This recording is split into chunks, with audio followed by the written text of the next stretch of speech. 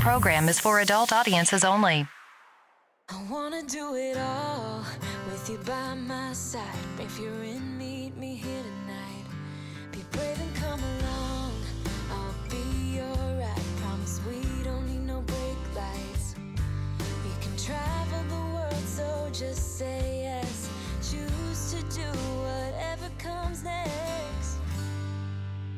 This or that, getting drunk on whiskey on a Tuesday night, or drinking red wine by an open fire, make love or fight. This or that, this or that, evenings on the train or catch a morning flight, enjoying dinner until midnight, or bed by night. This or I wanna see it all. Find the northern lights, see the stars in the open wild, catch a glimpse of Panama. We don't need a map, I'll let you know when we've arrived. Yeah, we can travel the world, so just say yes. Choose to do whatever comes next. This or that, getting drunk on whiskey on a Tuesday night, or drinking red wine by an open fire, make love or fight. This or that, this or that, evenings on the train or catch a morning flight, enjoying dinner until midnight, or bed by night. This or we can travel the world, so just say yes. Choose to do whatever comes next. Just be brave and come along. I wanna do it all. This or that, getting drunk on whiskey on a Tuesday night, or drinking red wine by an open fire, make love or fight. This or that, this or that, evenings on the train or catch a morning flight, enjoying dinner until midnight, or in bed by night. This or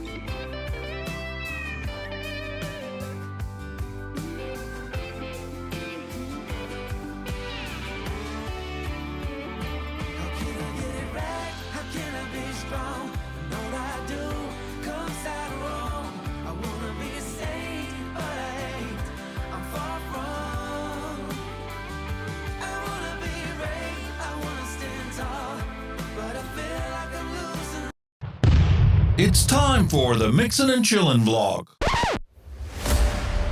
Even if they implemented some ridiculous laws, this is something that if somebody truly wants to do this, they can still do it. But it's going to take a lot of effort on the vapors' part to actually learn what it takes to make your own stuff.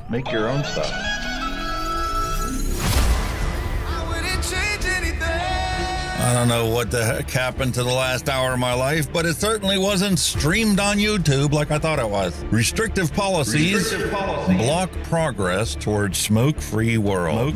Many people incorrectly think that very little nicotine content cigarettes are less carcinogenic than current cigarettes. This risk misperception by people who smoke could reduce motivation to quit under a nicotine reduction policy. That's a bit of a problem. Someone who specialises in helping people kick the habit is Dr. Colin Mendelsohn. He joins me now. Look, vaping is a far less harmful alternative to smoking for adult smokers who just can't quit, and that's actually the majority of them.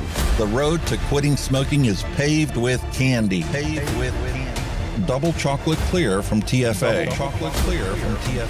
Published in the Vaping Post, we have long-term study. Vaping increases odds of quitting heavy smoking. This is Kenny Thompson, the Vaping Heed. He's got a YouTube channel. He's been on here a lot longer than I have. I'm not going to stop until this is legal and available for everyone. You know, I cover things from all around the globe, but that's because science has no boundaries. I mean, you know, the FDA and everything would know that vaping is safer than smoking, but they'll have the pressure off the tobacco companies or the states that are on the MSA and all that. It's just a financial thing, and unfortunately that takes precedence against everything. And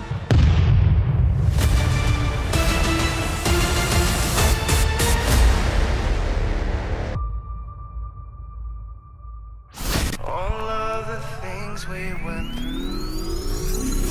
You just made my day. Just made my day. You made my day. You made my day.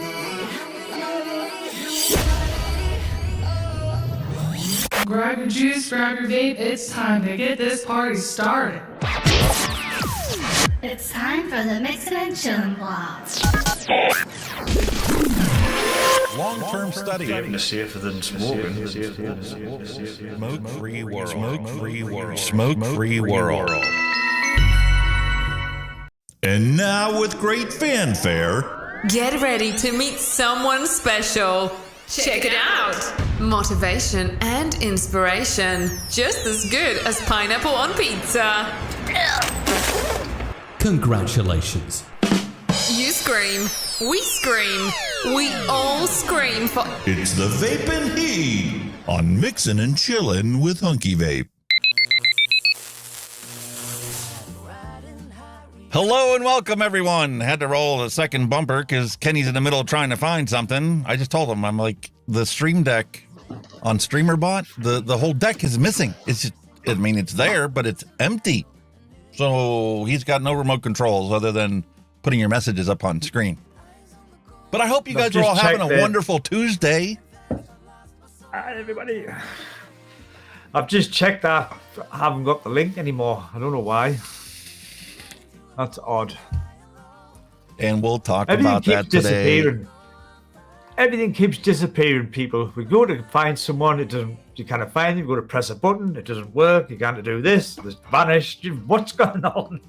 And the best part is, this is all part of one big social media dilemma. The whole purpose of social media isn't what you think it is. Facebook isn't so that you can connect with your family and share pictures and experiences. It's to nudge you in a certain direction of the doctrinated ideology of those well above us. That's better. Did you find what you're looking for? No, I've just figured out how to split my screen in two. That was by pure accident. Hey, Mallory Gates is getting an early start today. She says that if somebody puts pineapple on pizza on purpose, to call 911 because they've been kidnapped. Oh my God. You are. Where do you get these from? I do not know. Holy moly. Thought I was bad. Well, answer Sean Lynch. How are you doing today? I'm absolutely hunky-dory, if you'll pardon the punt. It's absolutely brilliant, mate. Hunky Vape is calling. Mrs. Hunky Vape is going to call 911 on her brother because he puts pineapple on his pizza. I like pineapple on pizza. What's the matter with that, like? Lovely. We've actually This got is the a pizza argument. over My here. flavors are subjective. Yeah, but we've actually get pizzas. It's called a Hawaiian pizza. It's ham and pineapple. Yeah, we have the same thing over here. Yeah. Hawaiian pizza. What's the matter with you? What's the matter with you people, man? Bloody lovely. My brother-in-law loves it. That's his favorite pizza ever. Why not? I'd rather have a barbecue pizza, barbecue chicken. I'm into that. You know it is. Boo, psychic, us two. I'm right into them at the minute. In fact, I've got one on the way. We're having leftover pizza today. We ordered Pizza Hut yesterday because my wife came home from Orlando. My daughter scored 4th in the international competition down in Orlando, Florida.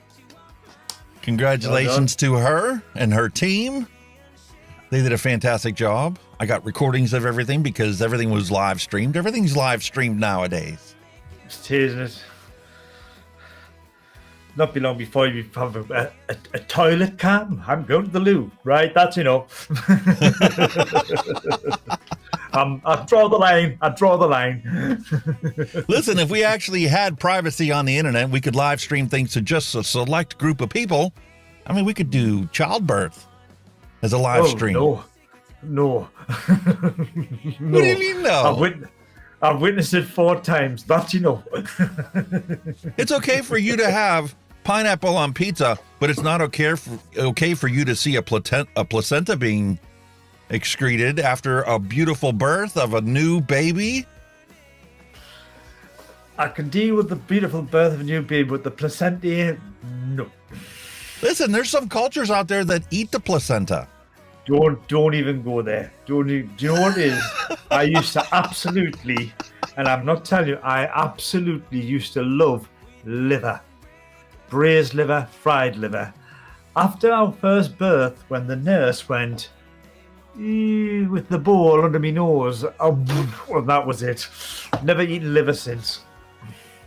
That reminds me of the episode of MASH, where the guy was trying to go crazy, and he's sitting there eating liver in the mess hall, and everybody looks at him and goes, "Where did you get liver? We don't have any liver here."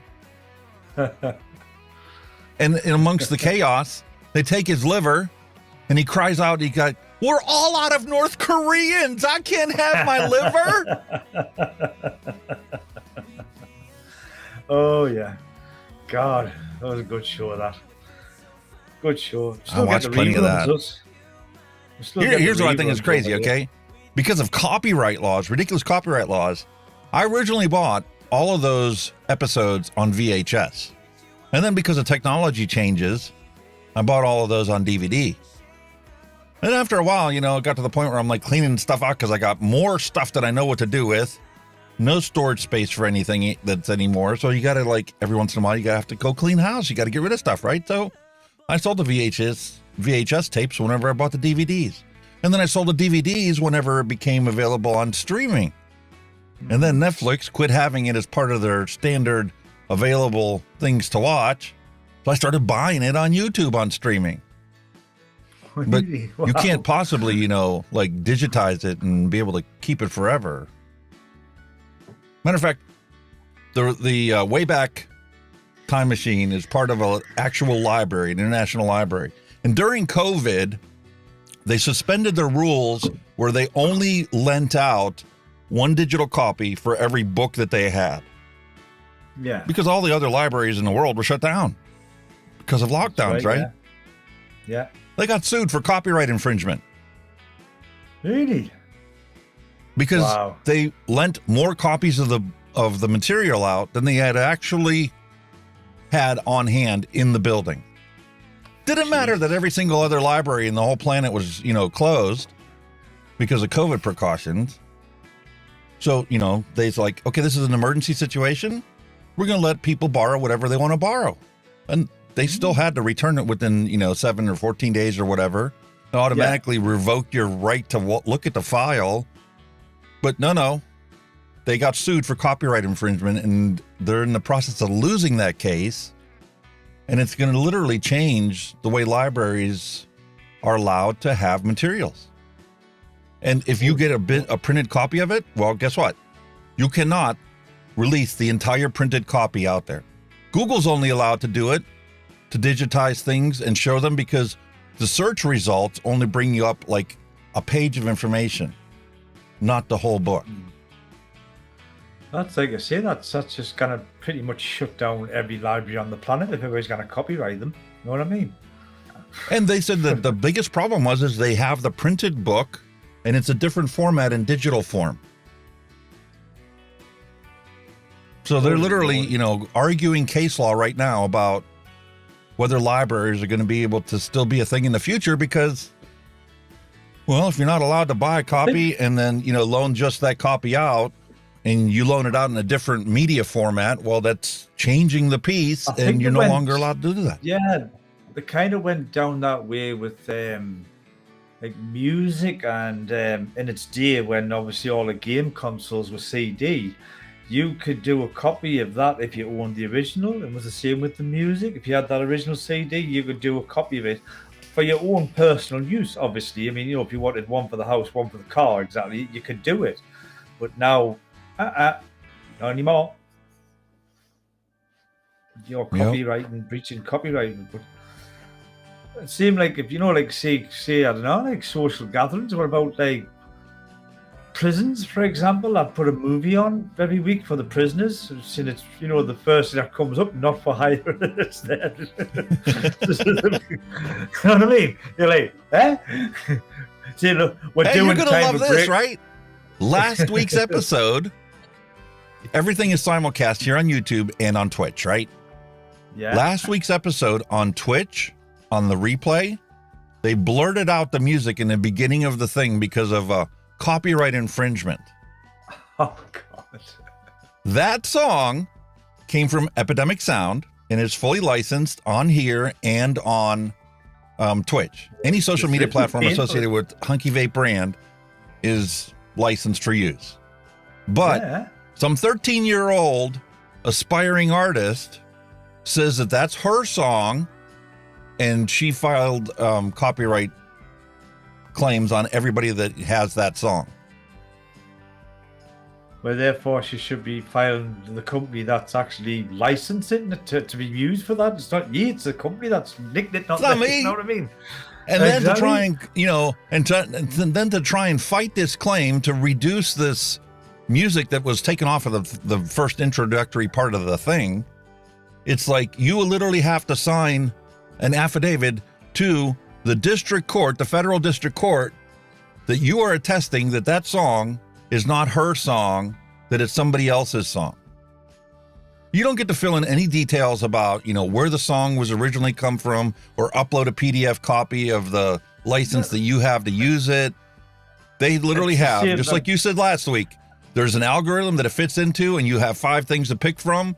Either they misidentified the song, or you used a song that was somebody else's, and there's like 5 choices to pick from. That's it. The thing is with that Ed Sheeran, he's just been up for a copyright claim because one of his songs was supposed to have sounded like so heard it through the grapevine like Marvin Gaye. But his argument is, he says, yes, you listen to any song that's out there today and they're all based on 4 chords. So you know what I mean? The same 4 chords. You know what I mean? Yep. So how can you cannot copyright a chord? Nah. I'm sorry. Every song on this planet has got the basic 4 chords. They use it's C, D, whatever. They all use them chords. So, but as long as there's financial motivation for some lawyer to make some money, they're going to sue everybody they can possibly sue. And if they win 1 time out of 10, they've made $1 million for the rest of their life and they're happy. I mean, like I say, Ed Sheeran won his case. He says, "Nah, he got away with it. You know, he won it." But I was listening to it, and I listened to that, as they don't sound anything like each other. Where they're getting that from? Ed Sheeran said that if he was going to lose that case, he was going to stop making music. Well, this is it, because he's only using 4 chords, what everybody on the planet uses. That's what I'm saying. Crazy. What's the point in doing it? You're going to get copyrighted for everything. It's a mad world, man. Absolutely. I'm just fueled by greed. That's what it is. Anybody can make any money out of something, I'll have it. Unbelievable, man. So what are you vaping on there? Well, I am testing out. This is the new Kylan 3 RTA. I've got that sitting on the G Class V2. I am in the moment testing it for review. It's a top floor. Deck's quite different. It's very interesting, but I don't want to let the cat out of the bag, but it's like, I think reviewing all these modern tanks, it's getting very, very hard to have any negatives about them because they're all that bloody good now. That's all I'm going to see on it for now.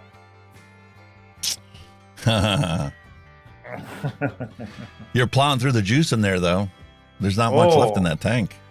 It drinks it like most of now. That's the one great thing about Steam Crave tanks is they give you plenty of reserve capacity in there, because when you run those things at a higher wattage and you make voluminous plumes of vape, well, you're going to drink the juice. These are the coils that came in it, and they're warming out at like 0.21, which is pretty good because they were 0.41 single, so they're pretty much bang on. And I'm just running at 80 watts at the minute, and it's absolutely sweet as a nut. Delish. And for myself, I've still got this Vandy Vape Matto, our stainless steel wire ropes inside there. And because the wife was gone for a week on vacation, I reconfiscated my OG Blue that's been floating around in her purse. Since she uses little pods and stuff, it's like this was originally in there when she was vaping on her Zeus tanks. And that, by the way, that needs to be re-wicked. But oh man, I remember why I love OG Blue so much.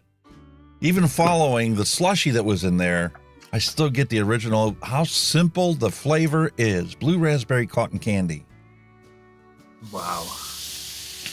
Well, like I say, in the Kylan, I'm rocking banana custard tart still. I'm still rocking a bit of that, and that's what I've got in here, and it's absolutely fabulous. Really nice. Well, that's what I'm going to put in today. And if you see on the platform beneath you, we have a brand new product sent to me by SMOANT. Oh. It's the, let me get the pronunciation right. Where is it? Pasito Mini. Pasito Mini, nice. 1100 milliamp hour battery, built in 3.5 milliliter tank, or the UK compliant or a TPD compliant 2 milliliter tank version. Mesh coils, has 3 different output levels and has top side fill. So we're going to get that opened and unboxed and get an initial review of the SMOANT. And we'll finally get to taking a look at this Doom X Mesh RTA, revisiting that. That's been, 3 weeks now? We talked about, wanting to do that, and then we skipped a week, and then we didn't cover it last week. So that's what the retro vape is going to be for today. And if we can plow through everything, if we don't get mucked up in advocacy and science and news, I even have some stuff here. I have the Silver Play RTA. It's a mouth to lung RTA. Oh, an MTL. And we'll compare that against the god known as Nautilus, that is still being sold by Atlantis. That is the pinnacle for mouth to lung tanks. It is. The Nautilus is out of this world. Out of this world, and the Nautilus. Obviously, I plowed through my gingerbread. I'm going to have to make some more later on because it is so delicious. Especially, I found that thing mixed with all kinds of other e-liquids I'd never thought about before. Take some of that and mix it with the blue raspberry cotton candy, and you get this delicious, curious flavor that it's just like, I have a report. I am sorry to report one negative flavor I have found by our wonderful friend FLAVRZ. What you got? I mixed it last week. Don't get us wrong. It is still what it says on the tin, but it's not something I like. I mixed up some honeydew custard. Honeydew custard? Yeah, and it actually feels like you're vaping a cucumber. Wow. It's based on a honeydew melon. That's basically what a honeydew melon is. And it tastes like bloody cucumber. I'm like, what the? Now, I must admit, it's still steep in there because obviously with it being a custard, you need a bit of time for that to come through. But apparently it is supposed to get sweeter. But at the beginning, I'm like, that's a cucumber. Tastes like a cucumber. So I'm on the fence for that one. I mean, if it doesn't get any sweeter, then it's a one that's not my cup of tea. But it may be somebody else's. So there you go. And that's the actual, heart of the matter. There are some things that some people just will never enjoy. And it's not that it isn't true to heart or true to name or doesn't impart, that flavor. It's just, there are certain flavors that you like and I don't like and vice versa. I mean, my wife and I have this conversation all the time. Because, I try to make her e-liquids and I'm like, I think you'll like this. And she'll try it and go, oh, no. No, I won't. I'm like, what part of it is wrong? I mean, where did I get the flavor profile wrong? She's like, I just don't like it. There's nothing wrong with it. It says exactly what you said it is. I just don't like it. Yeah. I think it's basically because it's a melon. I've never been a fan of melon at all, period. Yeah, well, you and I have had that conversation about watermelon and you're like, no. Yeah, nah, no, I can't do it. Don't even want to talk about it. The wife gets melon chunks already cut up for my daughter because she loves it, and she said, "Try it." And I'm like, just nah.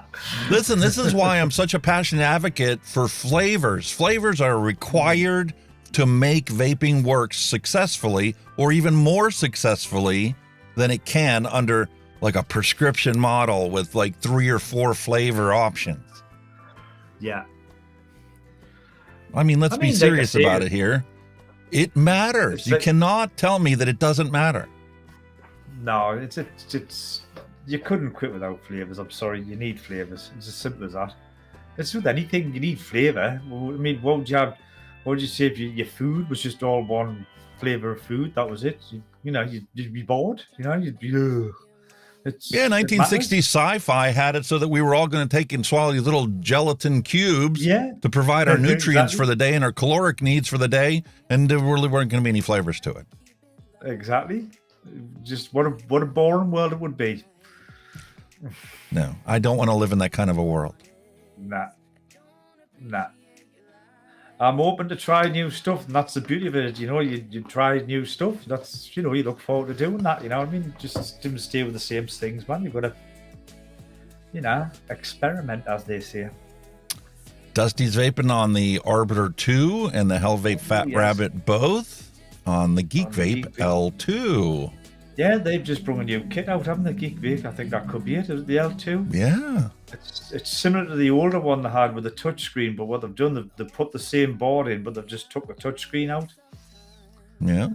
Mallory Gates is loving her Times Vape Keen with the Dead Rabbit on them. Ooh.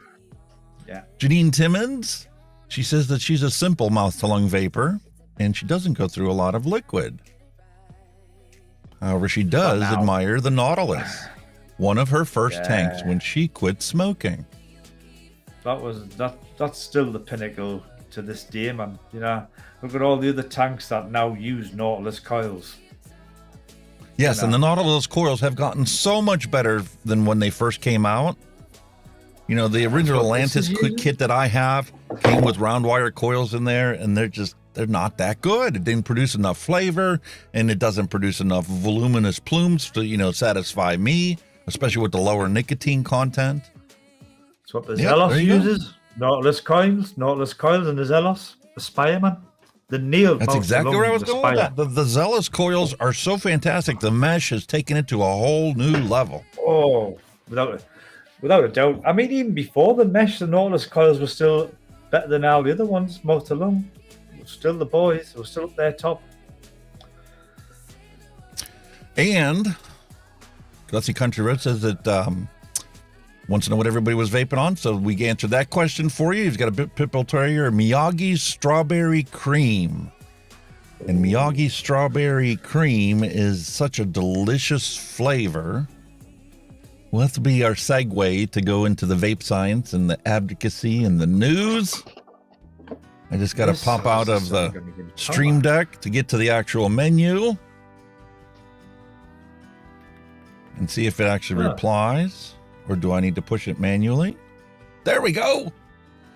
And for those of you interested in making this recipe for yourself, all you gotta do is get on ELR and check out Miyagi, and you can make up the same thing that Dusty's vaping on today. There you go. I put that on charge. There's a strawberry nana custard. In that Nautilus, I made the cappuccino before. The candy cane is still rocking in that. This is the second bottle of candy cane, by the way. That's what's in there. I've finished off my liquid, my candy cane. This is the second bottle of the candy cane. Look at the colour on that, man. Look at it when you leave the stand, man. Look how it changes, man. Just ooh, a bottle of heaven. Delicious. It is. But if there's a mixer out there that you want to follow, look at Miyagi's. Every single one of his are 5-star rated recipes. So if you're a beginning mixer, this is how you go and you find a flavor profile that interests you, and then you find somebody that's mixed it up and find a rating that they've put on them, and you can skip past the 2- and 3-star rated recipes, go to a 5-star rated recipe, and you can find out how easy it is to create your own delicious flavors. And why is this so important? Well, because we already know that vaping is the most effective way to quit smoking. Yeah. And I need to move out of the way so we can see this. Yeah. Here we have scientific study linked in the description of this video below. The efficacy and safety of electronic cigarettes for use as smoking cessation. A systematic review and meta-analysis of randomized control trials. That is the gold star in science. That's where every study needs to eventually be done. Randomized control trials, meaning there's a blind group that you have participants that do the control, and you have participants that do the opposite of the control. And then you look at the end results. And guess what they found out? Big surprise. Among individuals attempting to quit smoking, secret electronic cigarettes, nicotine electronic cigarettes, are more efficacious than conventional nicotine replacement or behavioral smoking cessation therapies, and may prove beneficial in reducing smoking-related health risks. May prove? Are you watching Australia? May prove.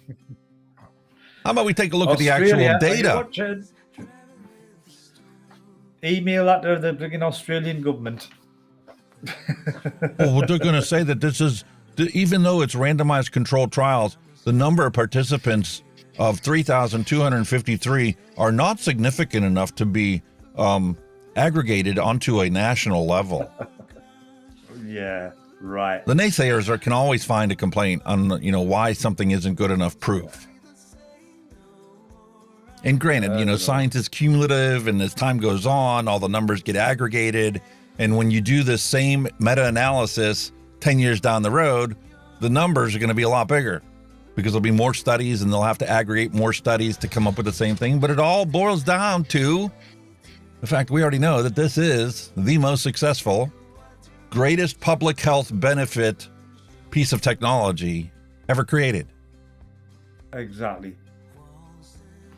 And will one day completely eliminate combustible tobacco. Yep. There's not a doubt in my mind. And all the governments will be skinned. All the governments will be bankrupt. They'll get no tax. They're going to have to find their tax revenue from another source, which is something that, I'm going to be coming and talking about more as time goes on, because my focus has shifted from, okay, I need to prove to myself that this truly is the best way to quit smoking, the most effective way to quit smoking, the best way to improve public health overall. My focus is now starting to shift towards, why are governments like Australia making these abhorrently disastrous decisions for public health? It can't just be the $14.3 billion of tax money that they're sucking out of the consumers as they watch them die. There's got to be more to it than that.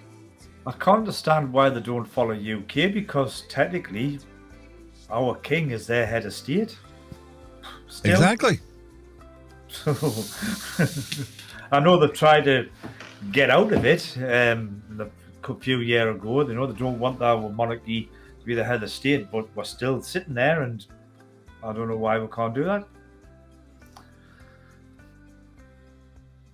Well, since we keep going back to Australia, because it is the most ridiculous thing that's happened, since the PMTAs that were submitted, 99.9% of them were just blanket denied by the FDA, this is the worst thing that has happened in public health that I can recall.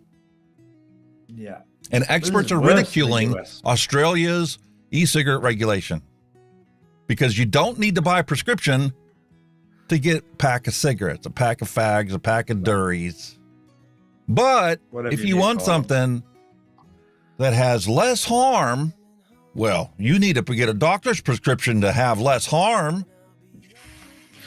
That is the antithesis of logic. Listen, you can go buy a car with no seatbelts, no airbags in it, no anti-lock brakes. But if you want to get any of those things, well, you need to go to your Department of Transportation to get a certified document stating that you need to have anti-lock brakes and seatbelts and airbags in your car. Only then can we allow you to go straight to the manufacturer's warehouse to buy a vehicle directly from them. That's how ridiculous this whole situation is. And I'm crappy at analogies according to my family and friends, but that's the analogy that I come up with to equate to what Australia is doing here. Mark Butler wants you to believe. I mean, I think that apparently it's, I don't know if it's true or not. I think it's still rumor that they're not, these, whatever they're trying to do is not going to come until November. So they've still got a bit of time to, protest, petition, demonstrate, whichever way they're going to go. So they've already fought them. That's because Mark Butler is doing things on a federal level, and the individual states in Australia have to adopt what he's saying and doing into their own legal framework. And there's already, I believe, South Australia or New South Wales, one of them too has already hammered out the whole regulations for vaping. And everybody was complaining about how bad that was until they came across Mark Butler's announcement, which is even 10 times worse than that. But now, the worst state in Australia is now the pinnacle of Australia's harm reduction, because in order for Mark Butler to get what he wants, they have to completely undo all the laws that they already put on the books. He's got to take that one down, hasn't he? So this is all going to take time. But it's like we know how bad this is. It's like William Dobson there. He says at the moment it's only a proposal, but it's got to go through Parliament. Yeah, there's that, but it's pretty much looking likely that it might do that. You know what I mean? That's the thing. Certain portions of it need to be implemented by Parliament, but certain portions of it are automatically included in the budget. Yeah. The same way that they did the changes here in the United States by including it in the yearly budget to make certain changes and certain taxes go into place. That's not a parliamentary decision. That's not an elected representative decision. when you have the Department of Treasury saying, well, this is what the tax rate is going to be now, because there's no law that dictates how much tax we have, just states that we have to collect taxes on it. Yeah. Or the world economy states that. Right. Yeah. So I'll be putting the link to this article in the actual description of the thing, but we already know how disastrous this is. Because I wanted to point out, scary times. This is how scary the times are, okay? Nicotine vapes carry a higher penalty for possession than illicit substances such as heroin, methamphetamine, and cannabis. Wow. Right now, in 6 Australian jurisdictions, you will get less of a penalty if you have heroin or methamphetamines or cannabis in your possession. That's scary, $32,000 fine for possession of a harm reduction product. Wow. How does this make any sense? I cannot fundamentally grasp this concept, how this makes any sense. It doesn't. It just doesn't. It's as simple as that. It just doesn't. Don't people have common sense down there and go, well, we got cigarettes to kill 8 million people a year around the globe, and we have vaping that has killed nobody. Nicotine vaping, let's specify that. Nicotine vaping hasn't killed anybody. Cannabis vaping, because it's illegal and prohibited, has killed people. That's what the whole Avali scare was. It was illegal black market tainted THC cartridges that contain vitamin E acetate that cause all those lung injuries. And whether or not you want to look at it as a believable thing or whether you want to say it was propaganda, this is still going on around the world. I guarantee you there are still people that are coming down with Avali symptoms because their THC containing fluid has substances that your lungs cannot metabolize. Pretty much, yeah. Somebody asked me on Twitter, where do I go to buy? They showed a bottle of e-liquid. And unless you zoomed in on the picture, you didn't know that that was actually a CBD e-liquid. And I'm like, wait a minute. Because he said right in the tweet that he bought it to put underneath his tongue and then realized it's an e-liquid. Well, you cannot use the same devices to vape cannabis products as you can nicotine products. People are going to die if they try to put cannabis products into a big, massive cloud chucking vape device. Definitely. I actually thought about, grabbing crazy. a vape pen, a cannabis vape pen, to show you the difference between cannabis vapes and nicotine vapes. I think you use herb tanks, are what they're called. They're just like a little ceramic thing that warms it rather than burning it. Actually, they have an actual vape pen. Yeah. My wife has a prescription to use cannabis for her anxiety and other symptoms, right? It is literally like a pen and literally contains like 1 or 2 mils of liquid to be vaporized. And the amount of vapor released by a puff is so minuscule, you don't ever see them exhale that vapor, okay? Hang on. And the whole purpose of that is because of the concentration of the substance inside that liquid. It is so much more potent in THC and CBD and cannabis products than it is in nicotine.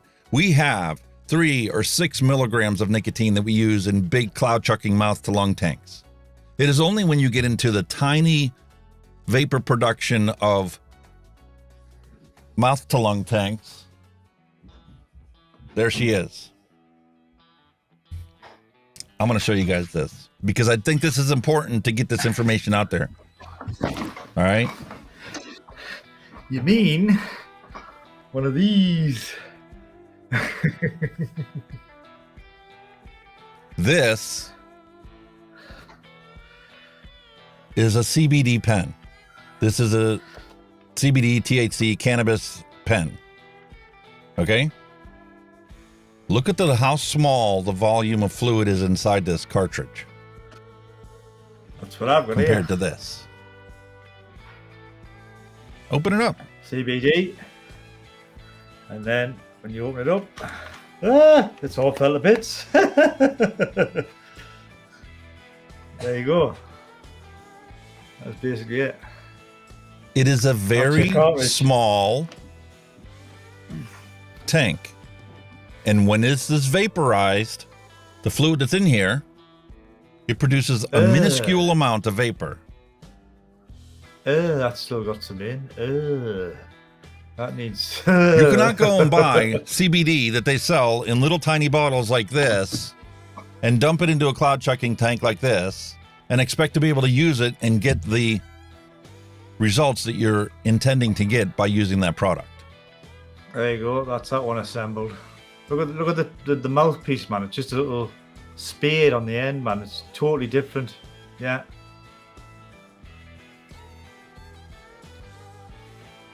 That's the boys. That is not the same thing as nicotine vaping. Nope. And the worst thing that you can do for public health is to lump it all together as one thing. Because you're creating more misinformation that is going to literally cause people to do the wrong thing. It's unbelievable. All right. Getting back to what we were talking about here. That needs cleaning badly. That needs... That's disgusting. Sorry. Here's how insane the rules are in Australia right now, right?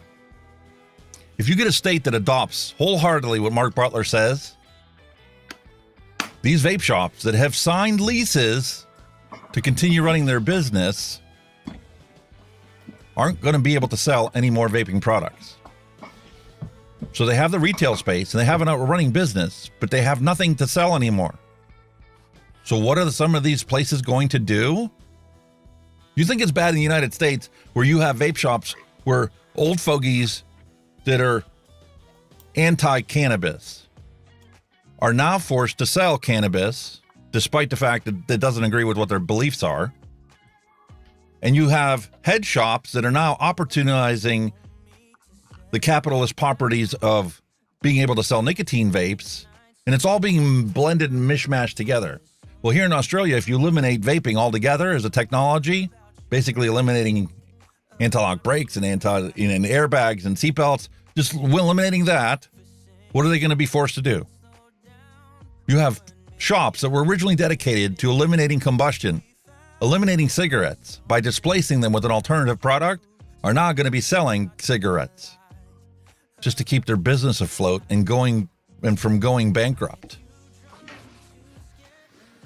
Yeah. Oh, like I say, they'll just shut the shop and walk away. Yeah, but if you got a lease for the next 11 months, where are you going to come up with the money for the rent for the next 11 months when you're not selling anything and you're no longer in business? I get that, but at the end of the day, they'll just eventually shut shop and that's it. You know what I mean? That's exactly what Mark Butler wants to have happen, because then Dury sales go up. Yep. And taxes from all these products go up. Which now brings me to another illogical, ridiculous piece of news for you guys. Hawaii has passed legislation to tax vaping at the exact same rate that combustible cigarettes are taxed. Holy shit. 70% vape tax. Wow. Yep. Right. Congratulations. There's no differentiation between cigarettes and vaping products. Matter of fact, in Hawaii, it's so bad that this bill also bans the sales to consumers from out-of-state retailers, which is essentially a complete online ban of vaping products in Hawaii. Wow. So if you want to buy vaping products in Hawaii, you have to buy it from a shop in Hawaii. and pay the 70% tax on it. I thought the goal here was to stop people from smoking cigarettes. Why would you make the way to quit smoking the same price as continuing to smoke? I mean, another thing touching Australia as well is the tourism. If you're a vapor and you're a tourist, you ain't going to be vaping in Australia. But there's the tourism going to get hit as well. Yep, I've seen plenty of people tweeting out there saying, well, I'm not going to take a vacation to Australia anymore. Yep. Because I'm not going to take a $32,000 fine or have to go visit a doctor as soon as I get there just so I can buy my vaping products that I use to not smoke cigarettes when I'm passing dozens of stores that are going to sell me cigarettes on my way to the doctor and then on my way to the pharmacy to buy a harm reduction product. Mm-hmm. Or if welcome to Hawaii, the new North Korea. Yeah. Or if you want to go back to smoking, welcome to Australia.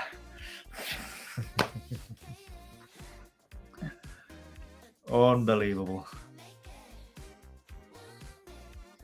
Unbelievable.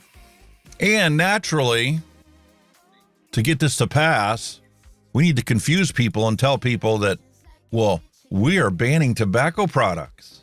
We're not banning harm reduction. We're not banning seatbelts. We're not banning airbags.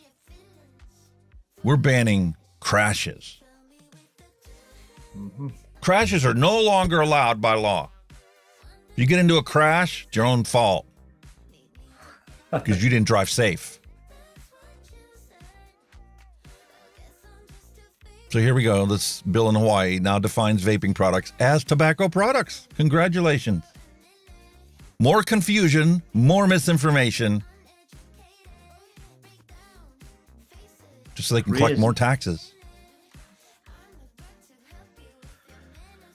I mean, I think if it ever happened, smoking did die off and vaping did, replace it, then, that's going to be the new replacement tax for cigarettes eventually, isn't it? So, isn't the goal of public health to save people's lives, to prevent them from dying early deaths? Oh, without a doubt. Well, I'm just trying to establish the logic here. If the goal is to save people's lives, to improve their health outcomes, and prevent them from dying early, you would want to minimize non-communicable diseases. And the best way to do that is via harm reduction, because we already know that prohibition doesn't work, will never work. No. And part of that would be to encourage people to choose a safer product. How are you encouraging people to use a safer product when you tax it the same as the deadly product? I mean, I think, like I said, in the UK, it's down to our health service as well, because obviously it's government-run, government-funded, paid by the taxpayer, and it kind of balances the books out. The amount of money they spend on smoking-related illnesses, deaths, etc. a year, compared to vaping, it's balancing the books, isn't it? William Dobson says that public health is to get as much cash from the public as possible. Yep. And you want to know why public's confidence in the government and in social media and in the news is only about 22%. Thank you. 22% of people have faith that the government is looking out for their interests. 22% of people have faith that the news that they see on all forms of media, especially television, are actually telling you the true story. Just 22%. 1 out of 5 people. That means 4 out of 5 people know that it's bullshit and refuse to give it any heed or credence whatsoever. So public health authorities that are out there to try and get cash from the public, well, guess what? Nobody's going to listen to what you have to say.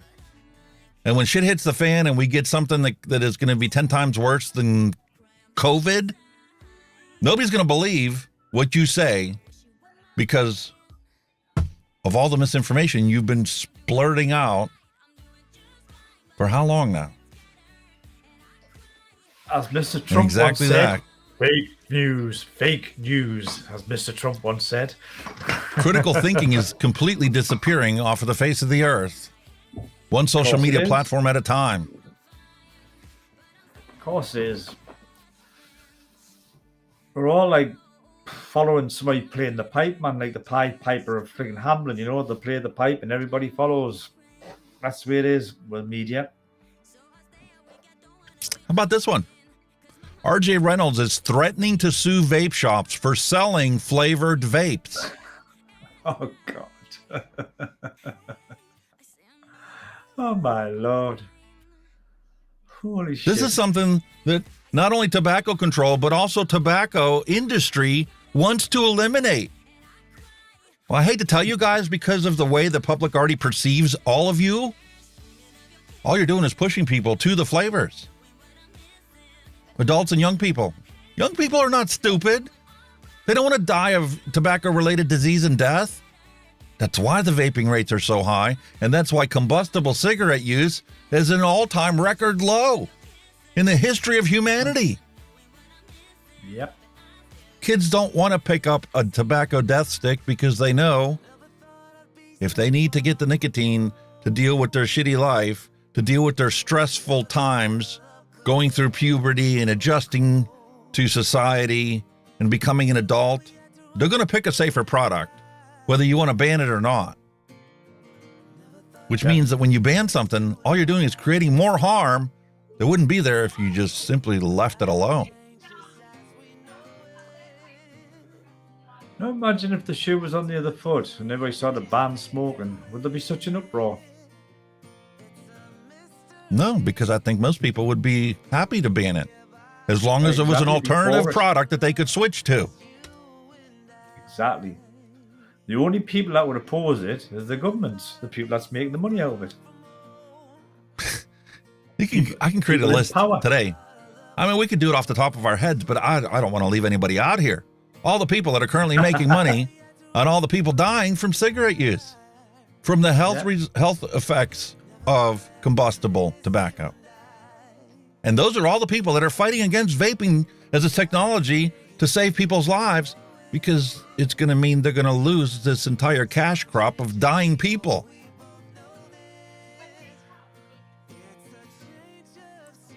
Remember how smoking raised your blood pressure? Dealing with all the BS being spewed daily raises my blood pressure far more than smoking ever did. Exactly. I wholeheartedly agree with you. Totally hit the nail on the head with that one. Here's the hypocrisy at its finest. Oh, flavored cigarettes. This is allowed to be published in any newspaper, any magazine, any media form that you want to consume. Success has never tasted so sweet. So sweet. For Nicorette mini lozenges and Nicorette gum and Nicorette full-size lozenges. Oh, we're allowed to have these flavors. Yeah. But whenever this is all of a sudden in a bottle that you vaporize, well, then it's banned and taxed the same as cigarettes. Do you pay a 70% tax on Nicorette gums and sprays and lozenges that's produced by the pharmaceutical industry? No, not at all. No. Matter of fact, you can go roaring down to your local Costco to pick up this brand new flavor called Fruit Chill. Bananas and strawberries and oranges. Quitting is no vacation, but it sure can taste like one. I don't know.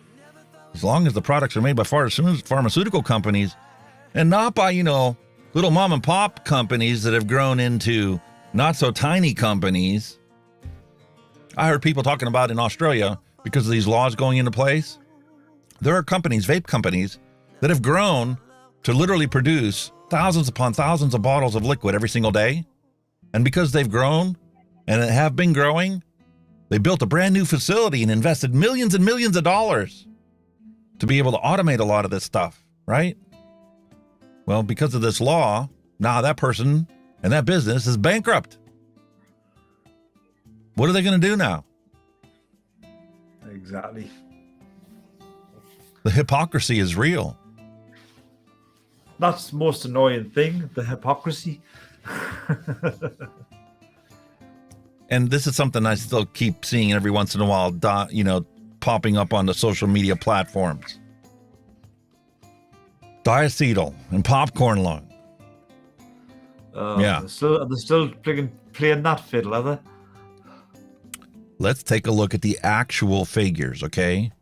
Let's compare an actual cigarette with one puff from a vaping device. And let's measure the diacetyl found in a combustible cigarette versus the vapor contained in a same puff of an electronic cigarette. Let's see. If we light tobacco on fire and breathe that in, we will get 6,718 micrograms of diacetyl. But if you do that in an electronic cigarette, you're only going to get 9 micrograms of diacetyl. I just can't take that in. I really can't.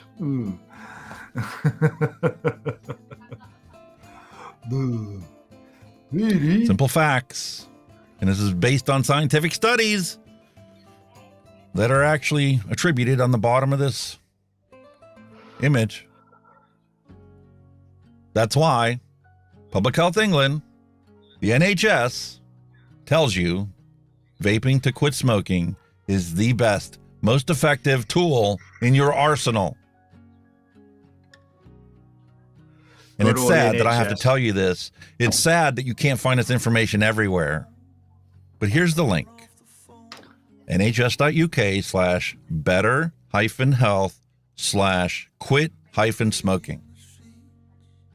You want to find the truth? Go to the horse's mouth. Good old Blighty. When are people going to learn? In a recent book review about marijuana, Albert Goldman, 1979, page 250, wrote, "The only controls that should be imposed to protect the public from bogus and polluted merchandise. The only controls should be those that are imposed to protect the public from bogus or polluted merchandise. With the dreadful example of prohibition before us, it seems nearly unthinkable that we should have done it again, taken some basic human craving and perverted it into a vast system of organized crime and social corruption. When will we learn that in a democracy, it is for the people to tell the government and not the government to tell the people what makes them happy?" Exactly. But here we have social media platforms perverting and twisting it. When I post something here on Reddit, like today's stream, not only do I have to post it, but I have to approve that post for it to actually be seen by only the people that follow me as a creator. Wow. Common sense is not a gift anymore. It's a punishment. Because all of those that still have common sense have to deal with everyone who doesn't have it anymore. That's brilliant. I love it. And if you don't believe Oh me my God. and think wholeheartedly that, social media is out there to, provide contacts with your friends and family and let you share things, I want you to go and watch this. The Social Dilemma, available on Netflix. Who's in this movie? Who's in this documentary? How about all the people that created all the social media platforms that we know and love, that we use every single day? And you can watch and find out how scared they are about what they did and how it's going to affect society as a whole. Never before have a handful of tech designers had such control over the way billions of us think, act, and live our lives. And this has been turned up one extra notch and one extra layer and grown exponentially with AI. There have been dozens and dozens of postings where I've seen people on both tobacco control and harm reduction posting their conversations with chat AI. Yep. They are shaping society as we speak. And most people don't even understand it.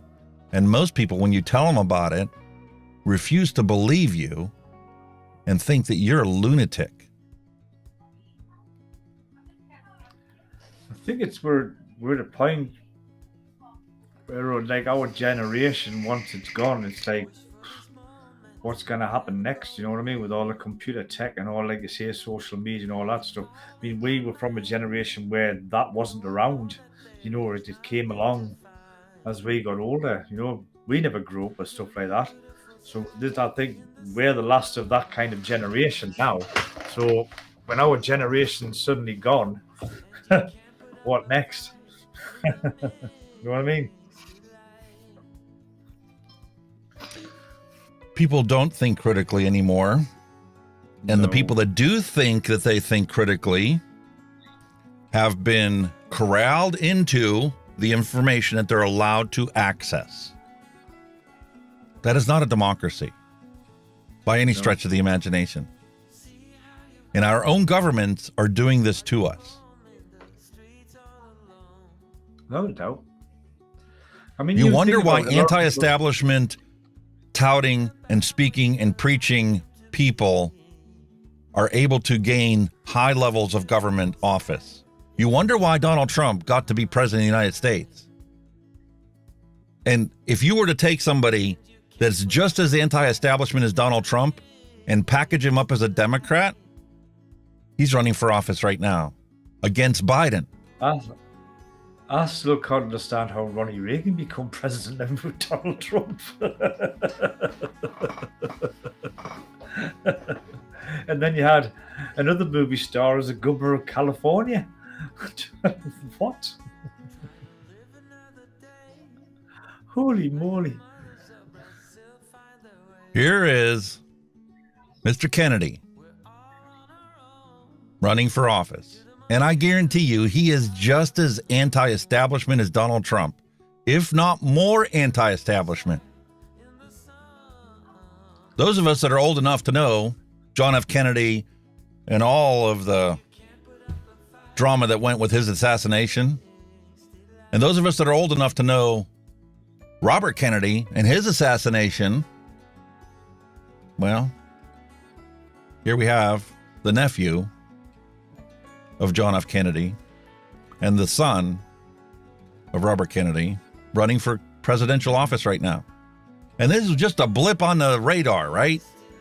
This guy was an environmental lawyer for 40 plus years, suing people for polluting things. And his biggest success was the clearing up and cleaning up of the Hudson River. That was so polluted before that depending on what part of the river you're on, it was a different color. Now it produces more fish than anywhere else. I wonder if he sued that captain that landed the plane in it then. I don't know. I don't think it had anything to do with that one. You've just polluted the river with that plane. Sorry, just a few lives to save. Sorry. But he's running for public office now, and he was just a blip on the radar. He was announced like 2 weeks ago or something. And they did a polling, and he was at 10%. Here we are just, 2 weeks later, and he's now up to 20%. Is he going to be able to push back against the established Democratic regime of Biden pushing everybody aside and running for office again and being the oldest person ever to be president of the United States? Or are the people sick and tired of the bullshit that he's going to elect somebody that can bring us all back together, if for no other reason than just to have a conversation about things before we make our mind up about stuff? Only time's going to tell. But out of the blue, this caught my eye.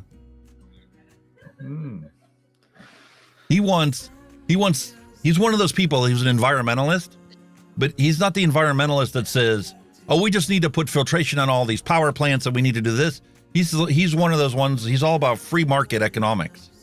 We need to quit subsidizing all the things that are making our lives horrible and let the free market decide what's the best and most efficient way to create electricity. If you got rid of the subsidies to coal and oil and natural gas in this country, well, wind and solar would be able to compete with no problems whatsoever. But that's not what's happening.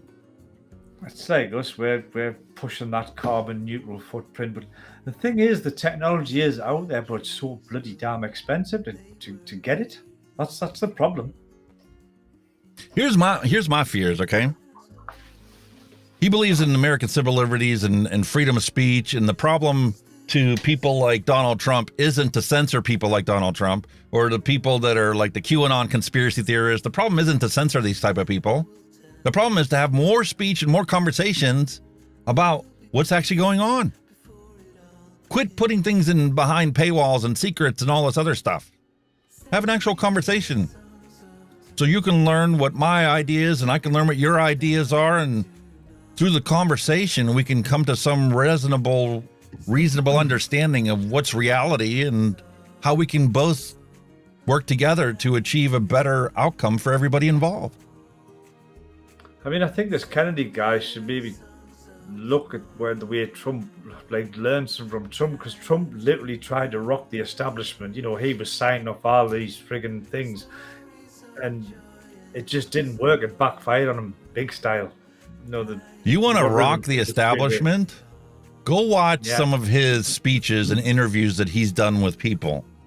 He has the same ideology and mentality that his father had and his uncle had about wanting to take the CIA and breaking down into 1 million separate agencies and organizations where they all cross-check each other, and what they do is actually public knowledge.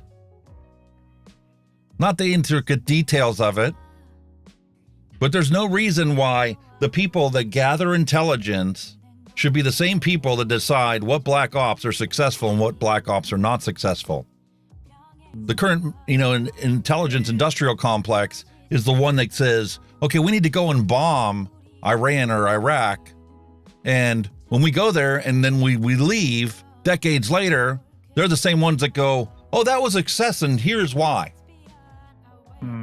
Where's the dissenting opinion? Where's the realization that we spent trillions, hundreds of trillions of dollars, and for that effort we got nothing? No benefit whatsoever. You want somebody that you can sit there and have an open mind and listen to what he says? He will tear every single government agency apart. And as a lawyer who has sued not only companies that violate the law, but the actual EPA, who has been bought out like our politicians by these back and forth lobbyists that work for the EPA, then work for lobbyists, then work for the EPA. This revolving door in all branches of government. He's the one that's going to pull it out there. And I think he's scaring the shit out of people. And I'm afraid that same thing's going to happen to him that happened with his uncle and happened with his dad. I'm sorry, but I just had to put that up from your better half. Well, that's my cue to move on to a flavor explosion. All those in favor? I couldn't resist. Saying that, that's exactly what I wouldn't like to be a Kennedy in government after the history. He'll probably get blown away as well. Listen, he went out and said, I want to take the CIA and break them into 1 million pieces. And his dad said the same kind of thing. And you wonder why they got assassinated. Exactly.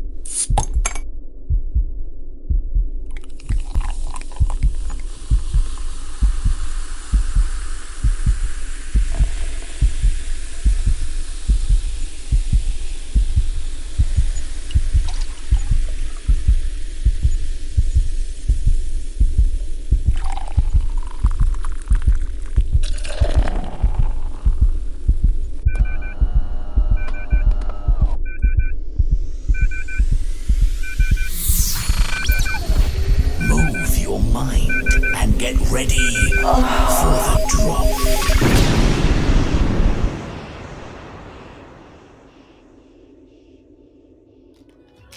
Yes, ladies and gentlemen, today I am going to be drinking my adult beverage in a United Kingdom Pull a Proper Pint Epcot Showcase glass. Not to mention, you know, it's a King's coronation weekend as well, so he's being very patriotic for an American guy. That it is. And continuing in the Simply Spiked line, we today have a strawberry peach. And this contains alcohol and 5% fruit juice. Ooh. Real fruit juice and real alcohol in one lovely beverage. What more can you ask for? What do you got? I've gone safe. I've gone very safe this week. I have gone. Excuse me, I was eating a sausage. For a beverage I've never had for ages and it's been out a while. Boddington's. There's a draft of bitter. Ooh. Keeping up with the good old English bitter, you know what I mean? A pint of bitter, governor, you know what I mean? It's a cream floor one. It's only 3.5% volume, like, but it's only like a 440 ml can. But I'm playing it safe because of you who don't know, I've been having a bit of trouble with gout, and alcohol and gout don't kind of come together very well. So I'm playing a little bit safe this week with a 3.5% volume of alcohol. That so is definitely true. Gout and alcohol they do not go together. And let's crack this her has got open. a widget. You'll hear the widget. Will you hear the widget? You never heard it? What the hell? I've got a dead widget. And now we pour. This has got to be poured in a glass. It is chilled, but it is not frosted. And I love how clear this Simply Spiked peach is.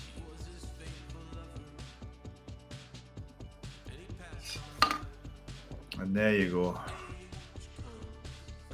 A delightful pint of bitter. Cheers, mate. Good health to you, sir. Good health to you, sir. Mm. Oh man, that is way better than last week. That's so smooth. But it just goes down like, even that goes down like pop. It's so smooth. That's exactly what this is. It goes down like pop. Even when you poured it, it looked like a pop fizzing in a glass. There's no. It's not like a lager where it's very fizzy and gassy and you're burping and farting and belching all night. It's just so smooth.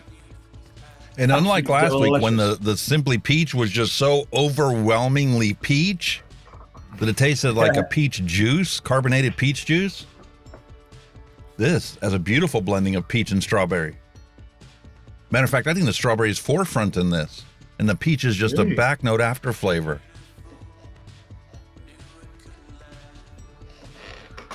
So I'm also snacking on little mini pepperonis. Pepperonis are fantastic. Honestly. But the pork is bad for you, for your gout. My experience, I've had an actual gout attack brought on by pork chops. Really? It isn't just a single dose of, pork chops that brought it on. I had pork chops for dinner. The day before, I had a chili cheese dog. If you know anything about hot dogs here in the United States, it is nothing but organ meat and stuff. So you get a pork and chicken and whatever hot dog. That is all the stuff that they don't normally sell in the store as pork and chicken products. All the fillers and the intestines and all that other stuff that they grind up into make that meat, that hot dog meat. Mm-hmm. And just the fact that I had hot dog followed by pork chops the night after, I brought on a gout attack 2 days later. Wow. Saying that, what was I drinking last week? I was drinking red wine last week, and then all of a sudden, gout. I think it was the red wine. Oh, really? I've never run into a correlation between wine and gout, but alcohol in itself can flare up gout, and that's because in the way that it changes your metabolism. Yeah. No, I mean, I've always thought red wine in moderation is pretty good for you. It's supposed to be good for the ticker. But what I've heard, I could be wrong, like. It is, but like you said, moderation. Moderation. And I saw how empty the bottle was when you showed it to us last week. That was moderation in my book. Very moderate. Listen, we're not teenagers anymore. We can't sit there and drink a bottle of wine every single day. Or multiple bottles of wine. Nah. I don't like hangovers anymore. I can't deal with them. You know what I mean? Oh man, do I hope that this is actually good for me. Because that is delicious. That's what they say. It's the old saying, whatever's good for you kills you. That's what they say. Mm-hmm. According to the Surgeon General, women should not drink alcoholic beverages during pregnancy because of the risk of birth defects. Consumption of alcoholic beverages impairs your ability to drive a car or operate machinery and may cause health problems.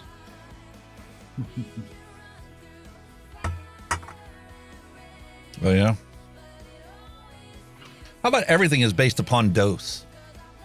How much of something you consume or choose not to consume? And how often you consume it.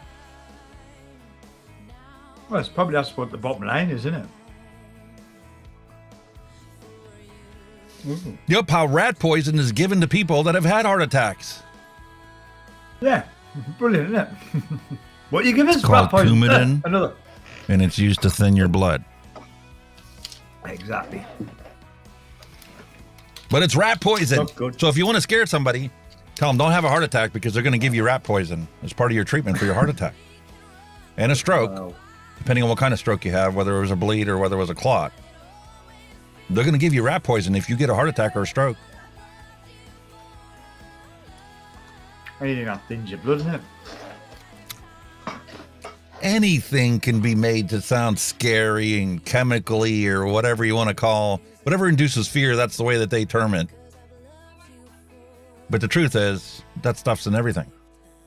It's like the way they talk about vaping and e-liquids and how this stuff is so horrible for you and it contains all this stuff. And you forget to mention how many other things are using the same ingredients. Exactly. Propylene glycol is antifreeze. Yeah, that's why they put it in ice cream. Yep. And in your car, but what the hell? Somebody posted something about formaldehyde. Formaldehyde is in a vape. Well, technically, yes, the process of vaporization creates formaldehyde. But you got to look at the dose. Do you realize that if you don't smoke and you don't vape, you exhale formaldehyde? Because it's part of cellular metabolism. So technically, human blood contains formaldehyde. So vampires are no longer going to be allowed to drink blood because it contains formaldehyde. Yet embalmers just pump your body full of it anyway. When you're dead, of course. It's the dose that makes the difference. Mm-hmm. Everything in moderation. I wholeheartedly agree with that. Well, like I say, it's the abusers that spoil it for the moderators. Ha ha! Get that one, eh? Oh man, I think it's time for us to make a random recipe.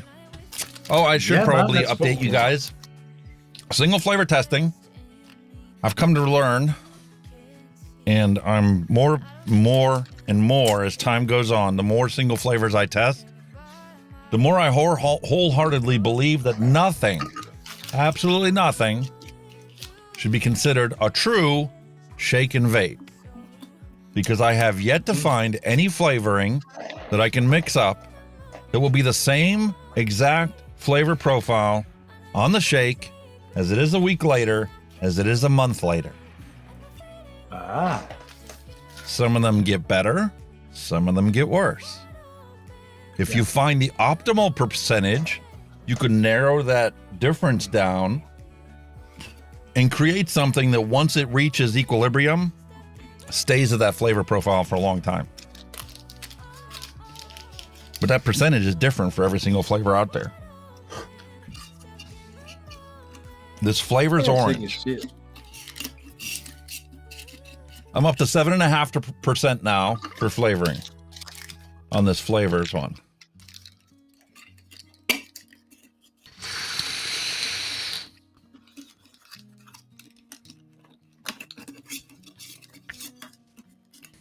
Spit back on a cold coil is not good when you don't run it hot enough. See, I know it's good enough to drink, but no.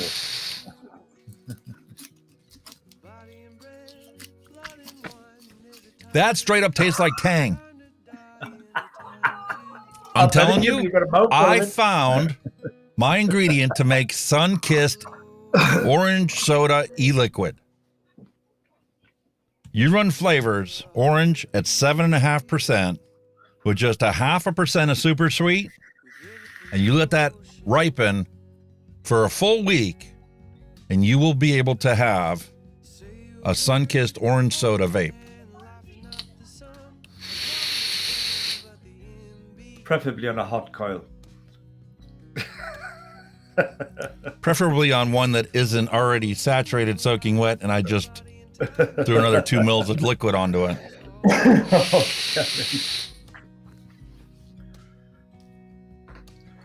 But that taste and that aroma and that flavor is exactly like a sun-kissed orange soda. That's 7%, yeah. 7.5% is where I landed on that one. 7.5%. Fantastic. Now the Capella Juicy Orange. When I hit 7.5%, it's too strong. It's too concentrated orange chemical flavor. It's not something you could ever get that high. Matter of fact, 2.5% is where I found it to be on its ideal flavor, where it actually tastes like its name, a juicy orange.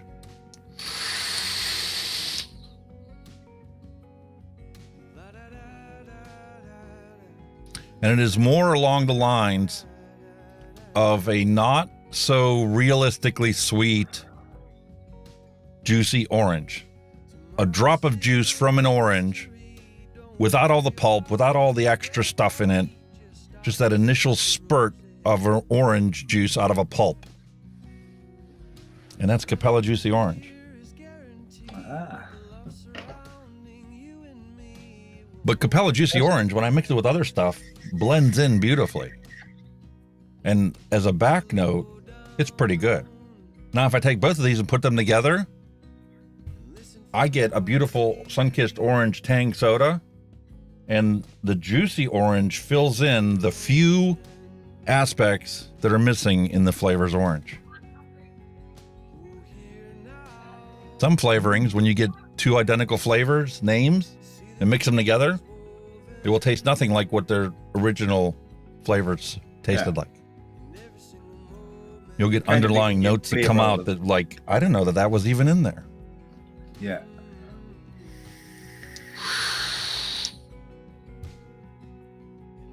That's odd. Nothing personal against all you people that love to shake and vape and are happy, you know, as a mixer, that's all you ever do is shake and vape. You try and come up with a good recipe that you can shake it and vape it. When the bottle's empty, you make something different. All powers to you. If that's what keeps you happy and keeps you away from deadly combustible cigarettes, keep doing what you're doing. I'm not here to advocate how you should mix or not mix. I'm just reporting what I found when I did the single flavor testing on these two orange flavors. And like I talked about before, you can't just focus on something that's called the name that you're looking for. In order for me to finish the orange single flavor testings, I now need to move on to citrus mix from FLAVRZ. I need to move on to the lemons that I have, like Juicy Lemon from Capella. and lemonade.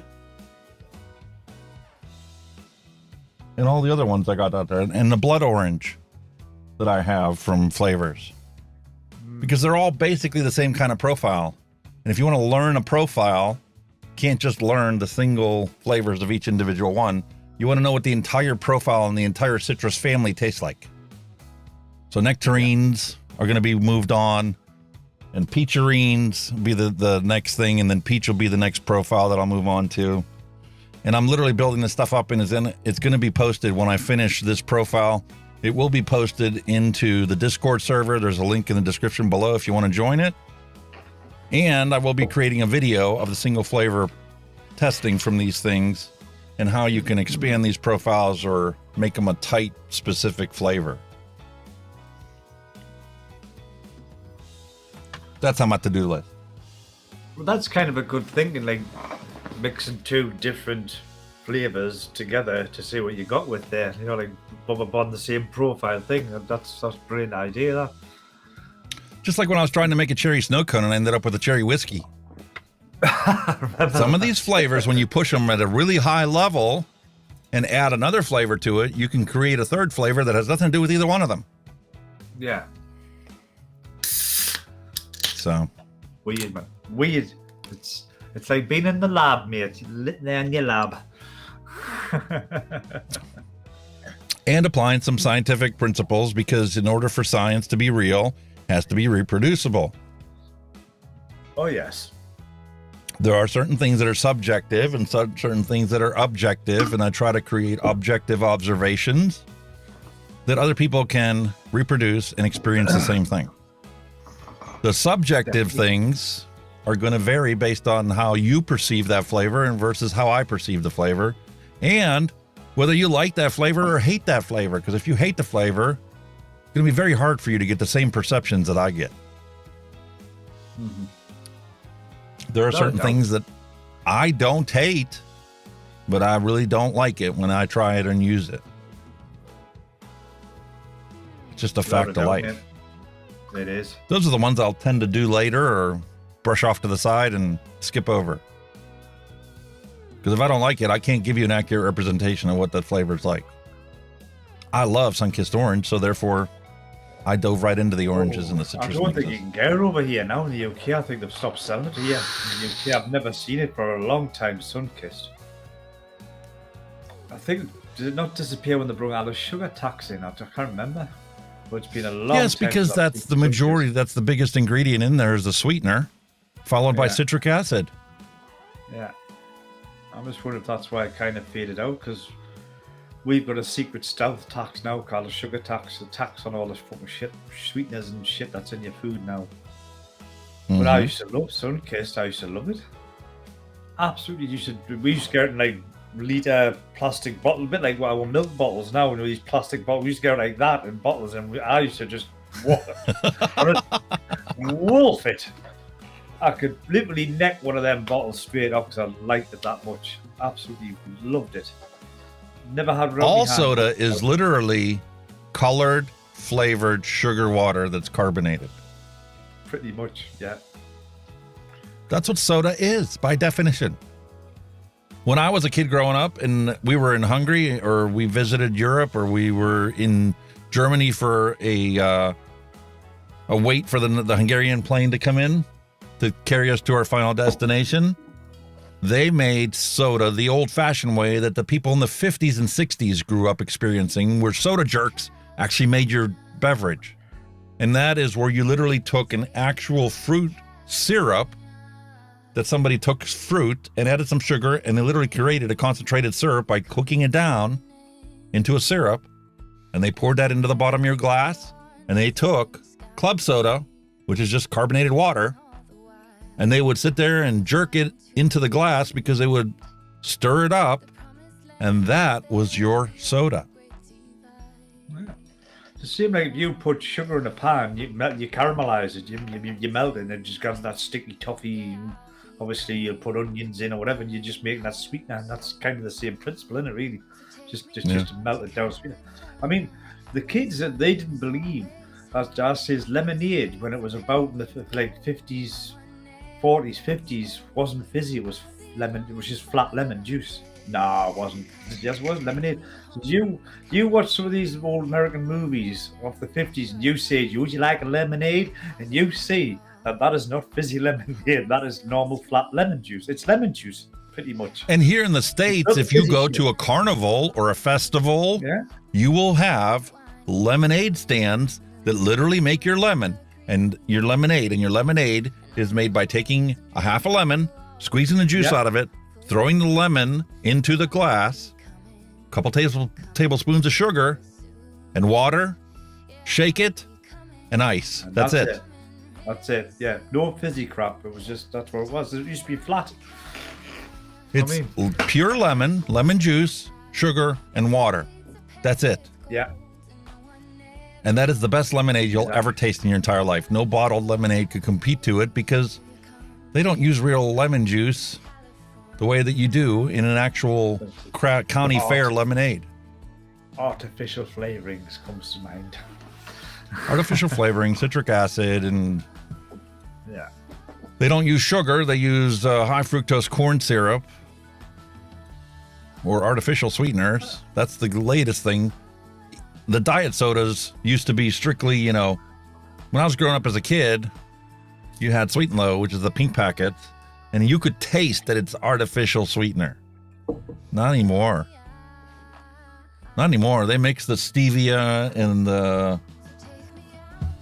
Off the top of my head, I just lost a brain fart of all the different artificial sweeteners out there, but they created a blend of these artificial sweeteners that literally taste as good, if not slightly better than pure sugar.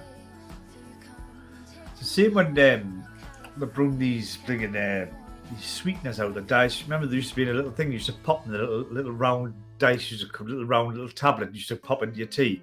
And it was it was supposed to be like all the dieters use. I mean, it was supposed to be sweetener, but you could you like saccharin. Put in your tea, saccharin. It's bitter as out, isn't it? It's, yes. The aftertaste was rank. Wretched. I remember, like I said, I ran out of sugar and I had a coffee, and I like sugar in my coffee, and I put 2 of these saccharins in. I may as well have had the coffee without the fucking sugar. It was that bitter. It was awful. It was chemically. If you have a very strong espresso or coffee that you make and it's bitter, you know how you get rid of the bitter? Just a little dash of salt. Salt?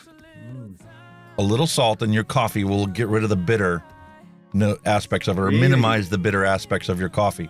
You want a black coffee that's not bitter? I never knew that. Basic fundamental chemistry. But and a little pathophysiology, because you understand how your taste buds actually work in your tongue. If certain taste buds are completely full, it's kind of like, why they give Narcan to drug addicts. Because when you give the Narcan, it sits there and it fills the receptors in your body. So whatever drug is in there can't fill those receptors and can't get the effects of it. Wow. And it's so strong that it displaces the ones that are already sitting in the receptors. It'll displace that, and the Narcan will sit in there. That's why naloxone saves people's lives for heroin addicts. I'm no coffee connoisseur. I'm an instant coffee man. That's all I ever drink is instant coffee. I'm no, latte or mocha. I'm just an instant coffee in, boom, done. Like I said, Keurig spoiled me because I got the pods and I get my Amazon coffee every month, and it's the exact same cup of coffee every single time, and it is so flavorful compared to dry, drip or percolator or... We've got the pod machines and that, but I kind of get away with them. I just, because like the pods will only fill a cup about so big. I'm a mug man. If I was to do that, I would have to put 6 pods in and fill a mug up. You know what I mean? I can make the same pod, make an espresso style cup, or I can have it make this full mug. It must be the like Keurig that. machine we have has 6 different settings on the top, depending on how small or big your cup is. I got you. Oh, we're not that posh. It's just one cup, one size, unfortunately. Well, the whole point is if you take and you set it to the max and you don't tell it to run slow, you can get a cup of this that tastes exactly like your instant coffee. Really? Ooh. Food for thought. Well, your instant coffee is always going to be cheaper, though. Yeah. Well, the pods here are pretty cheap. They're cheap enough because you get a box of them, you get loads in. But, yeah, that's... Even, I mean, at work, we've got like a coffee machine, and that's got all the exotic coffees in. And I just go flat white. Extra milk, extra sugar, bump. Lovely. But if you notice, right, these coffee machines, right, when you get these lattes, it takes them half an hour to pour them. That's it. Blah, blah, blah, blah, blah, blah. I've drank mine by the time somebody gets their cup of coffee. Crazy, man. Never mind. All right, well, let's flip over to our stash. Yes, come on, we're create a random recipe. We're moving off the old. We're moving off the schedule again, sir. Not flavor list, flavor stash. There we go. And get Sherlock Holmes to figure out what we can make today. Oh. This egg custard. Oh, while we're waiting for this, I can talk about last week.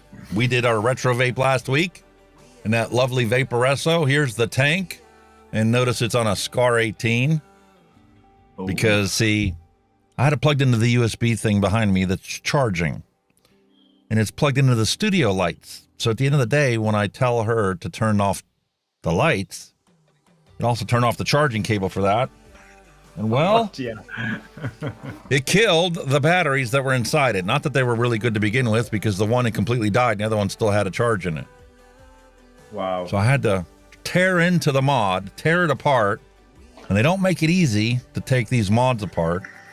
There's 2 screws buried between the cover, that laminated cover on the back, and the actual mod. I couldn't get those out. I couldn't even poke a knife through where the slots were to get the screws out, so I literally had to break it to get it apart. To pull this battery out, because my goal was not to fix it, but to recycle this, since I already knew that the built-in batteries were bad, and I didn't want it to catch fire on my shelf one day. No. Well, the batteries actually aren't bad. I put them in the real charger here. They took an honest charge, so these are still good. But unfortunately, the damage that I did to the plastic inside the thing, because of how cheaply made they are, and it's not something I'm ever going to be able to use. You've killed it, basically. But the tank itself is glorious. This egg custard, however, is not my cup of tea. I can get the egg. I get the custard. It is a nice custard, and I probably could put some sweetness in there to boost it up and make it something that I love, but I got so many other flavors to choose from. This lemonade, Mallory Gates lemonade we did, the peach lemonade. And that's what's in my arbiter right now, because it's that good. the trusty arbiter, eh?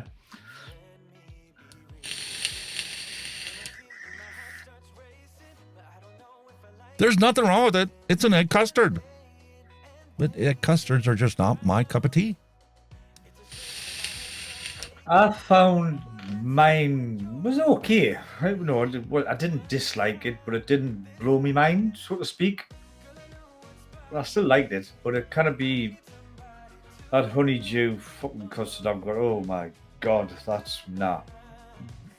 You've had this egg custard tart before, haven't you?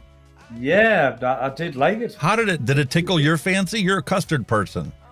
Yeah, I did like it. Like I said, it wasn't bad. Or was it too simple? It didn't blow us away. That's the thing. Like some custards, whoa, I think with me, I say custards, I like creamy custards. I like creamy stuff like with strawberries, creamy. I like stuff with cream and that. And the custard there, it didn't have enough creaminess, but it was still nice, but it didn't blow us away type of thing. You know what I mean? I could still vape it, no problem. It was still a pleasant vape for me, but it wasn't up there with some of the other stuff that I've tried. You know what I mean? And I would argue that custards are something, even if you love custards, you get 30 people or 50 people that love custards, and you have 3 different custards, like this egg custard tart is one, or you can get, you know, legendary custard by Mullenberry, make a single flavor test of just that at the right percentage, and you get an actual custard that's like a complex custard. Like there's that recipe for cannolis out there that is basically a bunch of different custards put together to make the cream base for that, and you remove the crust out of there. And I guarantee you they're going to be split, because not everybody loves every flavor, and certain people can taste certain aspects of the flavor more than others, and it's not to their liking. And some people just have cravings of other things, that a simple custard by itself is just plain too simple. Here's a player example for you. I got that a couple of weeks ago. Yeah. Right. And it's a vanilla custard. It's just a basic vanilla custard. And some of the vanilla ones, to me, they've got like a bitterness, because there's too like a bit. Now, like if like a vanilla pod, if you chunk into a vanilla pod, it's got a bitter taste at the end of it. That's kind of where these sit with me, like with plain vanilla. So that's why I like a bit of cream and a bit of sweetness. If it was just plain vanilla, I'm not a fan of plain vanilla, because it's got a bit of bitterness after it, and I don't like that. But if you cream that up, all day for me. It's got to be a creamy custard for me, not like a basic vanilla, because I'll probably not like it. And some people don't acknowledge a custard being a custard without the vanilla notes. Yeah. Even though there's lots of custards that are made that have nothing to do with vanilla. I don't mind the vanilla notes, but it's when it's just a straight vanilla, like a pod. It's a bit too bitter for me.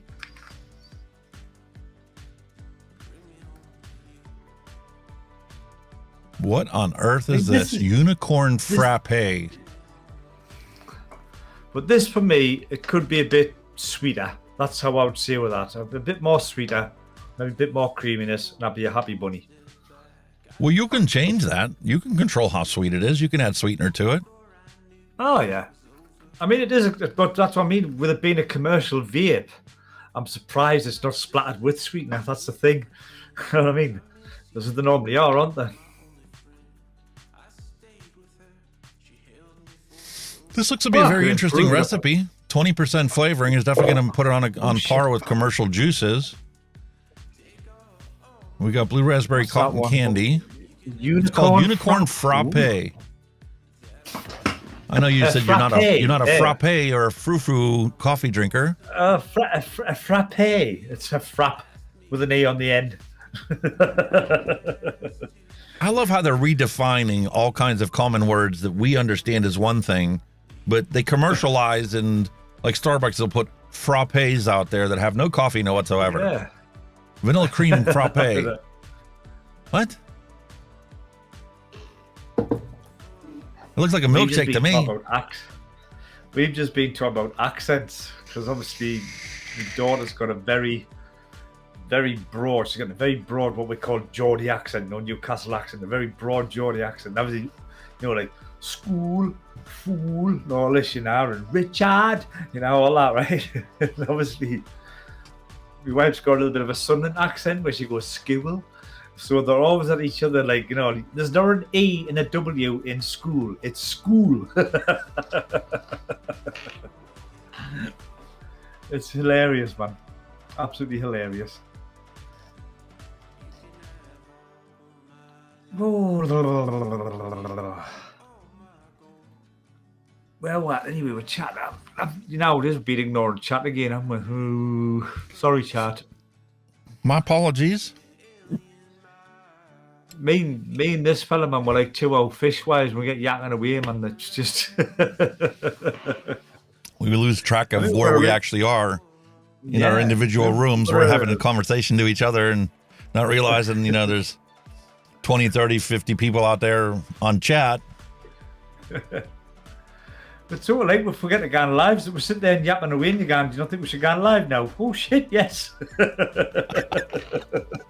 Oops.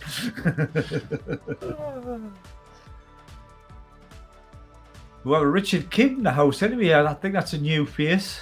We see Janine Timmins is just newish face, but we all know who Janine is. Richard Kidd, yeah. New faces. Welcome everybody. As well as we're regulars, you know, we're Dusty Country Road. William Dobson. Absolute pleasure to have you here, guys and girls. Absolute pleasure.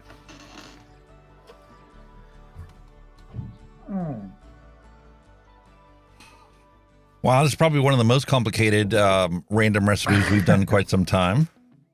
2, 4, 6, 8 ingredients. Janine, you're a new face to me. I know you've just had a new old face, but you're a new face to me, right? Maybe an old face with this guy, but you're a new one to me. There you go. 9 different ingredients. 9? Whoa. Pushing the boat out on this one, boy. Kidder. This is not going to be a shake and vape. This is not going to be no shake and vape. This is going to need a bit of steep time, this fella. 9 flavors to play about with. Wow. Ouch. And because it's a steeper and it does look to be a actually really good recipe, I'm going to actually splurge and make a 60 mil out of this. Oh, you're going to splurge on it now, a 60 mil. And since I'm not actually going to even taste it today, I'm just going to mix it up. I'm going to pull out our 3-banger custard from episode 8 and give that an actual taste and review. Oh, you swine. You swine. We're on episode 18 for those of you that are not actually versed on how far we've come. That has been sitting here for 10 episodes. That's 11 weeks. Steeping away. I totally forgot about I forgot all about that. You swine, you.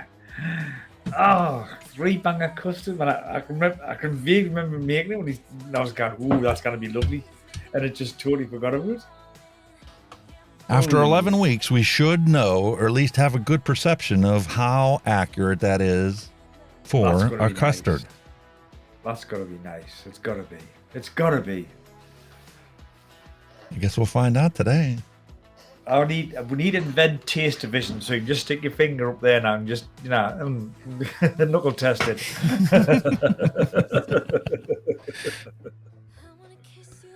Yeah, bugger. He does this all the time now. All right, so going back to the recipe, we're making a 60 mil. And how much do I want to make that?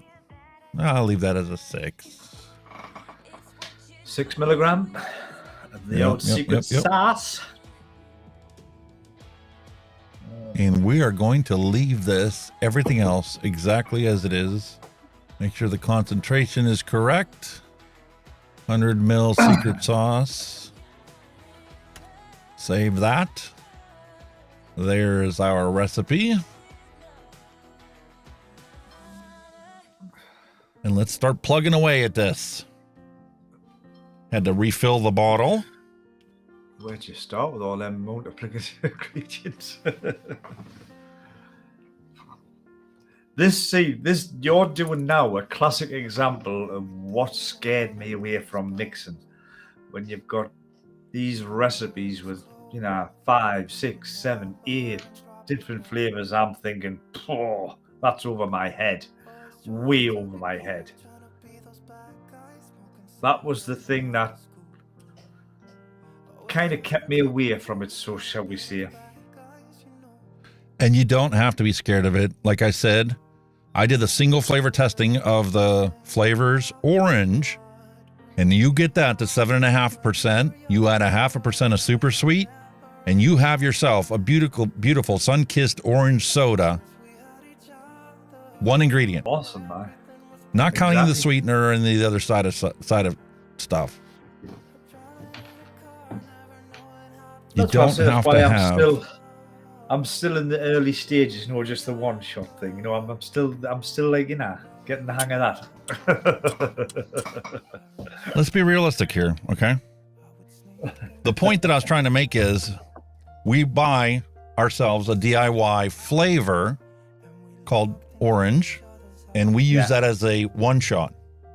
Would you be surprised to find out that there are one shots that are being sold, and those one shots are actually the same flavor that is sold as a single flavor?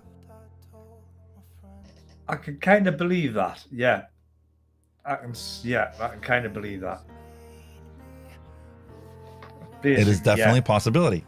And because, you would standardize everything and your one shots would be always mixed at, 20% or whatever you suggested as the manufacturer of that, you could take a single flavor that is really good and you could formulate it to be used at 15% as a one shot. Got you. So yeah, that's no reason to be scary. Kind of. It's like you say when you look at some of the recipes and you think, all these different flavors, and you're like, whoa.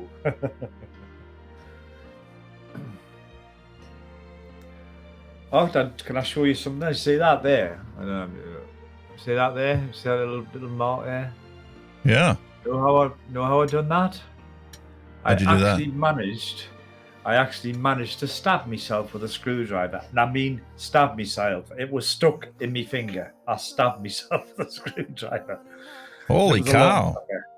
And I'm sure it went to the bone because it literally stuck. It stuck. This screwdriver is about 4 inches long and it was upright in my finger. I was like, ah. That hurt. Really hurt. And it's only just gone down. It come right up. It was weeping and everything. I thought, oh, I've been actually stabbed here. So now, for those of you that don't know, cotton candy by itself isn't actually cotton candy flavor. It is just strictly 10% ethyl maltol.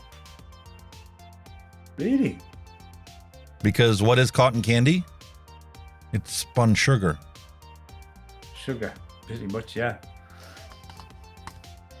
Whereas like this blue raspberry has the blue raspberry flavoring plus ethyl maltol as a sweetener. Got yeah. But TFA cotton candy is just 10% ethyl maltol, minus their secret ingredients to make it theirs, proprietary.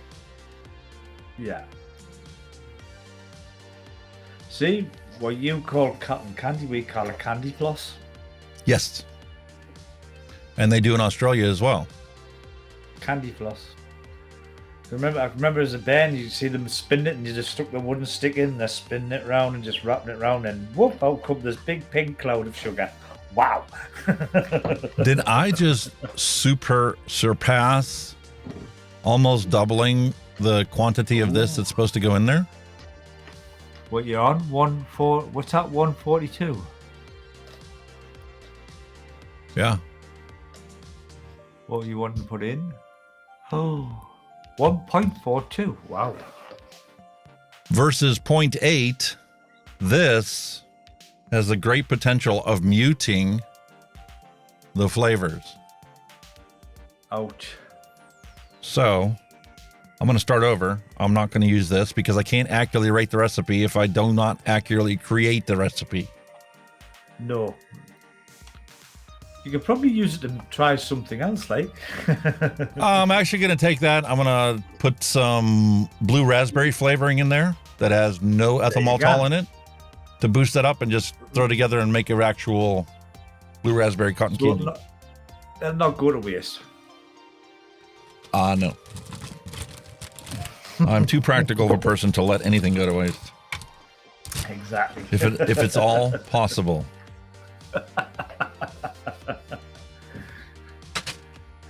But now you can also understand why I've moved on to, getting anal about single flavor testing, because I'm tired of making, oh, that was all right. That was okay of a recipe. I like that kind of. I want something that's going to go. So. I want it to be mouthwatering when I just think about mixing up another batch. And unfortunately, you need that wow factor. There are very, very few recipes that I've mixed up that I actually feel that way about. Yeah. Water Malone is one of them. Ooh. I tend to agree with you with that. Like, but I can't make it all the time. It's not something I can vape all the time. It is something that I do want every once in a while as a change of pace. Oof. So starting off from scratch, 3.73 of our secret sauce. Right, come on. Let's let the man concentrate here. Nah. Me yakking, man, I'm putting you off. I appreciate you yakking away. Like a friggin' fish wife. That is exactly where it needs to be. Good, good, good. It looks a bit of an interesting bag of mixtures, like, I must say, like. So what the final actual flavour will be out of all of that. 3.77.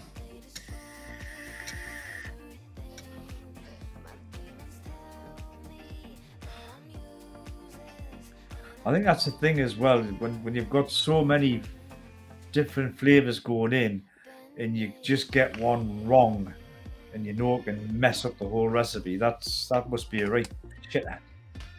Listen, if you were the person that developed this recipe, how many different variations did you have to go through before you found one that actually worked the way that you wanted to? Without a doubt. Michael Redfern, hello and welcome. Hello, Michael. How are you doing, son? Now, see if I can get this right. 0.79. Right, 0.79. Right. Shh. Silence, everybody. Let him get right. Drum roll.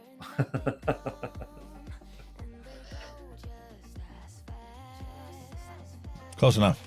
There you go. That is my eye. If I blow on it, I'll get to 0.79. I'm not going to go argue a 0.01 of a gram. Like, sorry, no.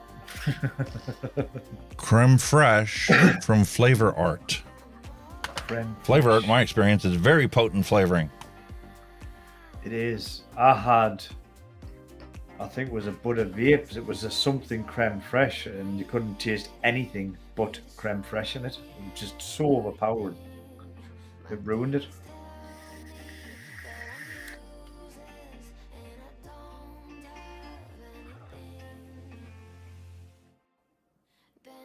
It looks good. Quality ingredients make a quality recipe. Yeah, you pay for what you get, as they say. To some extent. One drop went over. Oh. But that's one drop.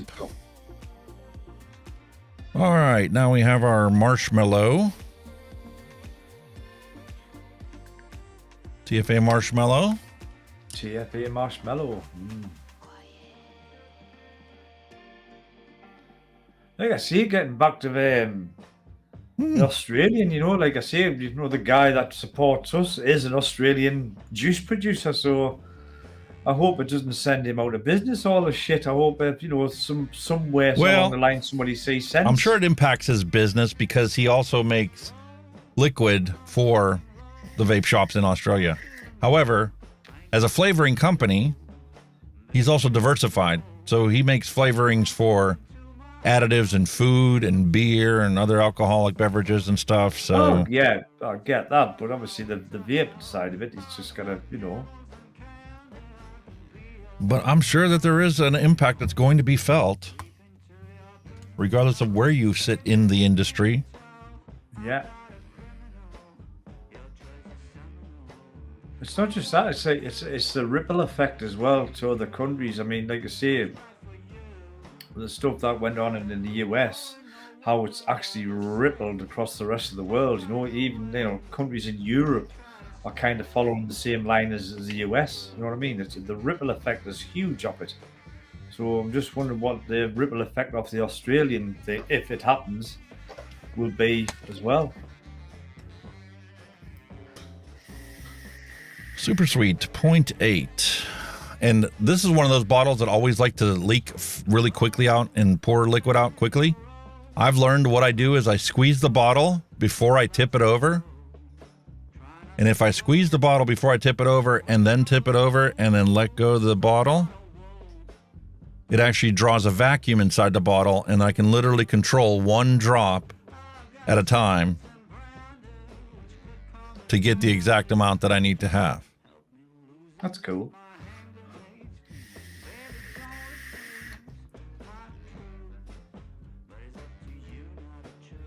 Wow, that's so good. Excuse me, wow.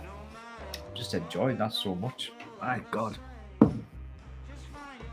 Ah.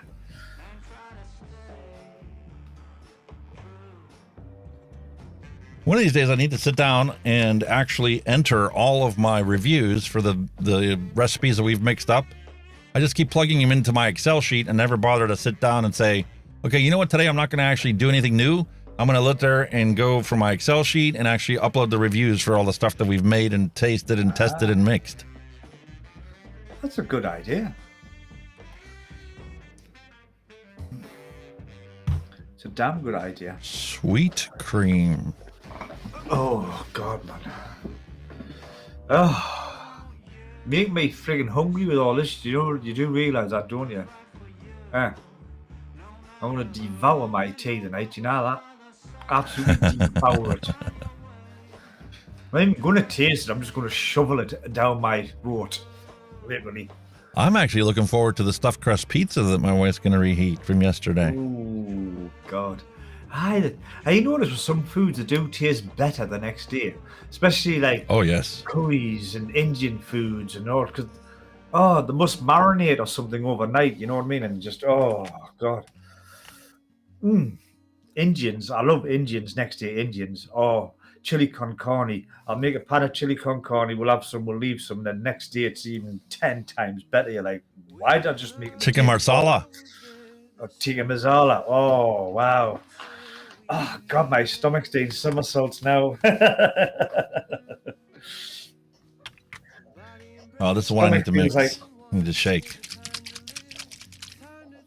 Your stomach mango. feels like your throat's being cut. Oh, mango. Ooh, that's a iffy flavour.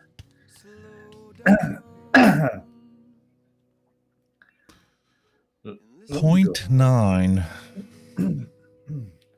There's quite a bit of bass in there, isn't it? It's getting fuller and fuller by the minute, that bottle. It is 19% by volume. Really? Wow.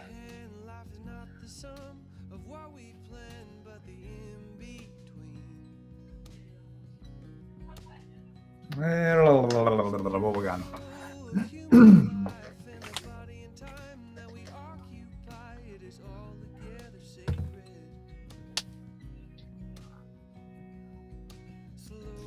And vanilla bean ice cream.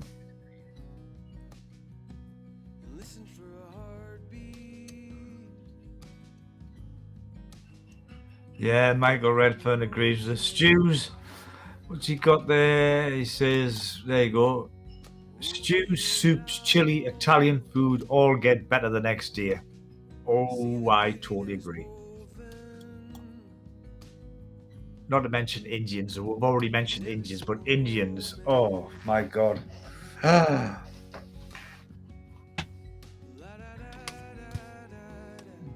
3.11.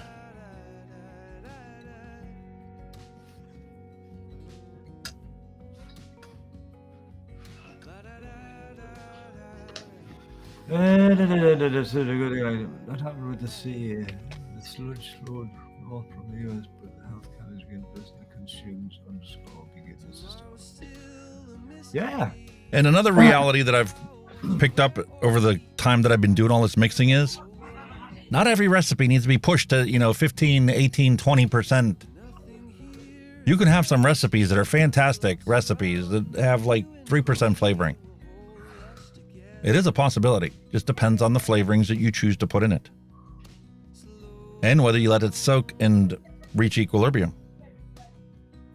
Yes. So there we go. That's your base mix done, sir. Now our 70% is vegetable glycerin. And that's 53 grams.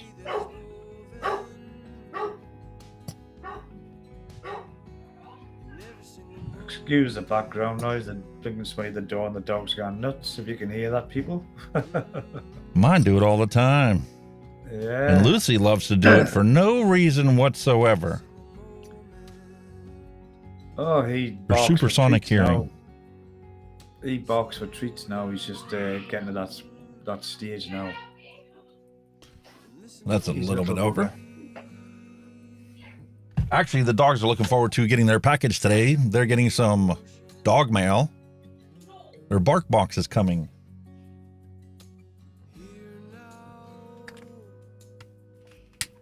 Every month. Bark box. Bark box? What's a bark box? Sounds like a box of treats, yeah? It's dog mail. You know how you like vape mail? Well, the dogs like dog mail. You get your dog. And they get a bark box once a month. And inside the bark box every month is 2 toys, which works because we got 2 dogs, and a special bag of treats. They had Scooby-Doo treats the one time. Last week they had, it's like different themed stuff too. Like the Scooby snacks. Like the wooby wooby woo. Yeah. You got Scooby snacks. They're careful not to call it something that's already been patented or whatever, but that's essentially what they are. Yeah. And you know they'll get treats that match the theme and whatnot. The one that same Scooby-Doo came with an actual rubber bus that you take and you like. There was a crack on the bottom. You could squeeze it and peel it open and throw some treats inside, and then you would take the bus and you would throw the bus. And the dogs would go running and catch it like a ball, except when they realized what it smells like. And then they're like, well, wait a minute. They would drop to the floor and they'd sit there and try and figure out how to get that treat out of the inside of the bus. Yeah. Basically, you ain't getting that ball back. But it keeps them occupied and happy and content. I think it's like with ours, I mean, now with ours being a Staffordshire Bull Terrier, a lot of the toys just don't last 3 seconds. You know, you just tears them apart and they're wrecked. But them Kongs, you know, the Kongs that look like a butt plug. When you stuff food in them, you can chew them for hours. That's the only toy we've ever bought for that dog that's lasted. And he loves it. Everything else just gets ripped to bits. Rope toys, plastic chickens, they all end up in bits in the car. Because he nibbles, he pulls them apart with his front teeth. Nibbles them and pulls them apart. He's a little git.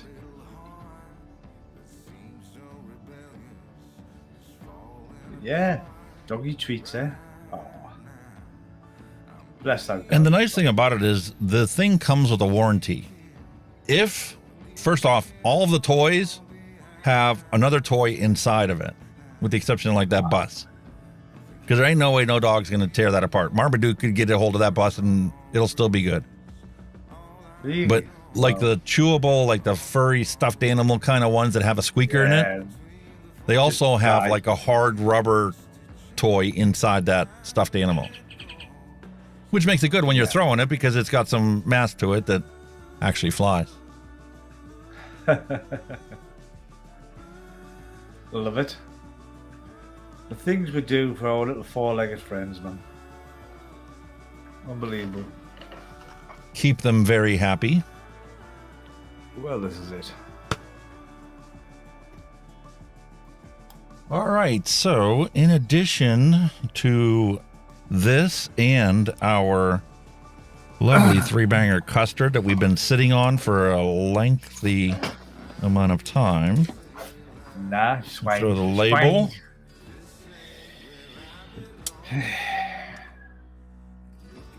On our unicorn frappe. That, you know. I totally forgot all about that. I also mixed up a mango extreme for us to try out. Mango. Oh. I'm hitty. I know you're not so enthusiastic about that. I'm hitty missy with mango. I'm very hitty missy. It falls in the melon category with me. Aye. Kind of. It sits there on the border of the melon category. So it's pretty cool to find these different recipes. So I mixed up this one. This one was posted by FLAVRZ. Fairy floss, Fuji apple, mango jam, peacherine, and some super sweet. So this sounded like a very interesting recipe, and I mixed this up ahead of time for us to give a try too. There we have it there.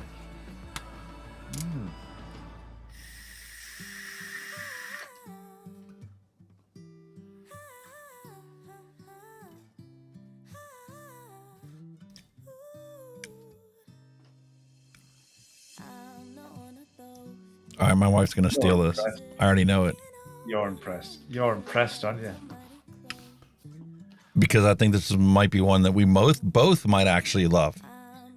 Really? The apple, the Fuji apple pairs with the mango so well. You get the Fuji apple, you get the mango, and then you get the fact that it's like they're brother and sisters hanging out together. All right, I got to vape this. I got to see what this tastes like. I could probably go with it if it's got apple in. But on its own, nah. And the apple's in there strong enough that it's like forefront.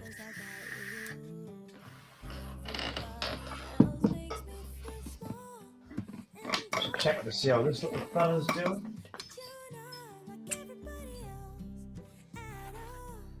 Oh my god. Well, That was ours from last week. I still charging. He's still charging. He's still charging. Nearly done.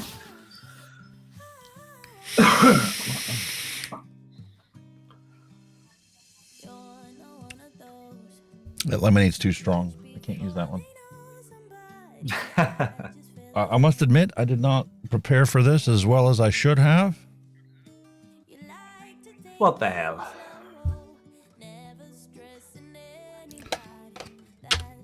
Here's how I'm confident I am that I'm going to like it. I just cleaned the arbiter. Why not?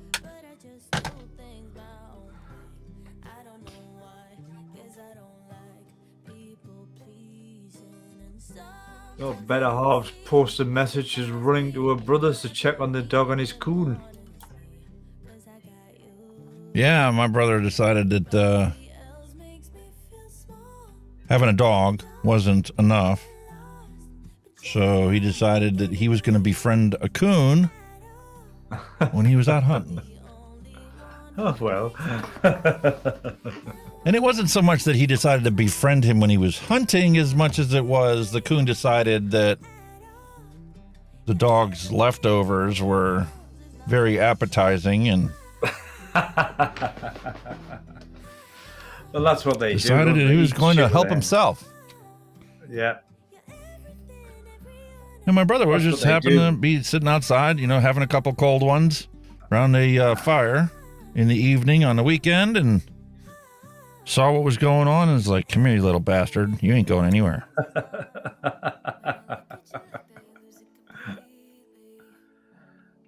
So he got himself and built himself a little, like in MASH, how they had, Radar had the bunnies. Yeah. Built the little cages and stuff with the trap doors. Well, my brother-in-law doesn't do anything half-assed. So he built him one that is bigger than the kennel that houses both of my dogs. Wow. He just took some chicken wire and 2x4s and built himself a coon kennel. Holy shit. See, but a lot of people class them as vermin because obviously, you know, they eat shit with their hens, basically, don't they? Yeah, and there's probably states out there that it's illegal to have them in captivity. Oh, I bet it is. Because they can carry rabies. Yeah. But my brother-in-law took him in and put him into his kennel and fed him and took care of his habitat and... Oh, my God. Needless to it's say, he's novel, definitely isn't it? had him long enough to know that he's not a rabid raccoon. No.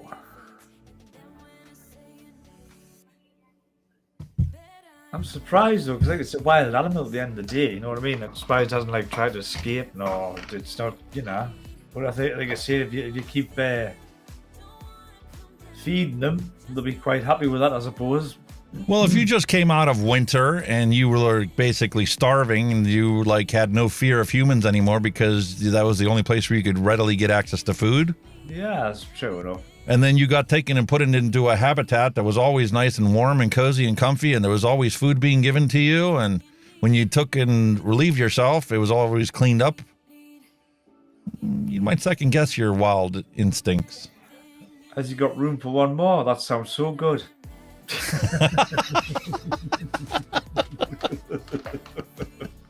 When's the next flight over there? When's the next flight out of America? Hence the whole thing of teenagers don't realize how good they have it. Exactly. Happy days, happy days. Oh my god. Wow.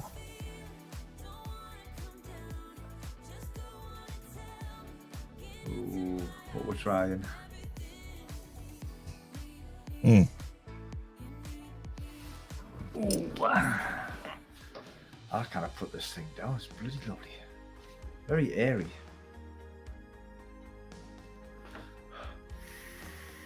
My wife typically loves, any mango combination that's out there. I've mixed up some stuff before that she's enjoyed. It wasn't, like all-day vape quality for her, but she definitely finished off the bottle and a couple times asked for a new replacement. Oh, well, that's a good thing. Oh, so good.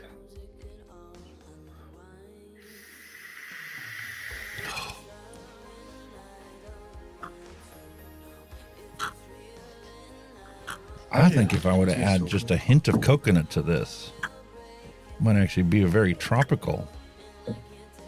Ooh, a bit of Caribbean, man. A bit of Caribbean.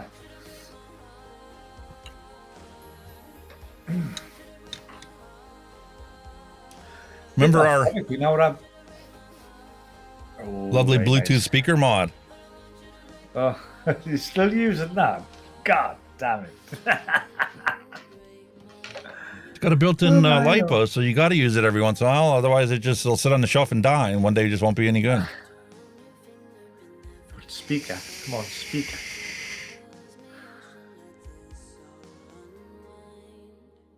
Nice. I normally tell by your face if you like it or not. That you're just such a giveaway.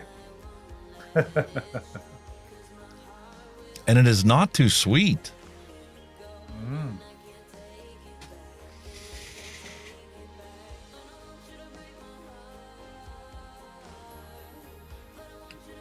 Okay, so the taste of the liquid, the Fuji is more forefront than it is when you're vaping it. Yeah. But quite honestly, from this mod, it might also be the fact that this is a single battery LiPo instead of a dual battery box mod. I need a little bit more power, perhaps. Power! Which is actually one of the things that is advertised as a feature for this SMOANT Pisano that we haven't tried yet. That they talked about how as the battery dies, this one will maintain its output until the battery is completely put, like an alkaline battery. Instead of, the old batteries that slowly just got weaker and weaker, like your mech mods.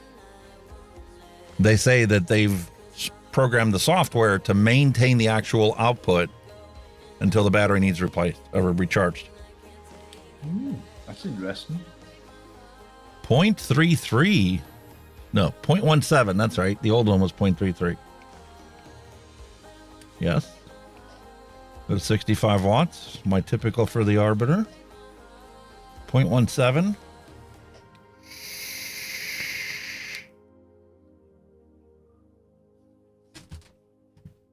Show's yours.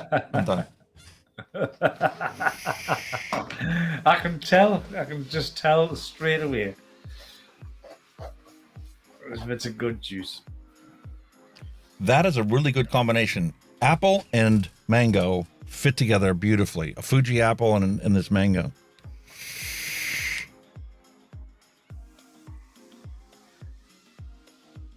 And it's just sweet enough. Not too. It's not a candy. No. It's not a candy. And the residual flavor is just mango.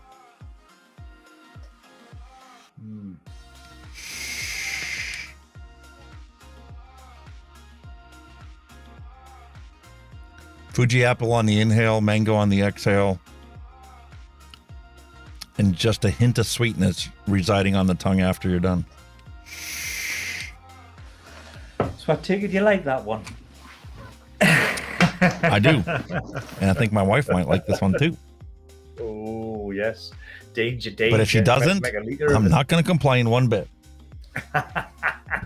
Oh, well. If you don't like it, dear, I'll have it.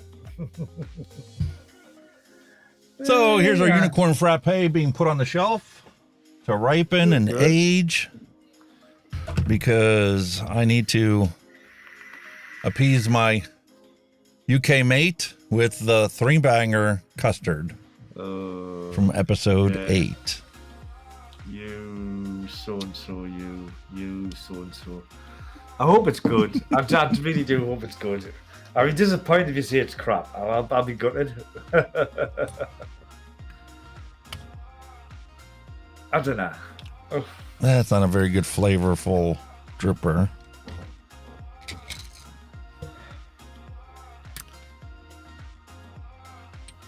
Recurve? Oh, yep. Good old recurve. Good old recurve. I have to wake that one up as well. My apologies, folks. I did not prepare as well as I should have for today. But that was because my wife came home from Florida yesterday, and despite the fact that, you know, she slept all day, I still spent the day all day downstairs with her. I put on a couple movies for her to watch, and it's not that the movies were bad, but she was too tired to see the whole thing. Not good. I, however, quite enjoyed them. Well, there you go. At least somebody did.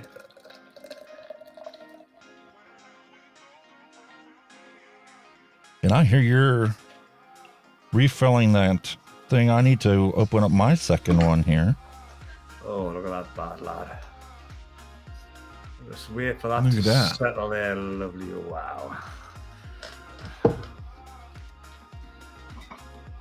I am glad that I am actually making my own coils now, because the ones that I bought that are 3mm pre-wrap are a very, very tight 3mm wrap. And when I wrap my own, it's like 3.1 or 3.2 millimeters. So this wicking that I've been using, sometimes I literally need to take and pull a little chuff of it off in order to get it to fit through the coil without being too snug.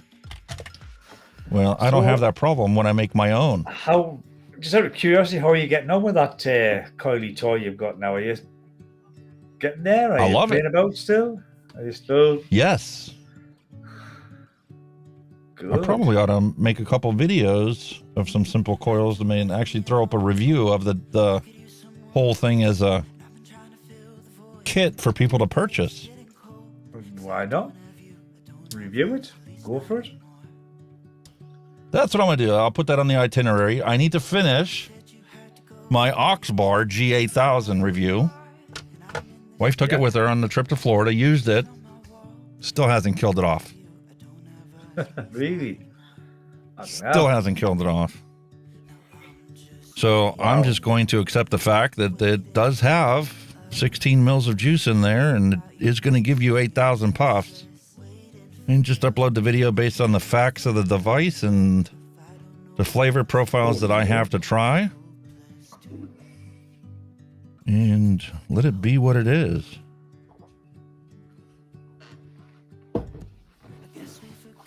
Very good. Bloody hell. It must be half decent. It's lasting all this time. I don't understand how, you know, like Vic used to offer like a fast track thing that, you know, companies used to spot for. Yeah. How can you get a device and truly do a comprehensive review on it in less than a week? Well, I think it's probably down to your experience as well. I mean, you know yourself. Your first time you try a device, you've kind of got a good idea. Oh, you can accurately get within 80% of the final impression of something, but you can't find faults or failures in a device until you've plowed through a couple dozen tanks of it. That's kind of same with everything. I mean, you could test something for a week or 2 weeks, and you'll draw your conclusions, and then a couple of months down the line, something seriously flawed is going on, like threads fucking crossed, or this has died, or that's went, or a mod's just blew up. It's down to, it's like a time frame, isn't it, really?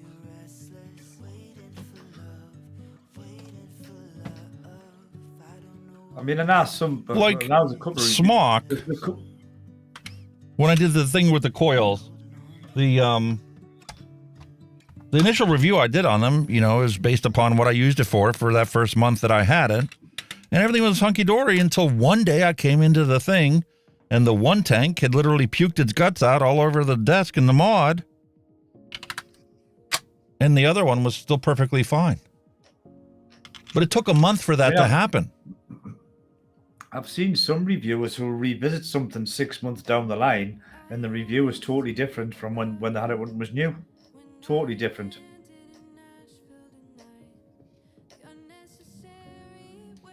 I guess when you're in the habit of continuously reviewing a bunch of stuff all the time, you have to give timelines to things and only allocate so much of your time to each device.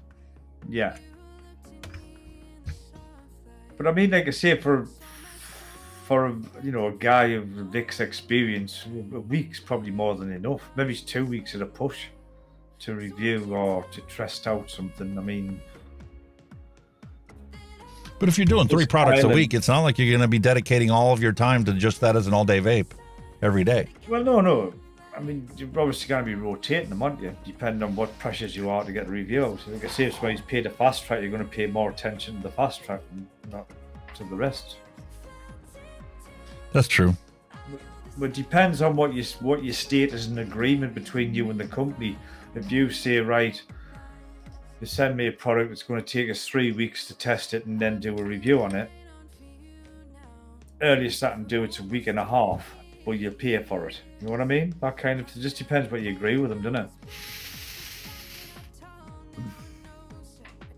But you've got to remember though, they sometimes get some products weeks before the official release as well, so they've got plenty of time to test it.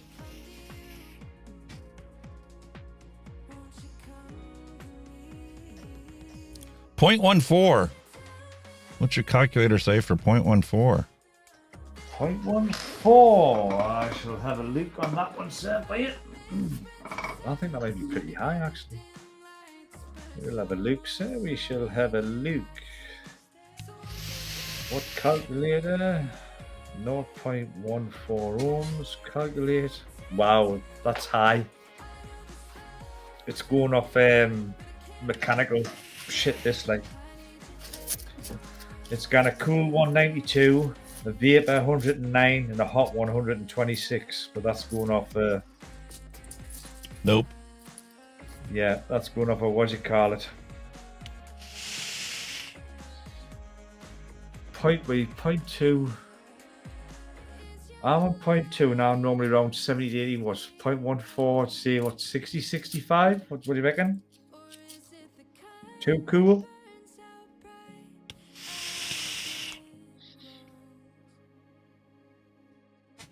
$78.5 is where I'm at. 78. 70 didn't have enough of the sweetness or the custard really at its full potential.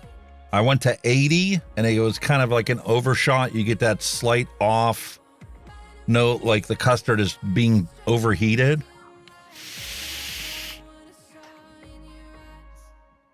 But it's based upon what kind of an inhale you take. If you take a deep, heavy inhale.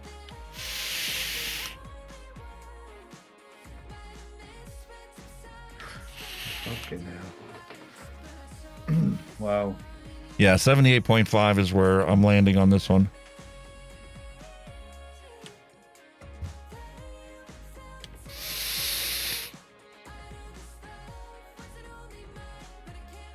That is definitely a 3-banger custard. It's just sweet enough to be recognized as a custard. It gives you that full mouthfeel of a custard.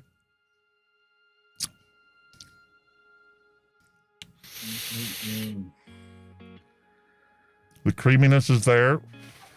Is it? Whoa. Let's go back to the recipe. Definitely. That mango extreme is fantastic. You like that one, yeah? And where is it? 3-banger custard.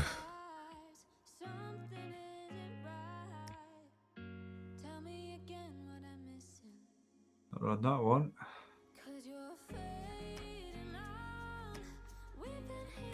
That's too far back. We're in January there.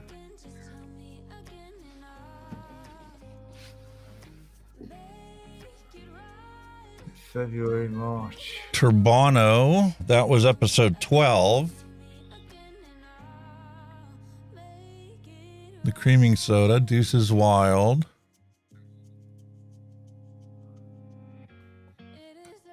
Tropics on Heat. There it is there. Definitive 3-banger custard. There it is. There it is. There's your recipe. Holy.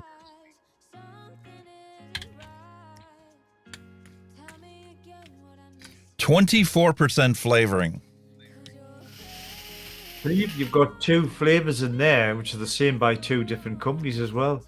Got vanilla bean ice cream by Capella, vanilla bean ice cream by TPA. Yeah, that's one of the ones I've single flavor tested before. And looking at the proportions in there, the TPA version gives you a beautiful mouthfeel, but it lacks some of the creaminess aspect of it that the Capella can fill in. And the 2 of them in that combination at 7%, you could sell that as a single flavor on your own name and call it vanilla bean ice cream and be able to make it, use that as a one shot or use that as a flavoring ingredient in other recipes. It is just beautiful. Wow. And then you take that and pair that up with the equal amount of vanilla custard. Perfect. And of course the vanilla swirl as well, yeah. Wow. Ooh. Yep. Because the vanilla swirl adds more creaminess to it, more of a whipped cream type flavor, plus gives you that strong, punchy vanilla you need to cut through the custard. Yeah. As just a lingering vanilla flavor, not a forefront in your face vanilla ice cream. Yeah. Very nice, sir. Very nice. You're lucky. Not my recipe. There was 2 recipes this was adapted from. Definitive 3-banger custard is made by this person. Apathy Miller did a review on this one. I bet this is rich as hell. Thanks for sharing your recipes. I've made 3 of them now, and all have been very vapeable, which is saying a lot. Most recipes I try from here on ELR are just trash. Ooh. Very harsh. But very realistic and true to form. Oh, doubt. Updated again, slightly simplified. This is how I'm making it for myself now. The flavor percentages may seem high, but seeing as none of these flavors are stand-up top notes, and they all just blend together, this is 100% shake and vape, ready for that reason as well. Well, I didn't do a shake and vape on this one. I let this one sit there and ripen, and I'm telling you, this is a fantastic 3-banger custard. If you love custard, this is one for you to mix yourself. I'm definitely looking at that one, my friend.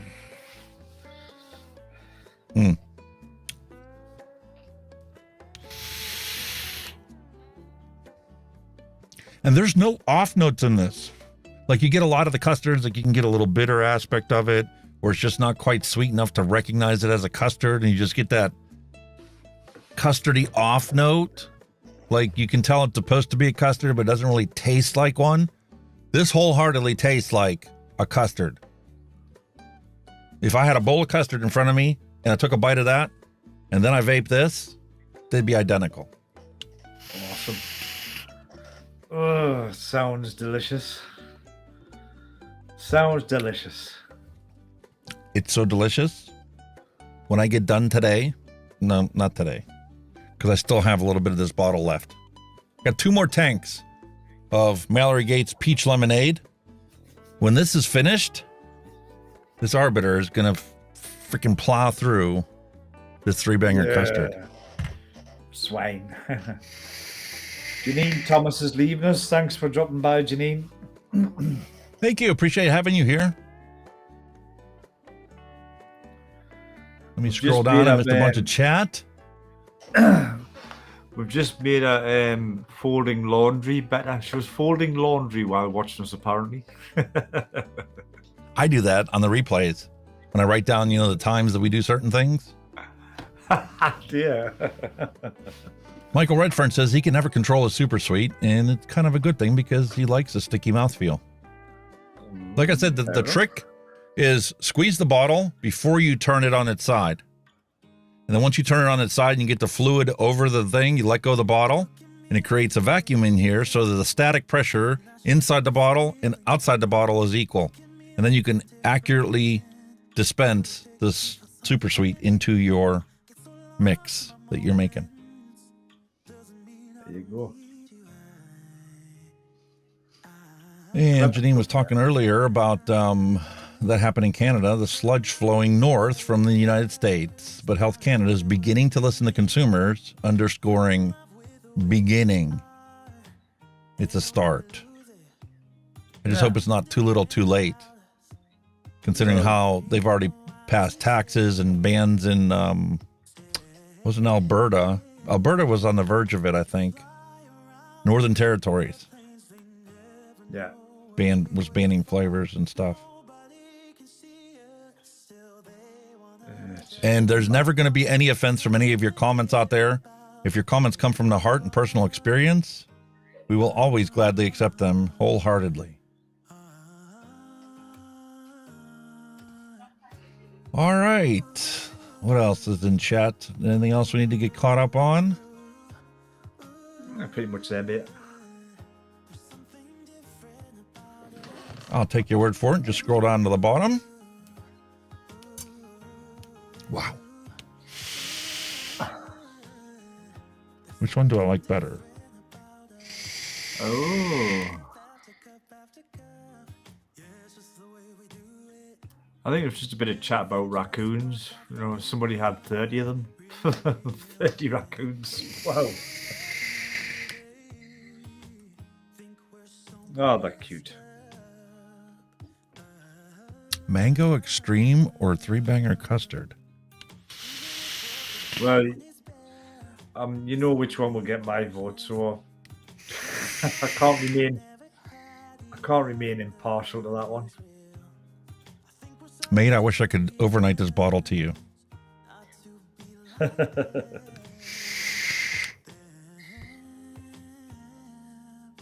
That Mango Extreme is fantastic flavor, but my sweet tooth is veering towards this 3-banger custard. Hey, man. Tell you, I've converted you, mate. You have. And if I didn't tell my wife what this was and just asked her to try it, she might be a convert tomorrow too. Ooh. We shall see, yeah. Holy crap, both of them, they're just fantastic. They're both fantastic bangers.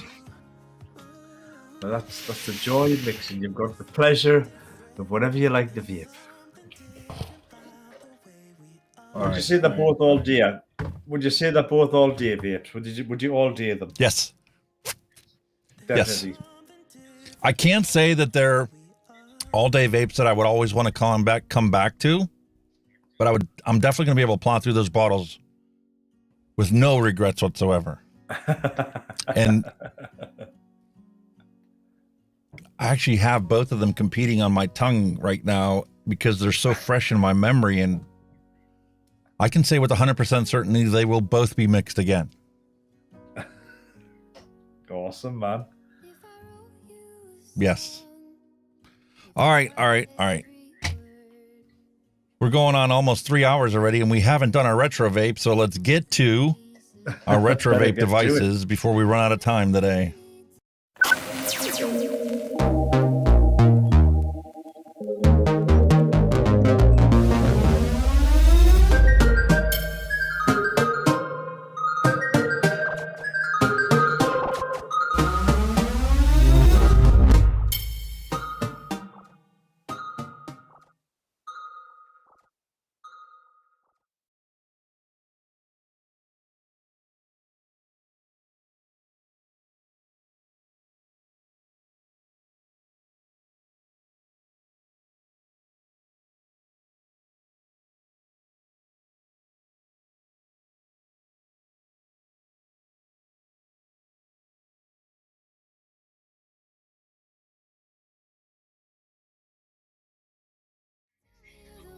All right. The bumper needs to be longer because I didn't have enough time.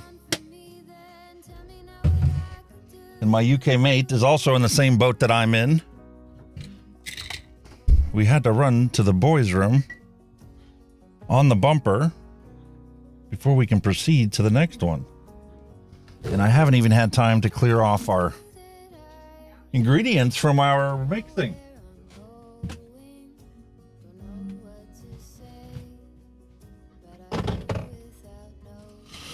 So we'll move those off to the side. And I'm going to introduce you guys to the SMOANT Pasito Mini Kit. Sent to me by SMOANT for review. Still sealed in the package. And we have a little box of P2 coils to go along with it. SMOANT is a company that I'm not that familiar with. I have purchased a couple SMOANT products, but we have yet to get them and open them up yet. So, without further ado, let me pull out my knife. Sorry, laboratory break.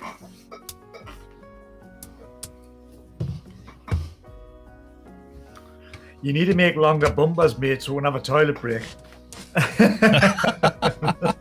I just got done saying that exact same thing because I kind of left everybody hanging there for a moment while I finished my business and pulled these off the table and didn't even have a chance to clear off the desk in order for us to get to this. So let's zoom in just a hair. So what we've got a device from SMOANT, yeah? SMOANT Pasito Mini. And the advantage of this, as you can clearly see there, 1100 milliamp hour built-in battery, 3.5 milliliter tank. TPD version is a 2 milliliter tank, obviously. Yeah. Mesh coils, compact, like the size of a Zippo.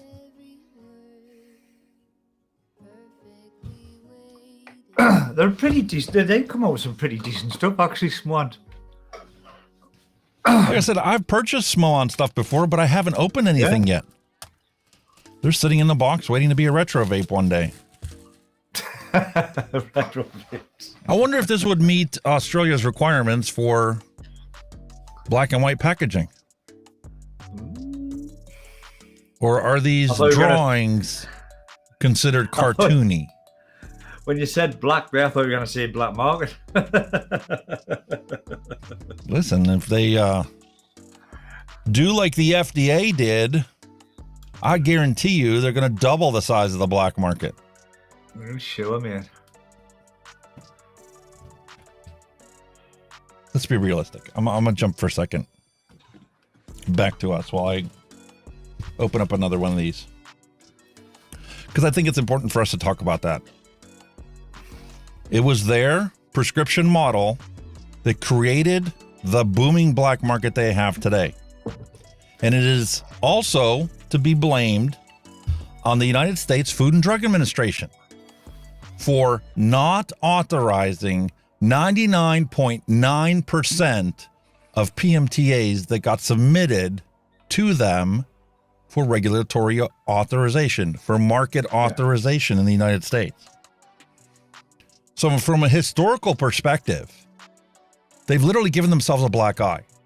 And historians are going to look back at this time and see this as the greatest missed opportunity for public health in history. Without a doubt. Without a doubt. So looking at things from a historical perspective, you had, what was it, 6.8 million or 8 million actual UPC coded items that were submitted for authorization. And looking at the industry as a whole, that was just a fraction of the products that were being sold in the United States. Solus is the perfect example for a company that was literally taking their products. They created their products. They were selling them like hotcakes. They're developing new flavors and new products all the time, constantly innovating to satisfy the consumer's desire for a flavorful product that met their needs and their requirements. And because it was such a successful product, how many countless vape shops were out there selling their own branded e-liquid made by Solus, but rebranded to be World of Vapes store in Arkansas, their chain of stores, all sold the exact same thing under their own branded label. Even though they didn't make it, they didn't bottle it, none of that stuff. It was all made by somebody that had a successful commercial e-liquid. And whenever the PMTA process requirement came into play, everybody cut back their offerings because there's no way they could afford the lab fees required to test their products to submit a complete application to the FDA. Well, that was the big thing, the cost of actually submitting something like that. You know, it cost hundreds of dollars per item. The application fee to submit a product is $0. But to meet the requirements of that application, you had to submit testing. You had to submit scientific research saying, using our marketing strategy, this product was, marketed in its normal fashion, and 0 teenagers started vaping because we marketed the way we did and our product was for sale. And they had to do scientific testing to show that when you use our product in a device and the appropriate settings for the device that you put it in, this is what the lab results show are the particulate concentrates inside of our product. And these ones we know have a potential to cause harm, but our levels, when we tested them, were this thing, so they meet the standard of appropriate for public health. Yeah. But the actual application fee to the FDA cost $0. The prep work and the legal fees and the lawyer fees and the lab fees to actually complete an application, we're talking $150,000 per SKU, per SKU, per bottled variety. And if you had a 0 milligram and a 3 milligram and a 6 milligram and a 12, each of those had to have its own application and own testing. Then plus you had hardware as well. That had to be all passed as well, didn't it? That had gone for PMT as well. So one commercial bottle of e-liquid that you were selling before would put you well over $1 million to submit the paperwork for it. And you had to have enough faith in the government that if you submitted the paperwork and you did wholeheartedly, full faith efforts to complete a holistic application, the FDA, if it found anything wrong, would write to you and say, well, we need this before we can proceed. And then you would comply with that and do that. That's not what the FDA did. No. They just looked at the thing and said, well, you're missing this. Your product's denied. Then, aye. After spending $1 million per flavor name, that's a whole nother ranting topic to get into. It is. It's crazy, man. The point is, historians are going to look back at this opportunity and realize that the FDA pooch screwed themselves and the public health and created the worst disaster possible. This whole teen vaping epidemic and the scourge of black market disposables is their fault. Because had they have approved all these products that were already being sold, or even a fraction of them, there would be no reason for a black market. No. Because people would still be buying these, and these would keep getting better and better. But that's a topic for another day. It is. All right. Let's get this package opened up. SMOANT Pasito Mini. Beautiful packaging. I hope it meets black and white requirements. User manual. Can I just say something? Yes, sir. Know how I'm just getting this Kylan 3, right? I've noticed on the box there's absolutely no advertisement, link for social media, anything on it at all. Nothing. Don't have to hide nothing on it. All clean. That's fantastic. Which I hope a lot of the other companies follow suit with that. Don't put your Facebook on, don't put your Instagram, just send with the box as it is. Because they know, if of all the people out there, the manufacturers themselves know, at least the big ones do, that these are reasons why their product, whatever you call marketing, or the derivative of marketing, even if it's organic, by people like you and me that don't get paid anything and literally have spent thousands of dollars just to even have a channel, what that is going to do, meeting censorship. And if you don't put it on there, well, then your products can be made into videos and reviewed and organically grow your company. I found it very unusual, but kudos to them. I hope it's a step, the other manufacturers follow. Yep. So here we have a user manual. And this user manual is a very simple fan fold design in multiple languages. We have a safety card that's put out like the battery safety cards used to be. And it tells you how to appropriately use the device. Don't see them very often now, do you? No. So it's interesting how they don't want you to use the thing horizontally with the coil at the top, which makes sense because if the coil's at the top and this tank's half empty, the fluid's going to be below the coil level. So they tell you to either use it this way or straight up and down. Yeah. That's common sense. I like that. Same for the other side. Just the language change. But here's the device.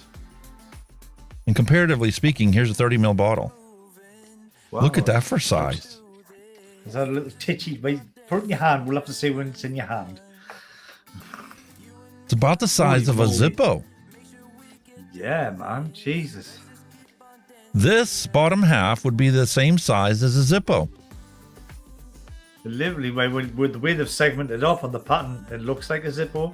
But the little lid on the top, the big... That's so cool. I really like that. I mean, this is black, so it's an all black. Even their name on the side is blacked out. It's a black on black design. And they do have other colors available.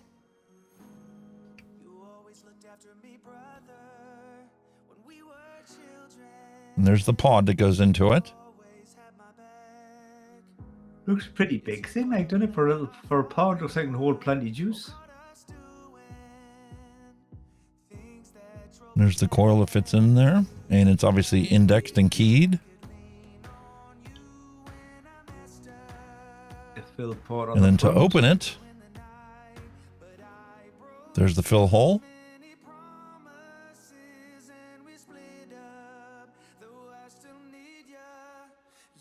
See, I kind of. And this is their airflow control. I kind of like the top, the hole at the top for the fill hole. I mean, like you see in all the other pod systems where the little rubber fill ports at the bottom, you do eventually get some kind of seepage or leakage. But with it being at the top, like, I think that's going to reduce that. Yeah, because you could, and the thing is, because it's, cuboid or shaped or square like a rectangle, you can literally sit it down on the side and fill it up. On its side. And quite honestly, I'm going to take You 3 custard banger gun in that by any chance? Yes. He's, you know, as he's rubbing this in now, like, and like a salt into a wound. All right, let me take a look at this coil. Let's pop this coil out.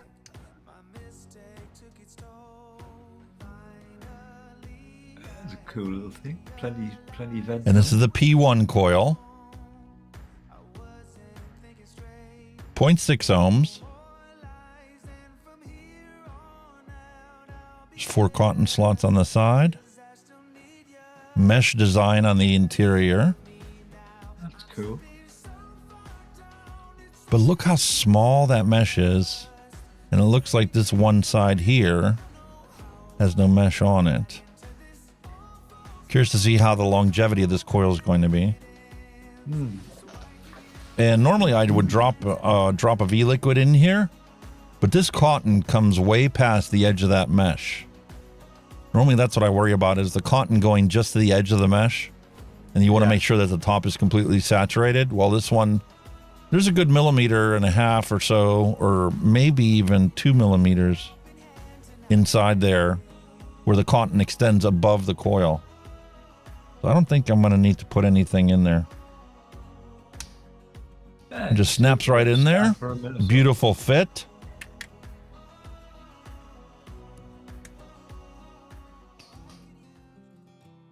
Fill that motherfucker up, buddy friend. Fill it up.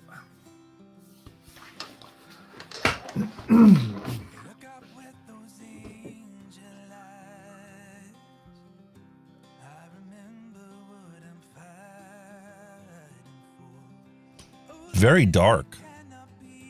It is, isn't it? Definitely the old black theme, and it's just like blacked out period, isn't it?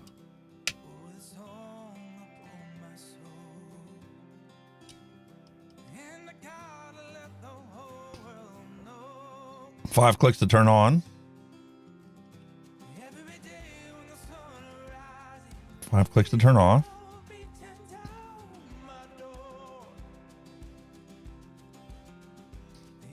And this is 3 power settings. Yeah. Red, very simple in it. No screen, blue, no nothing. White.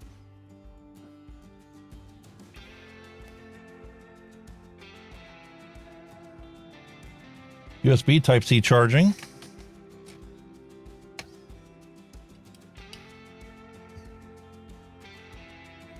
And it's color coded based on how full the battery is. And as it's charging, it's actually flashing.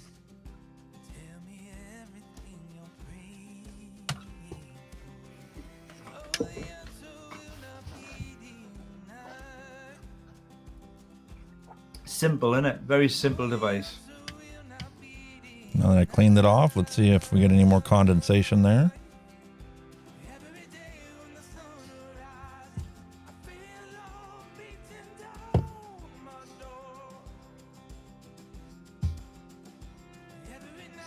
And that's your airflow control. A slidey little door there. That's kind of cool, eh?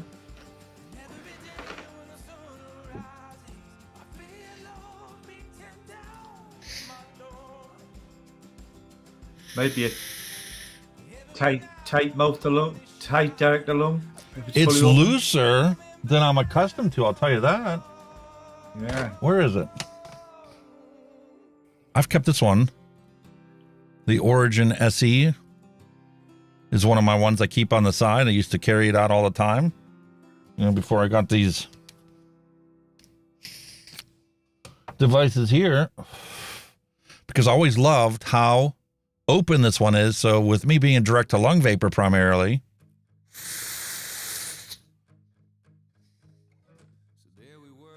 this thing works fantastic. Tight dropper.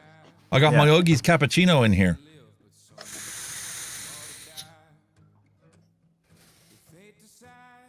And that is a beautiful direct to lung vaping device for a little tiny pod. I would have been able to quit smoking with this. Yeah. For sure.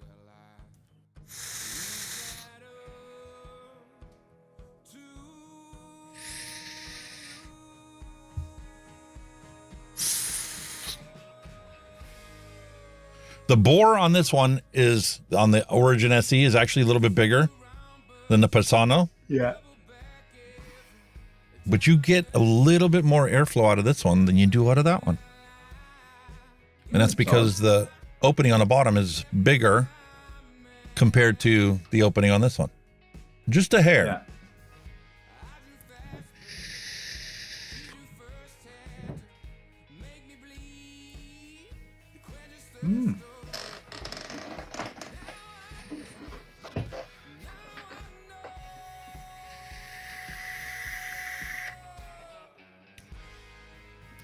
Okay, no draw activation.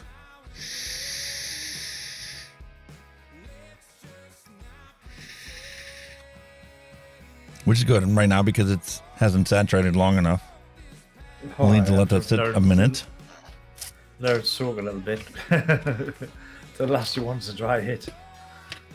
And then also inside of the packaging, we have ourselves a USB-C charging cable, branded with their own little name on there, which I think is actually a plus because there's so many different charging cables that we have that we get with devices like this, and you really have no clue which one goes with which one, which could be a problem for some of the devices because some of the newer ones can take a high amp charge, whereas the old ones can't. And I'm sure that the cables that they included in the older ones weren't designed to supply 2 amps of charging capacity for some of our newer devices.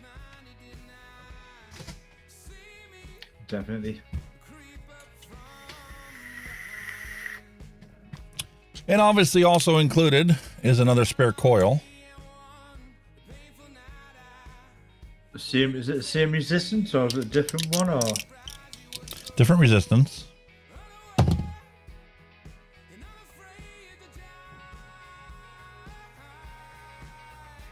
This is the P3 coil. P3. This is 1 ohm in resistance.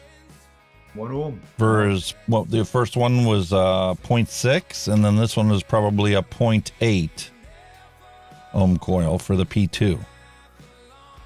So 0.6, 0.8, and 1 ohm resistance coils. That's all right. Have a nice bit of a variation.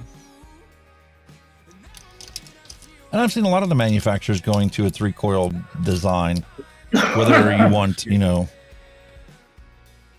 a somewhat direct to lung or direct to lung, and then you want a mouth to lung, or you want something that's kind of in between. In between, yeah. So as a minimum, you would need to have at least 3 coil options for your customers. Did I miss anything on here? 5 times to turn on. And it says, with the power on, press the fire button to vape. Very nice.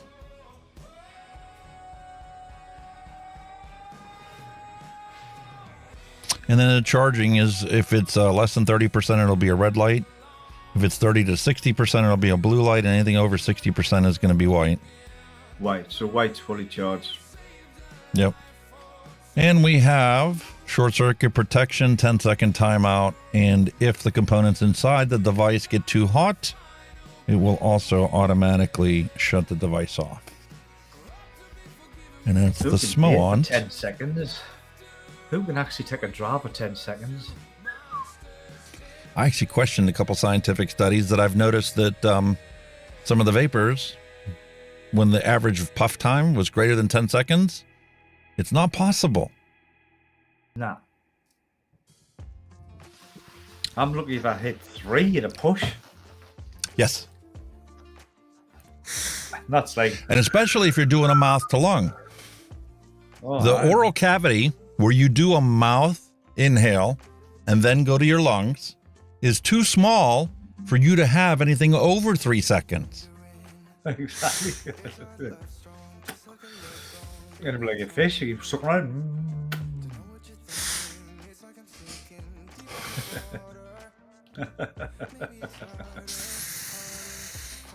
Only a direct to lung can you even come close to the 10 seconds.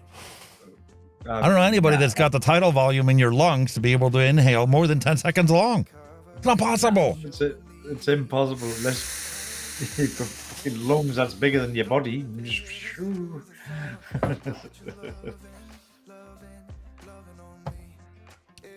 I think if I tried to vape for that amount, you'd probably end up hacking your lungs up anyway because you lack of oxygen. You're like trying to exhale it all.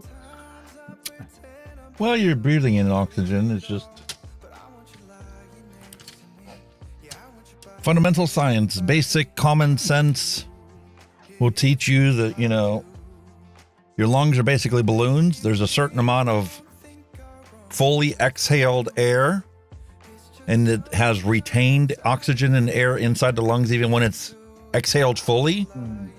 And they can only inhale so much. Yeah. When that tidal volume is only so big, and can only take you so much time to fully inhale and fully exhale. Yeah. That's why some of the studies, especially in the beginning of vaping, you can look at the studies and go, that's bullshit, that's not possible, and it's not science because it's not reproducible.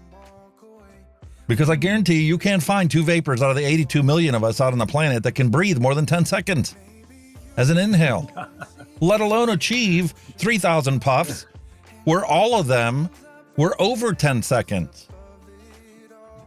Impossible. Impossible. And then you get to modern devices that are so good.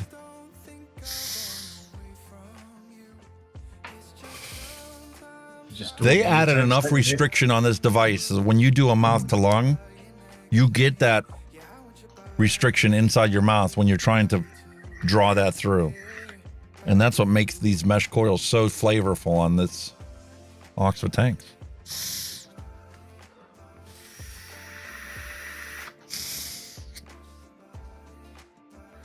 Wow. Well impressed with it. Fantastic. Absolutely well impressed. Wow. Well, I didn't keep track of the clock to see where we stand at. I know what we can do. See what's like. We're going to put this aside for a moment so that we can actually get to the doom. You have your doom, perchance? Well, I might. Or has it been... What? You mean this little old thing I have lying around here? God, yours is still in the box. My God. Holy shit. And I did a review on the Doom and compared it to the previous version. Holy and moly. I apparently ruffled some feathers when I said that it isn't as good as it should have been, in my opinion. Yeah, I think it's all right. I think it's good. Then again, like it's not horrible. I have had much worse ones. Yep. But I don't think that it's got the potential, let's say, like the Profile Unity. I think what put me off is I probably obviously fucked up the Wicking, and I've just got one of the most horrendous dry hits of it, and then that's why it sat for a while. But then when I've thought, yeah, oh well, give it another go, you know, done a little bit of research on it, and I think I've got it absolutely sus now.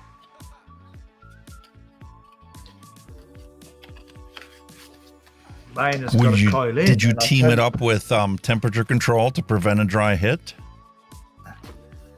Well, there's that as well. Like, and I'll tell you what else is also a little secret of mine. Max VG as well. When it soaks in, it soaks in. The other question I have is, are you using the plastic tank that lets you shut off the juice flow?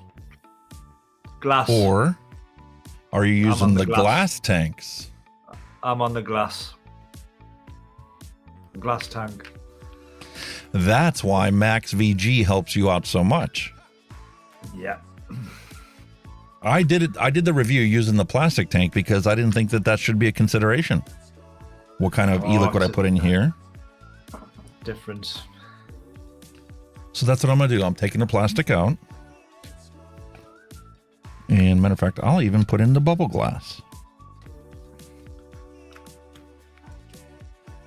But The coil, I've got these coils, and I've got the off coils, next mesh coil in. That's the one that's currently in mine now, is that one. And it's coming out at 0.13, and apparently it's good for 60 to 70 watts. I'm a step ahead of you. I've already got that in. It's only been in a couple of days, if that. I still have the original coils that came with it. You had the DV3 or the DV5. They were both Canthal A1. What's your off ones? Are they Canthal as well? They are... warning. Power range, design profile.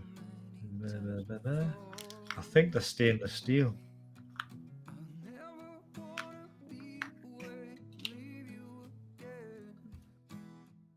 Yeah, these are stainless. Stainless steel, my friend. Really? Yeah. I have to get the chimney extender and throw that onto the cap. That's why I can do it in temp control, you see.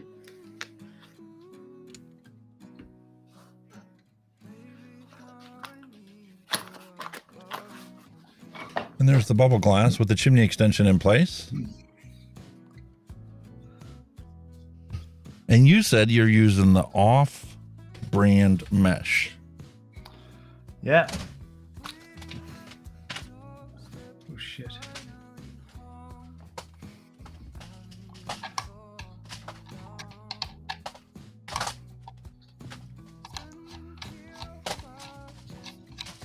Off, as they want to call it. You know, off.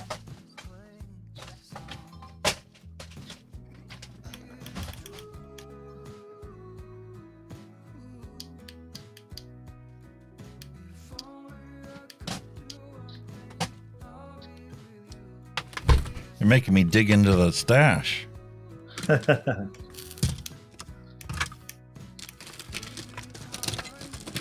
I know I have off coils. There you go. Next mesh. Yeah.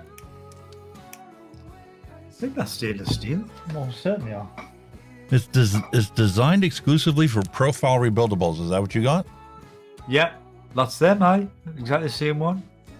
0.13 ohms. Yeah. 16 by 6.8 millimeter. That's the boys. This is Canthal A1. Kate Canthal A1, yeah. Tell a lie. Aye, that's it, yeah. The same Canthal A1. Yeah. I didn't notice that, to be honest with you. What am I like? Well, I have other ones here. I'm sure I've got some stainless ones lying about by off as well. That's probably where the confusion lies. See, here's a different brand. There's a BMTD. Yeah. But that's the exact same 0.13 ohms, 60 to 70 watts.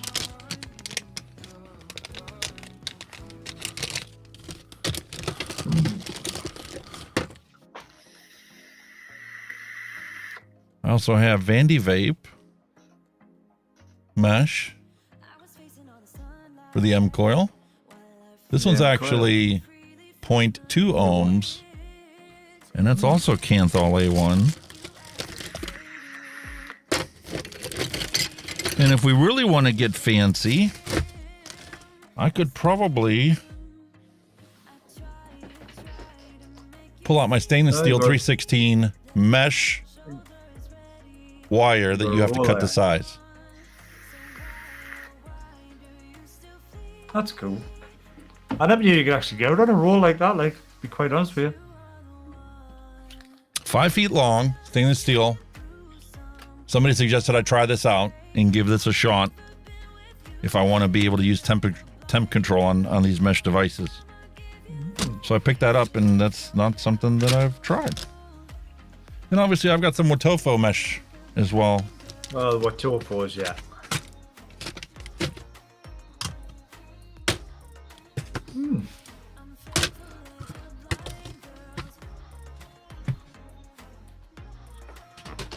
hang on a minute then. I'll have to adjust my fucking cameras here, won't I?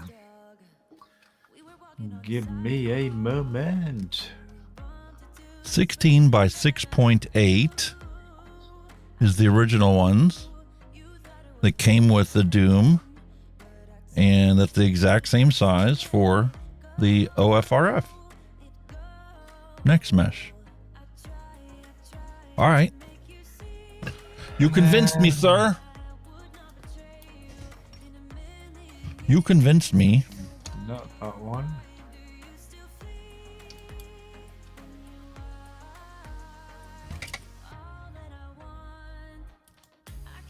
Why is that not picking that up? Somebody unplugged it. Mallory, I will check out your message after the stream today.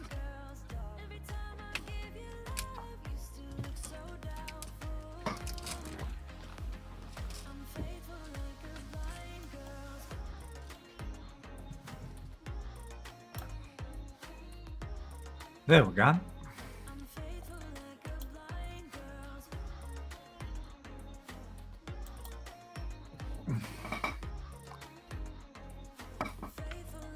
I don't know how good this will be or how good a picture that is, but you can kind of see it, I hope.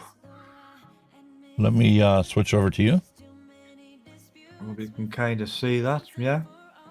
Yeah. I mean, I can make some more room by shifting that out of the way and maybe just bring them a bit closer up. I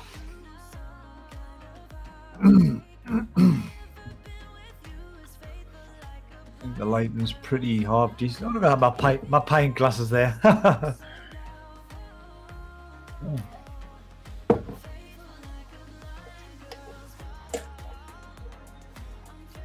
The only thing with these webcams are such a wide angle, aren't they? You can see I'm pulsing that one in. It's nicely done, and just pulse it in nicely there. It's all ready to go to wick. Yeah, with mesh, I don't even pulse half as long as you did. As soon as I see the glow, I stop. Oh yeah, I pretty much stopped there, but you know, I'm just trying my new BP mods ohm reader as well. You know what I mean? Yeah, got to show it off. Fantastic. I'm sure Bruce would love to see you doing that. 0.12 ohms. This is coming out at.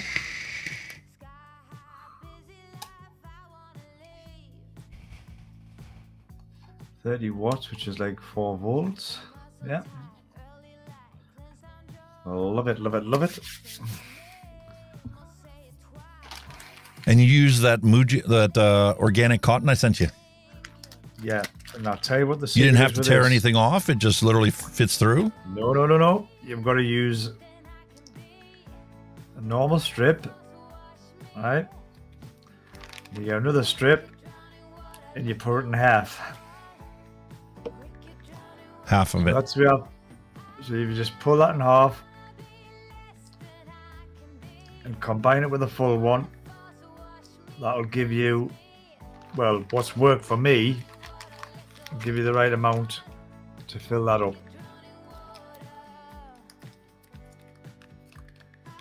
Fantastic. Snug. All I do is I just join them together and I just go and then twist it just enough to go under the coil and then I just ease it under. I'm not twisted enough.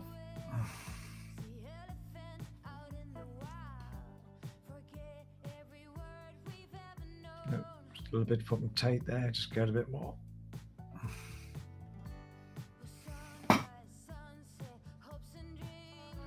There we go.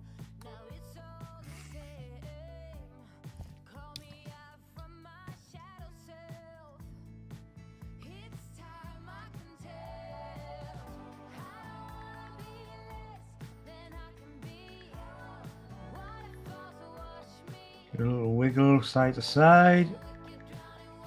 And there you go, she's in. I bedded the cotton in beautifully. Now, how do you cut the ends and to drop it down? Where you want to cut it, you see this flat edge here? I'll try and get a bit closer to the camera. You see this flat edge? Yeah. You want to cut it flush with that.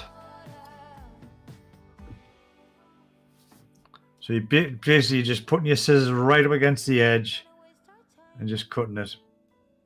Okay, straight across. Yeah. Fortunately, my scissors are blunt as shit, so that's okay.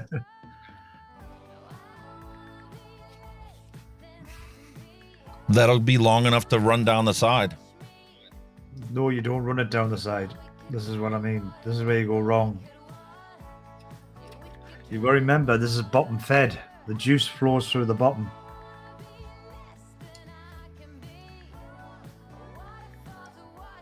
You have the same doom I have? You have a ceramic thing on the bottom? Or do you have holes across the bottom? Holes. But at the end of the day, though, you should have a big hole like that down the side of it. That's where your juice goes. Yeah? See, I have the Doom X, and mine doesn't look like that. Here, let me show you what mine looks like. This one looks like the Profile Unity. See how it's got that ceramic chip on the bottom?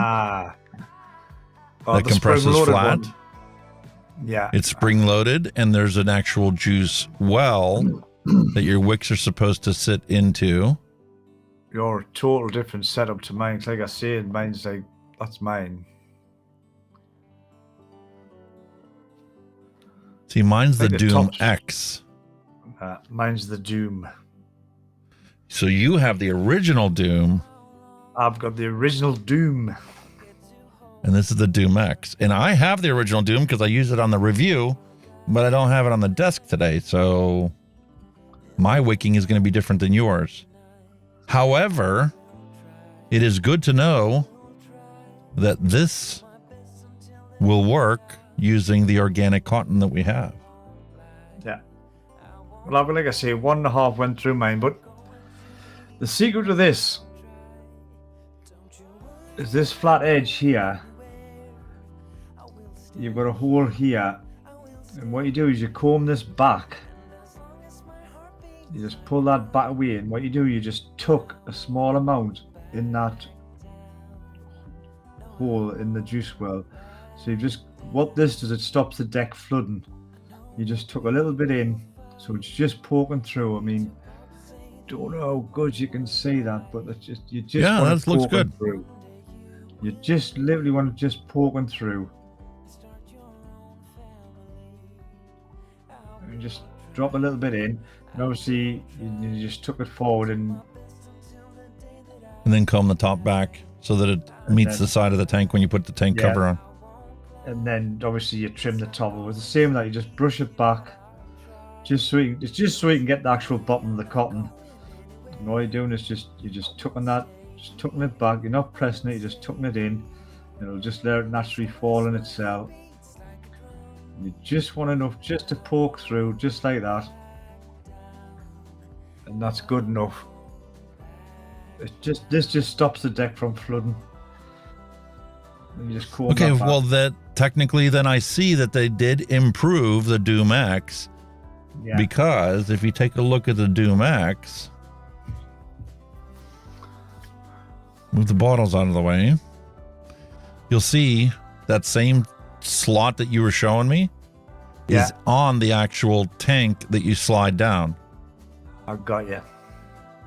So that would be literally, when you put this down over top of your tank, would be exactly where that cotton is on the side. So in addition to that, you have the juice coming through there. Yeah. The way it works, like I say, if you've got that cotton down the side, you'll not be able to put it in. You'll not be able to put the deck into the tank, because that sits flush. That's why you cut it flush with that straight edge. With this one anyway. Like I say, just give it a little bit of a haircut, and that's pretty much it.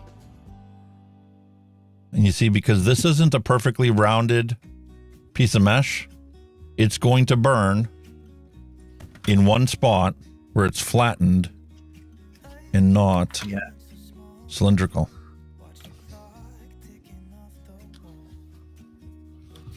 All right. Well, let's take a new piece of mesh here. I started to bend it here, rolling it between my fingers, right on the form.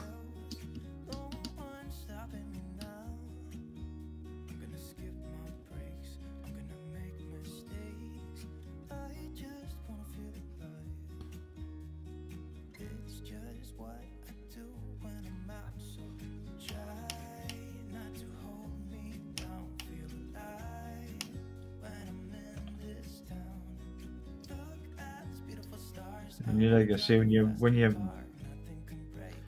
doofy dangler, you just absolutely lash the shit out of it. Get loads of juice in it. And that actually fell in there beautifully. When I did it with their mesh that came with it, it did not want to fall in there. It was kind of almost too tight to fit. Using this OFRF mesh.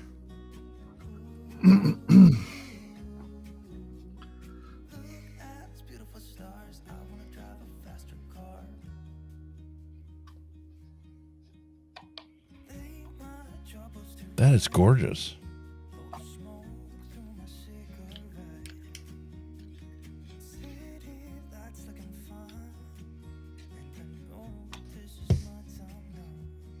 All right. I'll pull out the same organic cotton.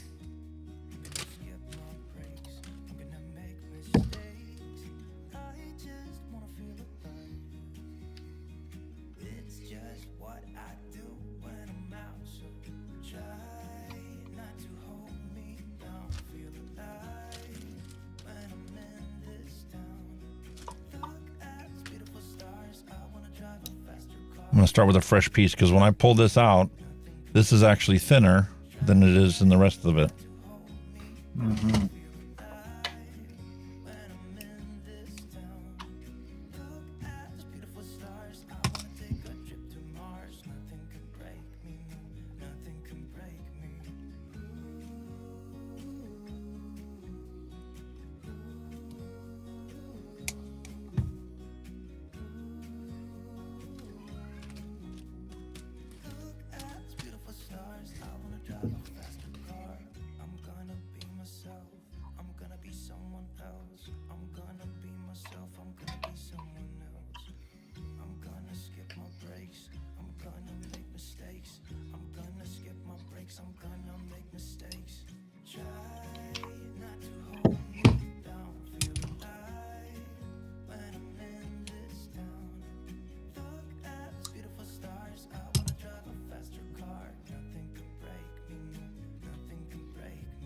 Trim a little more off that, I think. Yeah, bugger. I dropped the bloody thing.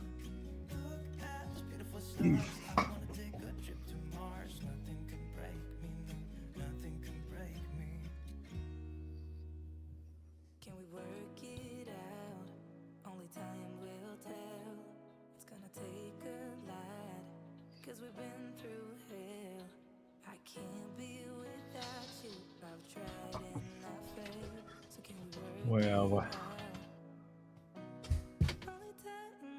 Oh, wrong way.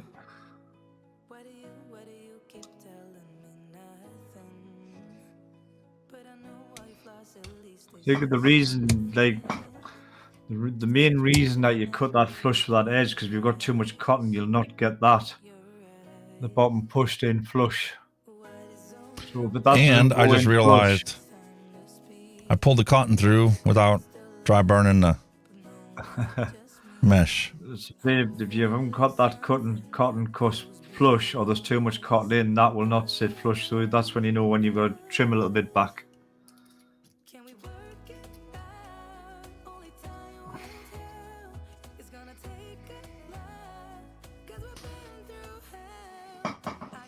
I don't know why I never tried this cotton before. I mean, it took a bit of playing with. It was a moment I need some whitey stuff.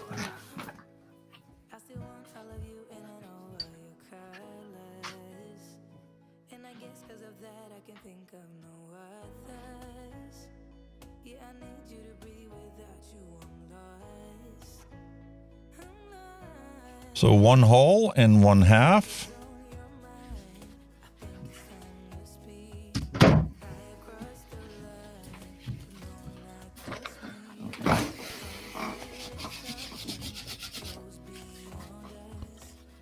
Let me wipe his shit to wipe everything down.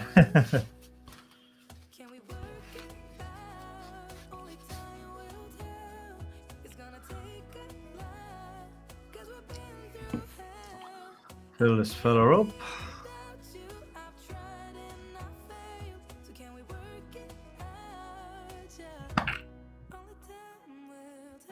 Holy cows, that's so much easier to get that wick in there than when I use the stuff that they originally sent with it. I said about 1.5 of that. It's just snug. It just gives you a little bit of room to play about with it, you know.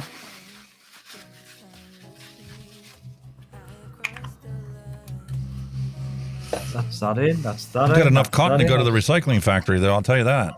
Oh, that's the only thing. Like there's a lot you cut off.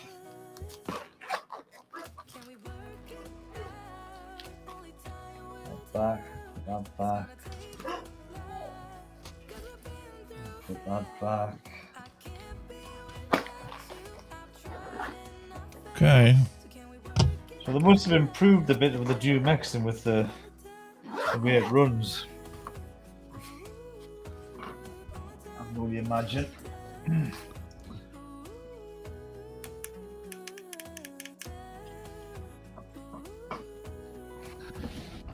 Put my little friend away, my little BP doopy away.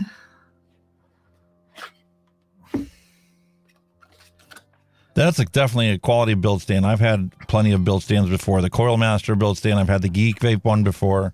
Oh, I love it.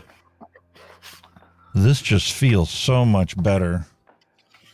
The Coil Master is just cheap and chatty part of a kit, isn't it? Especially the 510 pin on that Coil Master. Oh, it's given me so many erroneous readings before.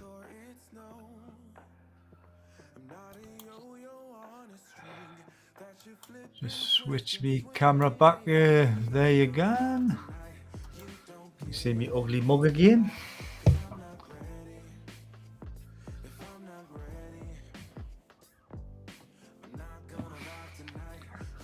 Drop him on there a minute. Put this fella on here.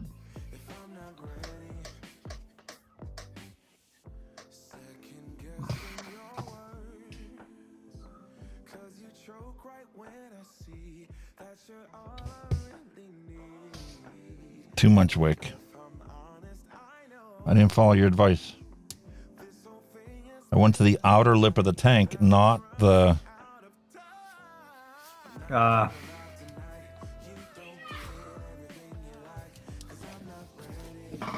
not the inner lip. Yeah.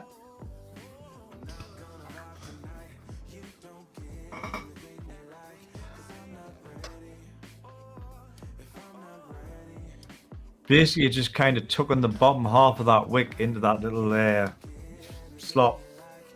It just stops leaking.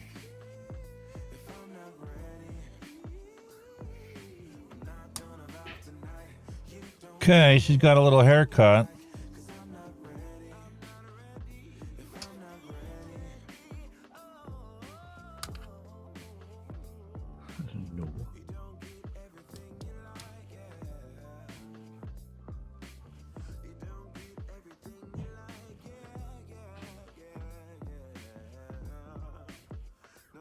Pull it down and reshape the top again.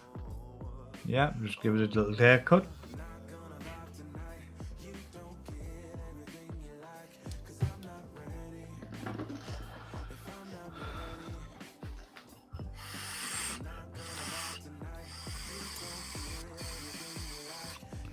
And tuck her into the slot there. Boy, does that look so much better.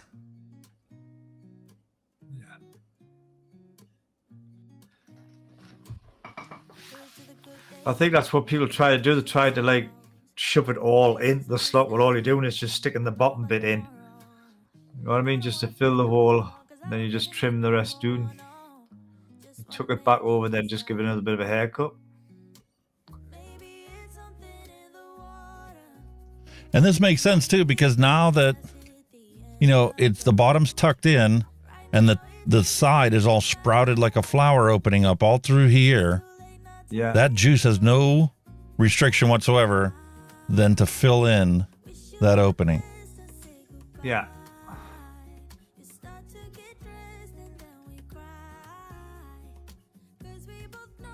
So I think, like I say, when I was wrong the first time, I'm thinking, oh, you've got to tuck all that in there. You're never going to get all that in there. Then obviously I was cutting them too long, so then you couldn't get the deck back into the tank. And that's where the juice comes through. Drops down from the top. You'll find if that doesn't click in straight away onto the O-ring, you've probably still got a little bit too much cotton in. But if it sits straight down, you should be okay, good to go.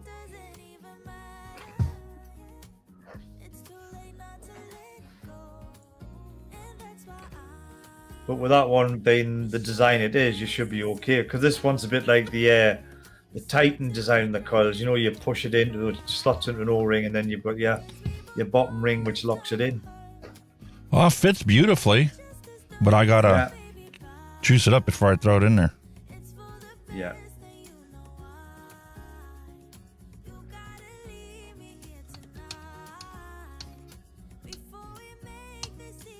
And after putting it in there and closing it down, you could see where... You can see where you might need to trim a bit off, or that's the beauty of it. Or you can see if you've got if it's crushed it or flattened it, you know, you can cut a little bit more of the cotton off. And it can be a bit fiddly, but I mean, once you get it, it's worth the... Listen, the Profile Unity was the most fiddly tank I've ever got. Yeah. And I've done half a dozen times before I finally got it to the point where it wicked the way it was supposed to wick, and it was able to keep up with everything. Yeah. But it was the most flavorful mesh tank I've ever vaped in my life. But like Steve said on numerous occasions, it's just not worth my time to fiddle fart with something for half a day to make sure that it's wicked correctly, and then 3 days later, I got to redo it anyway. Yeah. But this, if it's truly this good, this is going to last a lot more than 3 days. If it can keep up with the wicking. What am I putting in here?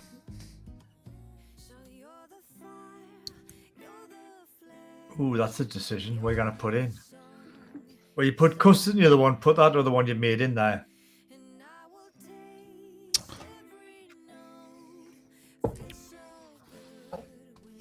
I know what I'm going to put in here.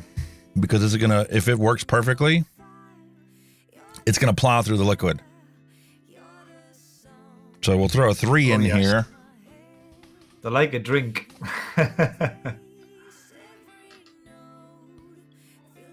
I'm seriously considering getting the mesh deck for me Titan. I have it.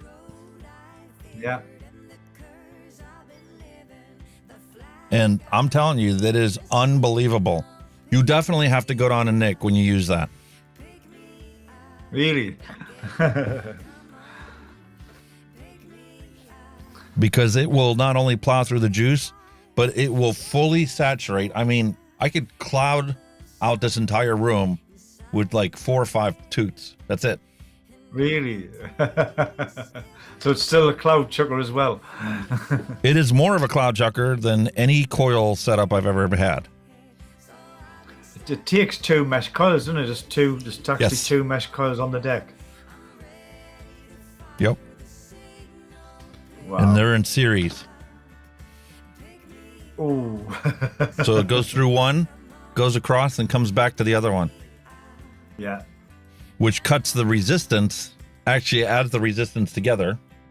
So you have, let's say 0.25, 0.25, it's a 0.5. And you just have more control over each individual mesh when you do it that way. Oh. Yeah, I think I'll definitely have to look into that one.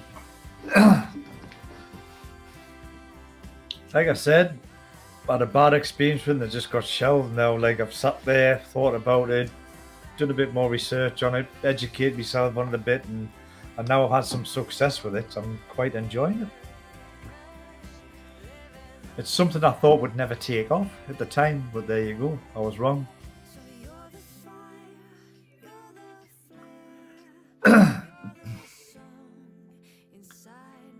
Yeah, that's lovely. That no hot spots, no glowing. No glowing, no hot spots. You're away. Line up the airflow.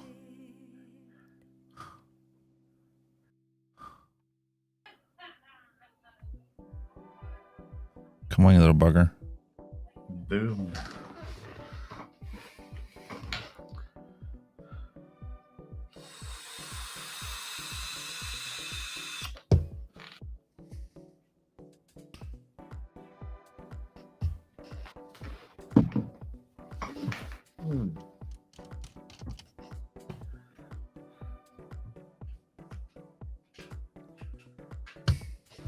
Yeah, I'm still stuck max VG to like.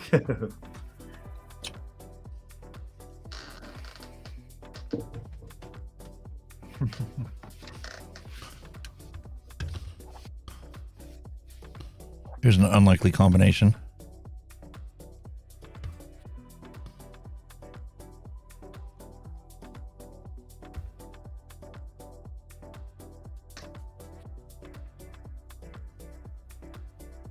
Wow. Thank you for that, Dusty. She said, Matt's very colourful.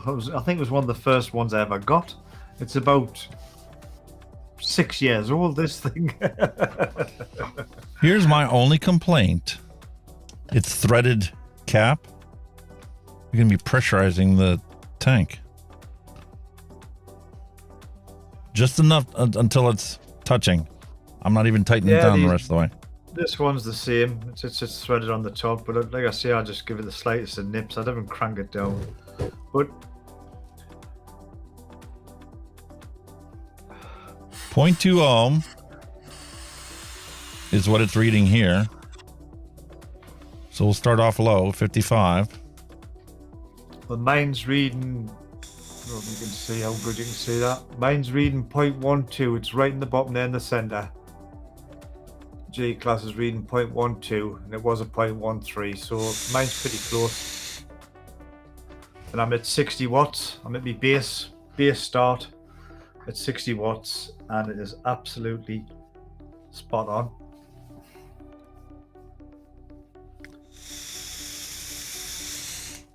I'm quite happy there at 60 watts at the moment. I could probably push it a bit more, but I'm just like, again, I probably could because this coil's bedded in.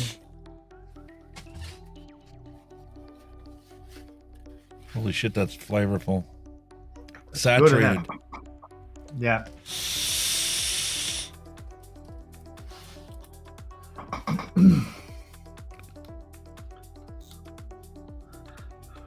Go to 65.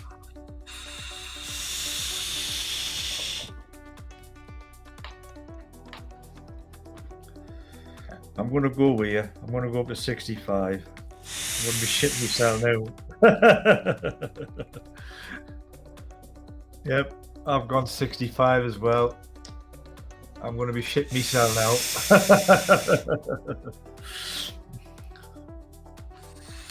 Wow.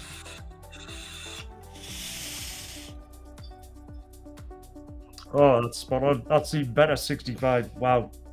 I'm starting to get a dry hit there. On a long toot, 65. Wasn't able to keep up. Once it soaks a little.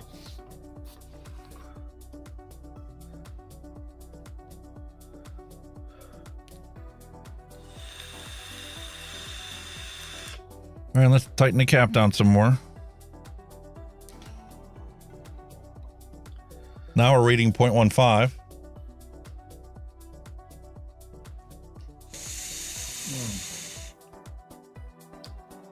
Flavor of these things is good, like. Holy shit, is that flavor strong? It's good, isn't it?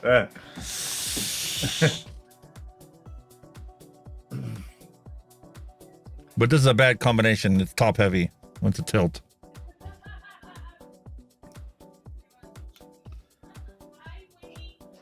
I mean,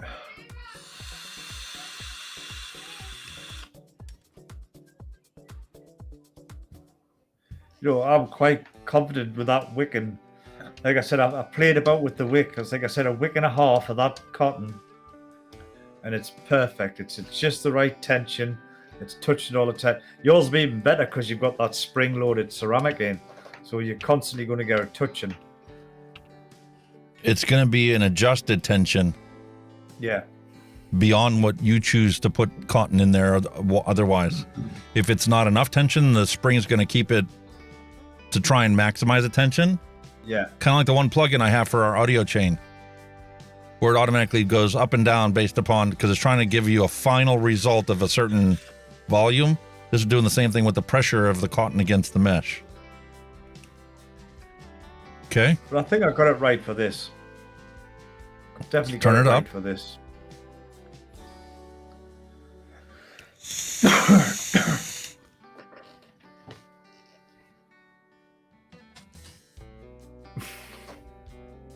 I'm going to need to go back and watch my review.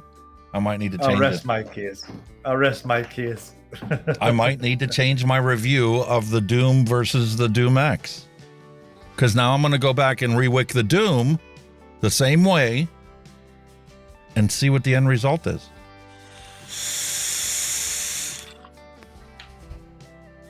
You'd be pleasantly surprised. I'm getting dry hit. Something's not right with my wicking. It's not able to keep up with a long drag. Yeah. Short puff works fantastic. All right. So this is the advantage of these tanks. Being able to hold the bottom base and unscrew this. I really want to enjoy this tank. See how it's compressed it? Yeah. Yeah, you've probably got too much in there because you can see it's flattened it. You want to trim that off. It's flattened it and choking it out right there. Yeah, you want to trim that off. Take that off with some scissors, you'll be fine. That's what I'm saying. When you put it in, do a couple of test ones, and then you can see where it flattens it. That's where you need it. See, with this, with the Doom 1, if there's too much, it'll not sit flush. You'll not be able to get it in. So that's how you know you need to trim a little bit more off.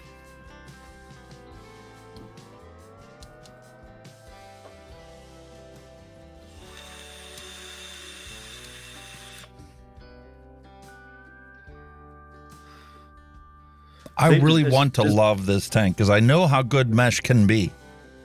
Does the juice come in from the bottom on that tank as well? No, it comes in from the side. That's probably the difference. This one comes from the bottom. Like I say, that's why you drop a little bit in them channels just to stop it flooding.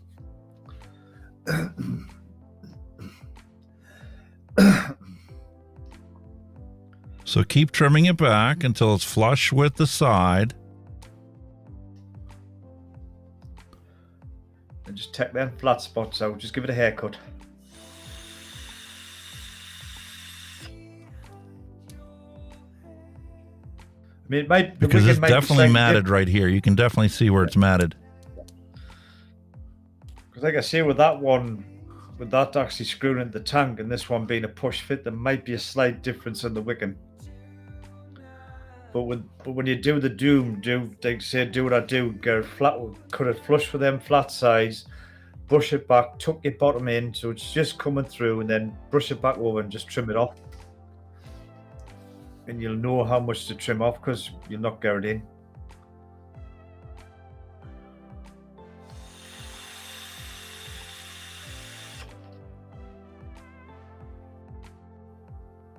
You know what it is? I want to push this up to 70 watts. I'm going to go and max on it.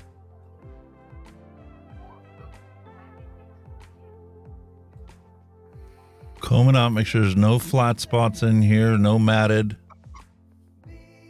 There you go, 70 watts on the G Class 2.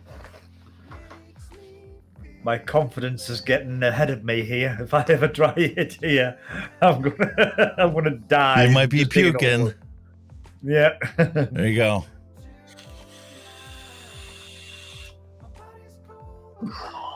Wow. It's not a dry hit, it's just a lot of vape. Christ. Oh, wow. They're keeping up with it, eh? Even getting a couple of bubbles here and there. Well, I just got some bubbles. They're definitely bubbling. That's a good sign. 70 watts is fine, but I think it's a little warm for this. 65 was the sweet spot. Especially with it being max VG.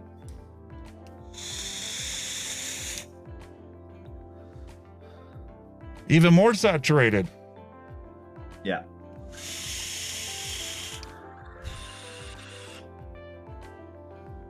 Nope. Still dry. When you first start to use it, it's a beautiful, fully saturated vape. But if you try and take a long, slow inhale, like I'm accustomed to doing with my Arbiter,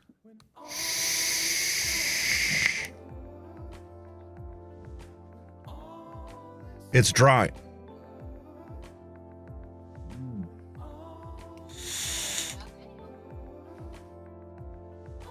Short, fully saturated, beautiful vape. But it just can't keep up with the wicking. And this is actually pretty thin, this icy pole liquid. Yeah. It's bubbling. It is sucking in juice.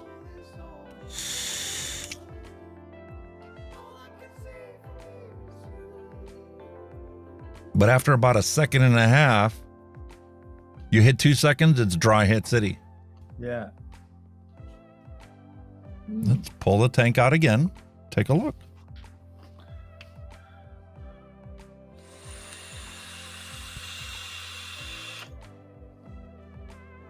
Now the roles are reversed. You're the one that was afraid of mesh this whole time and have never had any real success with it. I've had success before. I played with the profile for 2 days before I finally got it wicking 100% correct. Found sometimes, and you can even see on the top yeah, the discoloration from it being dry.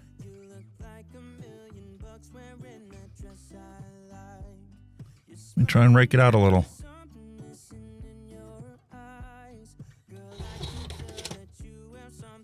Whoa. Sunday afternoon vape Thank show. you. Hello and welcome. Thank you. Sunday afternoon vape show.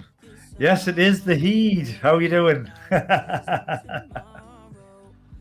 Maybe he's pull a little bit out the channel. No, have you tucked it in the channel? Maybe it's just lifted out a touch. A bit more juice in. Well, the juice in this one doesn't come through the channel on the bottom. It comes straight in from the side. Yeah, so I'm seeing it's... So I'm going to pull it up so that all the strands are literally going to be touching where the juice is coming in.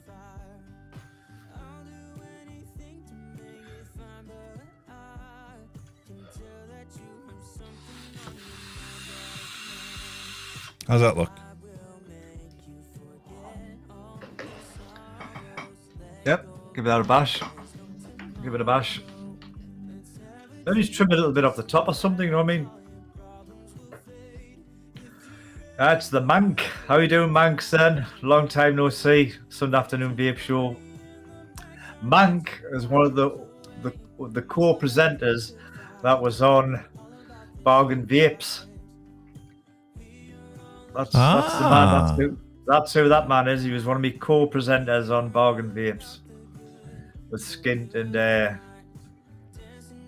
what do you call him? I'm sorry, mate. I forgot your name. What am I like? There you go. Yep. Haircut.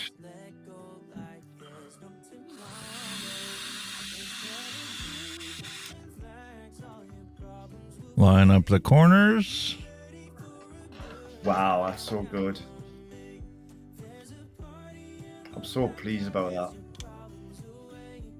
See, that's down to you, getting us back in the mesh, doing a bit of research and rock and roll.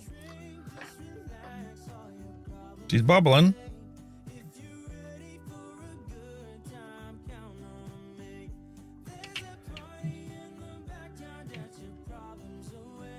Wow, that's so good.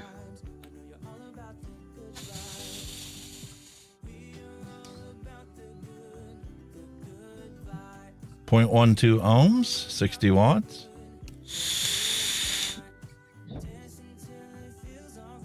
Short puff, good.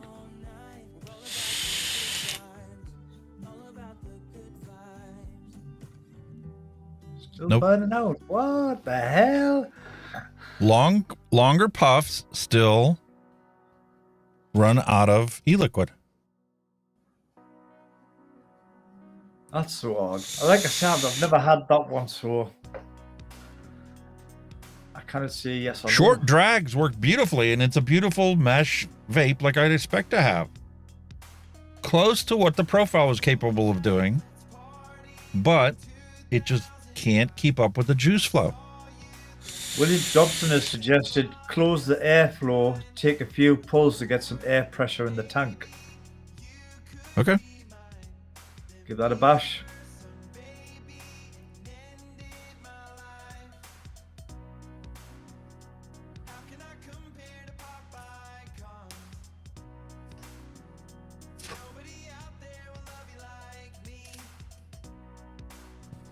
And that's the other thing I've had a problem with this one is the airflow ring can slide off of its O-ring.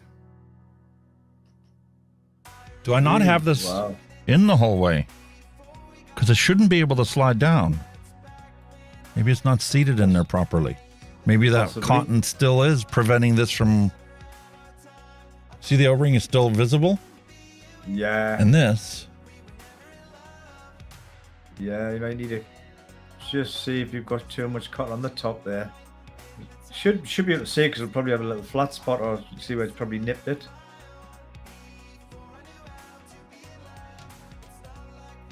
Okay, I backed it all the way out. And now you can see the O-ring's gone. Tightened even further down.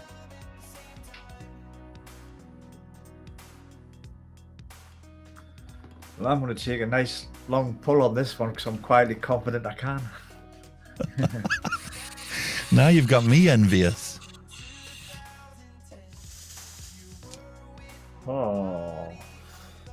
I'll tell you what it is, for a little tank, mate. It's a cloud chuckler and all, mate, isn't it? Jesus Christ.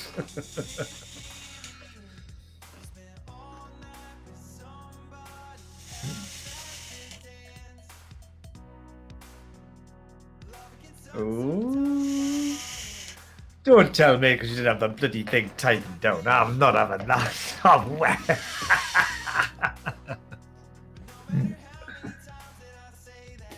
No. Nope.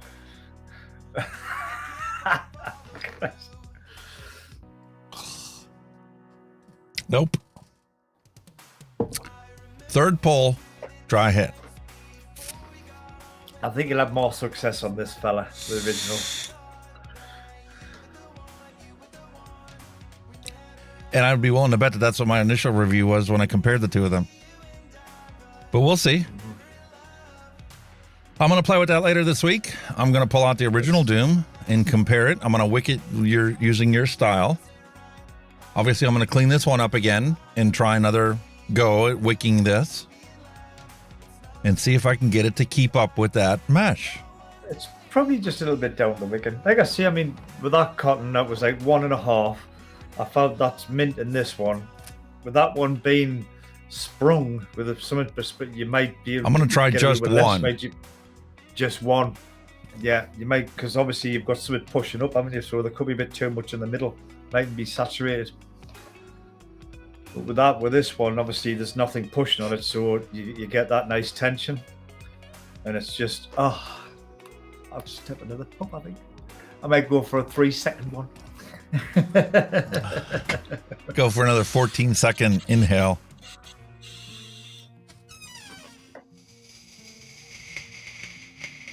Holy shit. It's so good. I never, ever, ever, ever, ever thought I'd be vaping this tank ever again. Never thought in a million years. Oh, that was just going to be shelved and left to rot. Same with the RDA. I thought, nah, not touching it. And there you go. Just goes to show, doesn't it? Now, listen, if you can do that one, I guarantee you can do the Titan. I'm definitely going to have a look at that deck, like that mesh deck. Ooh. When I get it, I'm going to have it on here. You'll not be able to see in here. It's gone. That's what I'm going to do. I'm going to pull out the Titan. I'm going to clean it up and set it up for next week. Yeah. It's going to be a cloudy week next week.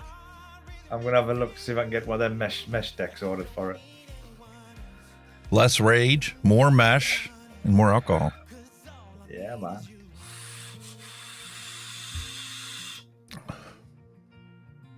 That's what I'm saying. I'm so confident I can actually purge this and it'll still work.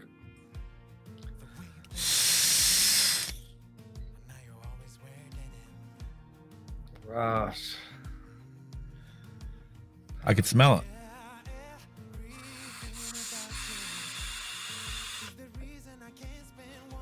Let's see with the purge. Even purged it. Oh, what?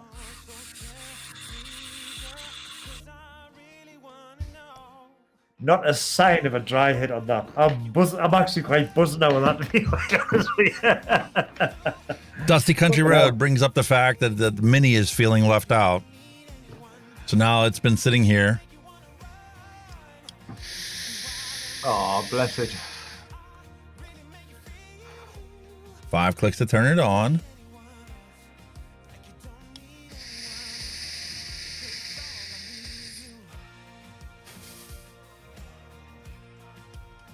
It was flashing there, man, when you took a hit, so I don't know if you...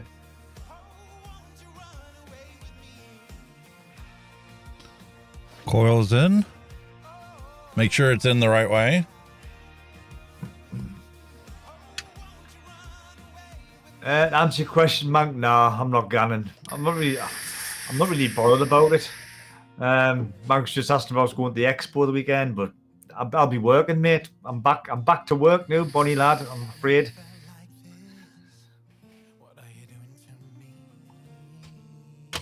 SMOANT nailed it. All right. That one's all right, yeah.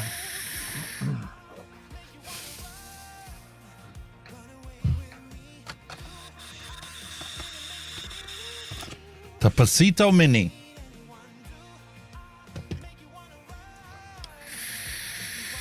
You happy with that one? A little tiny form factor like this, allowing you to direct long vape. Hello, Mary Nixon. Welcome. And that 3-banger custard in here. Perfect. Perfectly balanced the custard. Perfectly balanced the sweetness. I knew you'd hit Listen, me with that. I knew you would hit me with that. I envied you about being able to get a beautiful mesh. I knew I had a feeling that was coming. Ooh, this is wonderful. The 3-banger custard in. You sod.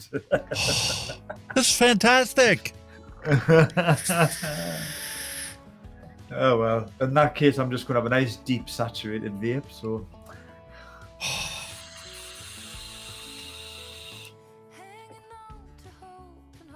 Oh, my God.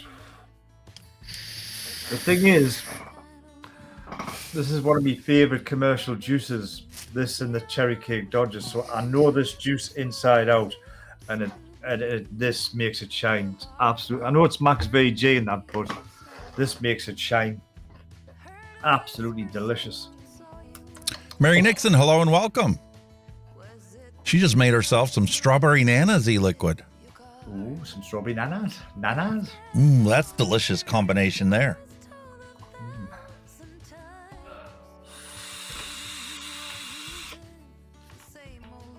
Oh my God. Why did I put that on the shelf? Why did I put that on the shelf? Why? Why?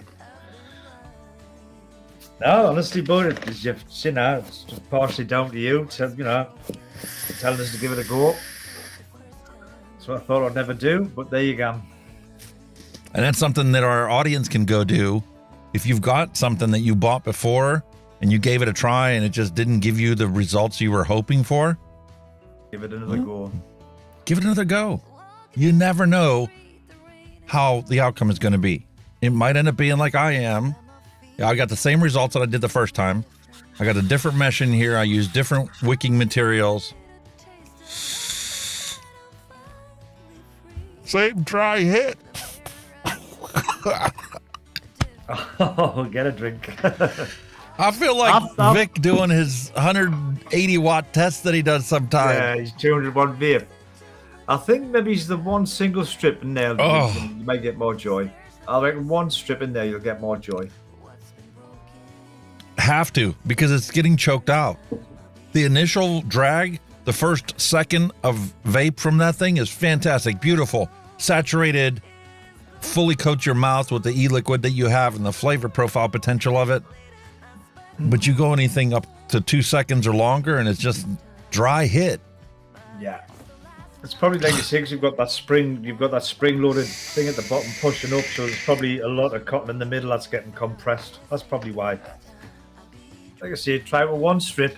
I reckon that's why I've always preferred this arbiter, because it's always consistent. I can wick it in 2 seconds flat and get the same results as if I'm meticulous with the wicking and combing it out and all this other stuff. With this SMOANT Pasito, a restricted direct long, beautiful, flavorful vape, truly accurate of the 3-banger custard liquid that we just mixed up. And just about the size of a Zippo, just a little taller than the standard Zippo lighter. If a smoker can't quit with this, I'm sorry, you're missing out.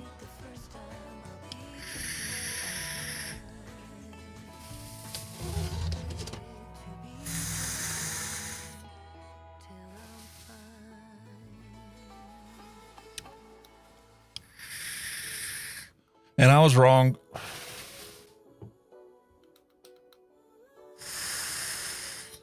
You do get a little bit more airflow out of the Origin SE. Not much. It's just a hair more airflow. Yeah.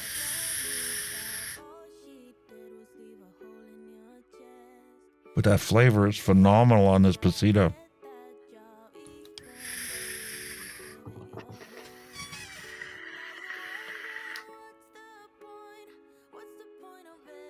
I'm really going to enjoy testing this one out this week. See, I've just dropped this Kylan back on and wow. Oh. Just wow.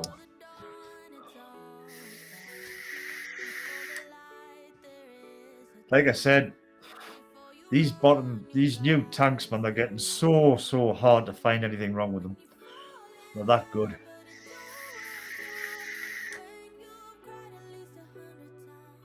Wait till your wife comes in the room and sees how much clouds you've filled in there. I'm going to give it a good half hour before I go out.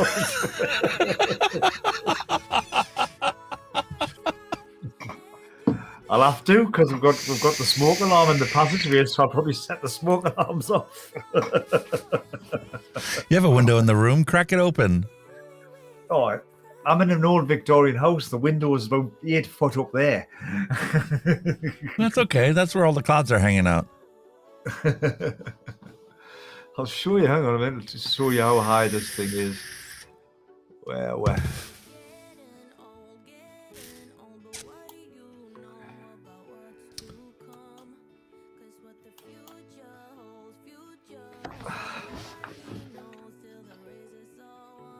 Hang on. Look how high that is, but you can't see it with the clouds. It's all clouds. That's how high that is. It's right up there, the windows. I mean, that's about 10 feet. All of that is a window. The whole thing is a window. Yeah, the Victorian houses all have really tall, huge windows. Yeah. That's what this has got, man. It's nuts. I'd have to get the step ladders out to open a window in there.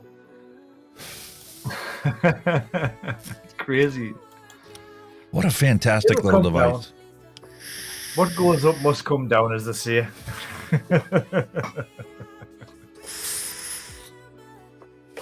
Wow, man. Unbelievable. As much as I like Miyagi's cappuccino, this custard outshines it. Oh, Mary, there's. I've still got mine. Where is it? I'll get it. Where is he? I've just got him there. Where is he? There he is. Mary's saying she's got her a little mini Motor X. There's mine. It's still going. And this is a little cloud chuck as well.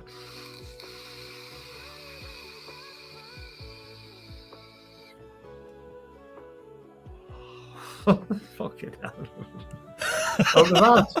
Out of that. That's tiny. A little tiny device. So small. I mean, we have come so far from when we first quit smoking to where the devices are nowadays. Oh, I wish these were around when I first tried. I'm telling you. If this would have been around when I tried to quit smoking, I would be able to do it with this device. There isn't a doubt in my mind. Finding the right liquid would have been the first thing that I would have had to jump to find a flavorful liquid that agreed with me. Yeah. But I mean, I'm not a custard person, and this thing makes this custard shine. It's just sweet enough, and it is full, rich mouthfeel. You get that creamy custard flavor. It's just... Yeah. So it's nice, is it? I could have put any liquid in here, and it would have been fine. I'm pretty damn confident of that. And with 2 different other coils to try through here, I'm going to switch up the liquids with each of them to see what it's like with each of them. I'm going to try a fruit in here, and I might even put some of the original OG Blue in when I do mouth to lung. That's the thing with some of these tanks and RTAs, and some are more accustomed to a certain flavour. Some might be nice for fruits, but they might be crap with custards and creams and bakeries. Some might be great with bakeries, but absolutely awful with fruits. You know, some of the tanks do vary a little bit as well. I found that with a couple of tanks. The real test, like I said, is going to be when I go with the mouth to lung coil that came in this kit, and I sit there and I put my OG Blue in there, because I cut the flavorings back in this thing. And there have been plenty of tanks that I've done reviews on where when I put this in there, I couldn't taste. I mean, I could taste the blue raspberry, but it was just so subtle that it was almost completely absent. And then I go to something like my Daily Banger with the Arbiter, and I go and I put the same liquid in there, and it just it shines so much more in this. That'll be the real test. When I put the mouth to lung coil inside here and use it as a mouth to lung with the reduced diameter and reduced airflow, will I still be able to taste the blue raspberry? I'm fairly confident that I will be able to, because the technology has come so far. I just thought I'd show that one off as well. Am I rubbing it in? Is that like just salt in an open wound? They're just a touch. Nah, I wouldn't do that. My heart is broken. Louise and all, the Wrestle Story, how are you? Just popped in. Yeah, I don't know. Picking a call, how you doing? Yeah. Just catching with a bit of chat here, matey, that's all.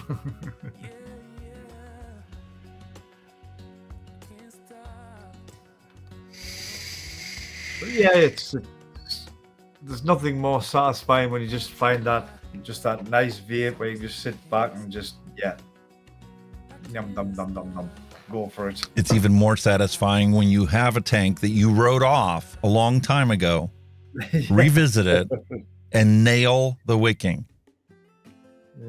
Because now there's no question in your mind that mesh has potential much higher than stock coils and much higher than coils inside of a tank. Oh, without a doubt. It's got its place, without a doubt.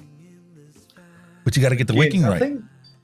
I think that's the secret, isn't it? Just got to get the wicking spot on, and happy days, because you do, when you get them right, they're a fabulous vape. Absolutely fabulous vape. A short toot on this? Gorgeous.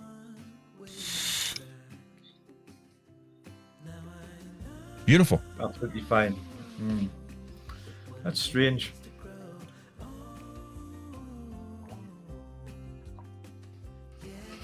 Oh, so sad. I was really had high hopes for this thing, being able to wick it properly and vape it like you do yours. Any time now. Like I say, try a single bit of that cotton next time. Maybe just a I'm going to keep trying it because, I like tinkering with these things, as most of us do.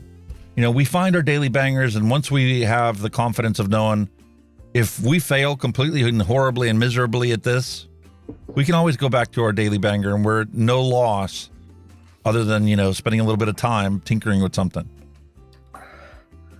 But there's also the potential reward, like you experienced just now, of how wonderful this thing can taste if you nail it. I mean, I did a little bit of research on it, and there was this one guy, I think it was the only guy who actually put a video up. I mean, he's not a big reviewer or nothing. And he put an actual tutorial up on how to wick it. And I kind of followed along step by step, and honestly, he nailed it, bang on. And I copied that pretty much, and honestly, it worked straight away. I was like, wow, why have I not done this? Why have I not seen this? Why have I not tried this? And yeah, unbelievable. I mean, then, when they came out, they weren't a cheap tank, they were pretty mid-priced. Well, compared to what some of the tanks go for nowadays, yeah, it was definitely cheap. It was only $30, $35 tank. I think I paid for it. So comparatively speaking, with some of these other tanks that are going for $50 or $60, yeah, that was definitely a cheap tank. Yeah. But you got to get the mesh right.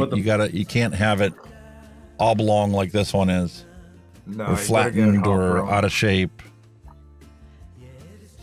William Dobson said he tried the profile tank exception, must have tried 20 times the end, it went out the window. I was the same way with the profile. I'm like, everybody says how good this one is, how good it is, how good it is.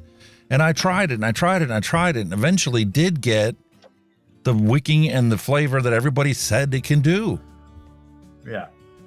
But I couldn't justify having to spend multiple tries to get the wicking right. And then the wicking only lasts you 3 days before all of a sudden the flavor diminishes and it's like subpar compared to a coil that I could literally go for weeks sometimes without having to deal with. I think that's probably the downside with the meshes. Like, you see, you don't get as much out of them as you do with your conventional coils. You know what I mean? There's a lot of wick in there, and the wick itself does eventually start to collapse on itself anyway after use, and that's the only downside. I mean, with that there, I can get about 3-4 days of the push, and I've got to re-wick it.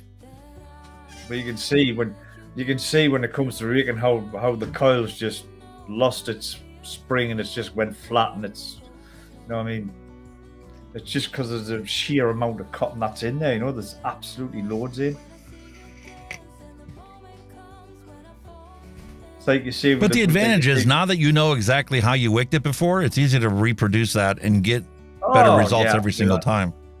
I can do that, no problem. No, I think I've cracked that one. I think I've definitely nailed it. And like I say, the little RDA, wherever it is, I think that's in there. I can re-wick them now and get them all pretty much bang on. I'm quite happy with that one. Mallory says that she doesn't mess around too much with RTAs anymore. Too many headaches. RDAs are pretty damn hard to mess up because you're dripping directly onto the coils. RDAs are pretty forgiving because basically you're just basically tucking your coil down into a well. You're not trying to put in a little groove or a little slot. You've just got loads of room. You can drop it down. They're more forgiving. And like you say, you're dripping directly on it as well. You can't really much go around with RDAs, like. But RTAs, there is some out there that are easy to wick and they're fabulous. Just like everything else, just takes a little bit of practice. A little bit of practice, a little bit of time, a little commitment to hone your craft and get things to work properly. It's like everything. It's part of the fun. I mean, like I say, when I got that, I didn't quite get the Wicking right the first time. I had a bit too much in, and I've just second time round, absolutely brilliant. That's part of the fun. You can play about with them, experiment with them, and learn about them and stuff like that. And it's brilliant, man. It's part of the fun of it. That's part of the fun of getting new shinies. So you can play. That's the whole point. Play about with them. I love it. Absolutely love that now. That's going to be one of me dailies. That could be. I mean, I was that confident last week. I actually took it out with us. There you go. That's how confident I was with it last week. I took that out with us. Yeah, folks, because after the show last week, you know, as usual, we sit here and chat like old ladies for another hour or two after the stream has ended. And he was just bragging about, he's like, oh, I feel bad we didn't get to the Doom because I pretty much got it nailed now. Yeah. Because he's re-wicked it a couple times, and it's like, I nail it every single time. That level of confidence you can't replace with anything. Nah.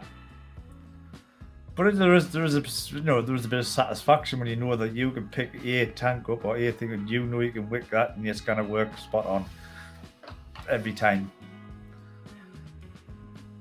Oh, 12 degrees, 22. Yeah. Yeah, I'm not cutting the grass today. Sorry, 72 is just a little too warm for me. Oh no, how with that? Jesus Christ, no. This kind of weather, I go and I cut it when the sun's first starting to come up in the morning.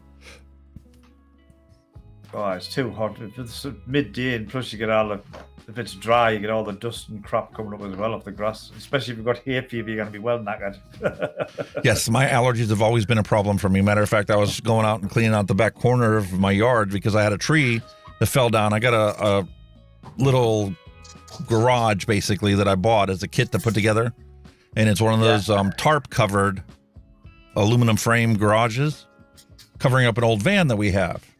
And I'm just basically sitting on it now because somebody wanted to buy it for the motor and transmission. And it's just like, okay, well, time to get this cleaned up. And then that can eventually be a nice shed for my lawnmower and rototiller. Yeah. Well, there was a tree that fell down on it and I literally pushed it over 3 feet. I was out there cutting it up with a chainsaw and all of a sudden my allergies finally struck and hit me. It's like, dummy, you're allergic to sawdust. Why are you out here? But fortunately, all the wood got cut up. It got moved out, and now it's in a pile. I'll go out another day next week, take an allergy pill, and go out there and cut it all up, and I'll have some firewood for camp. Uh-oh. Hear that? You set off the fire alarm, mister. I told you to open the window. Never a dull moment, is there? Although that is a perfect opportunity for us to do something we haven't done in quite some time. Visit an old friend. Attention. Vaping is better than smoking. You don't see that every day. Thank you, Andrew. We haven't seen you in quite some time since you let the cat out of the bag. The vaping is better than smoking. Can improve your health outcome and let you pleasurably enjoy nicotine without the harmful side effects.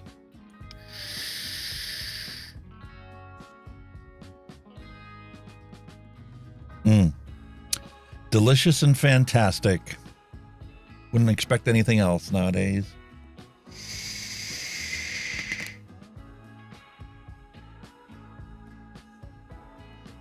We're truly spoiled. The options that are available to us, unbelievable. And yes, Mallory, I concur. I feel horrible about our friends in Australia. The countless vape shops that have had to close down because of the regulations that are going on over there. And what's worse is how much of a disaster this is for public health. Just so they can get another $3 billion in taxes.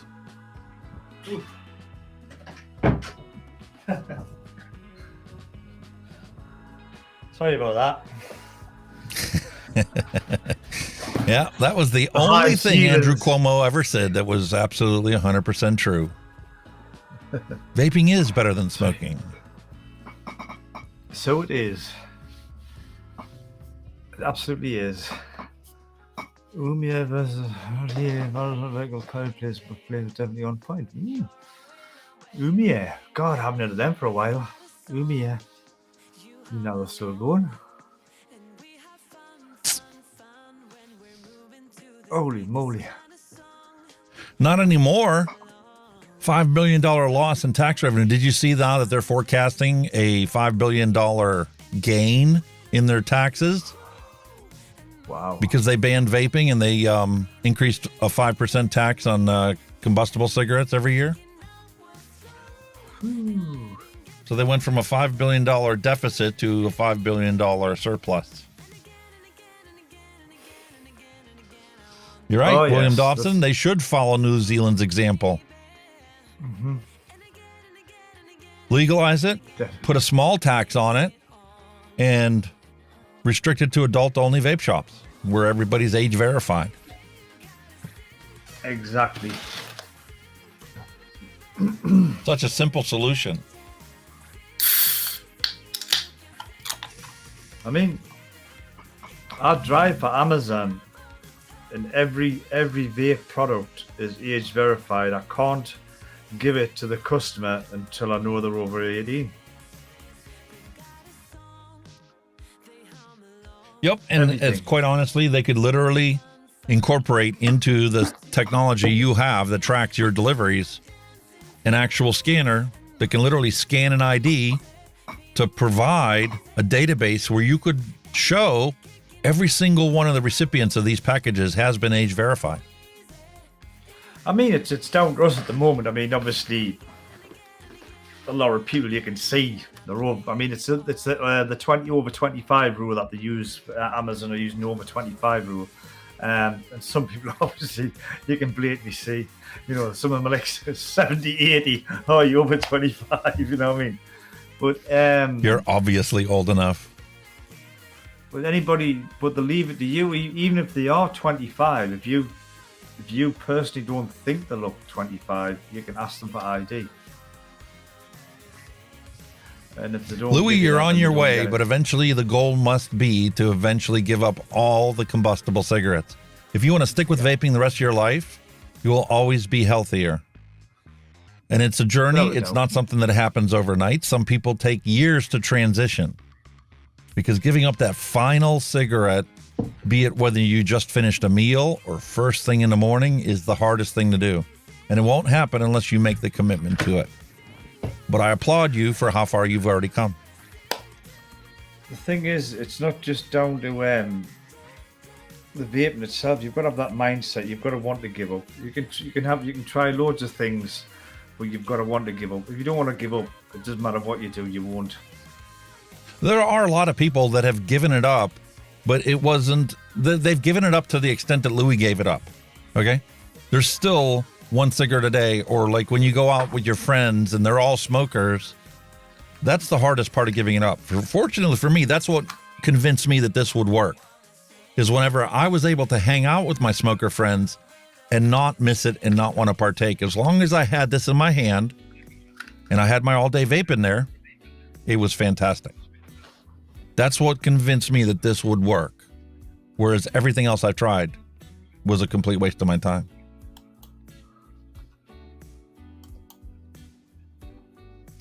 Yes, that can be very hard, especially because when you are, a drug addict user that, even when you try to go to rehab for that, these facilities aren't up with the times and they don't recognize this as harm reduction. And they won't let you have a vape. There's plenty of places, like Philadelphia is the perfect example here in the States. They won't let you have a vape, but you can go out and smoke all the cigarettes you want while you're in rehab. And that's doing a disservice to the people that are trying to get clean. When there's a safer alternative that lets you consume the nicotine, and they won't let you have it that way, you have to have all the harms if you want to smoke, if you want to consume nicotine.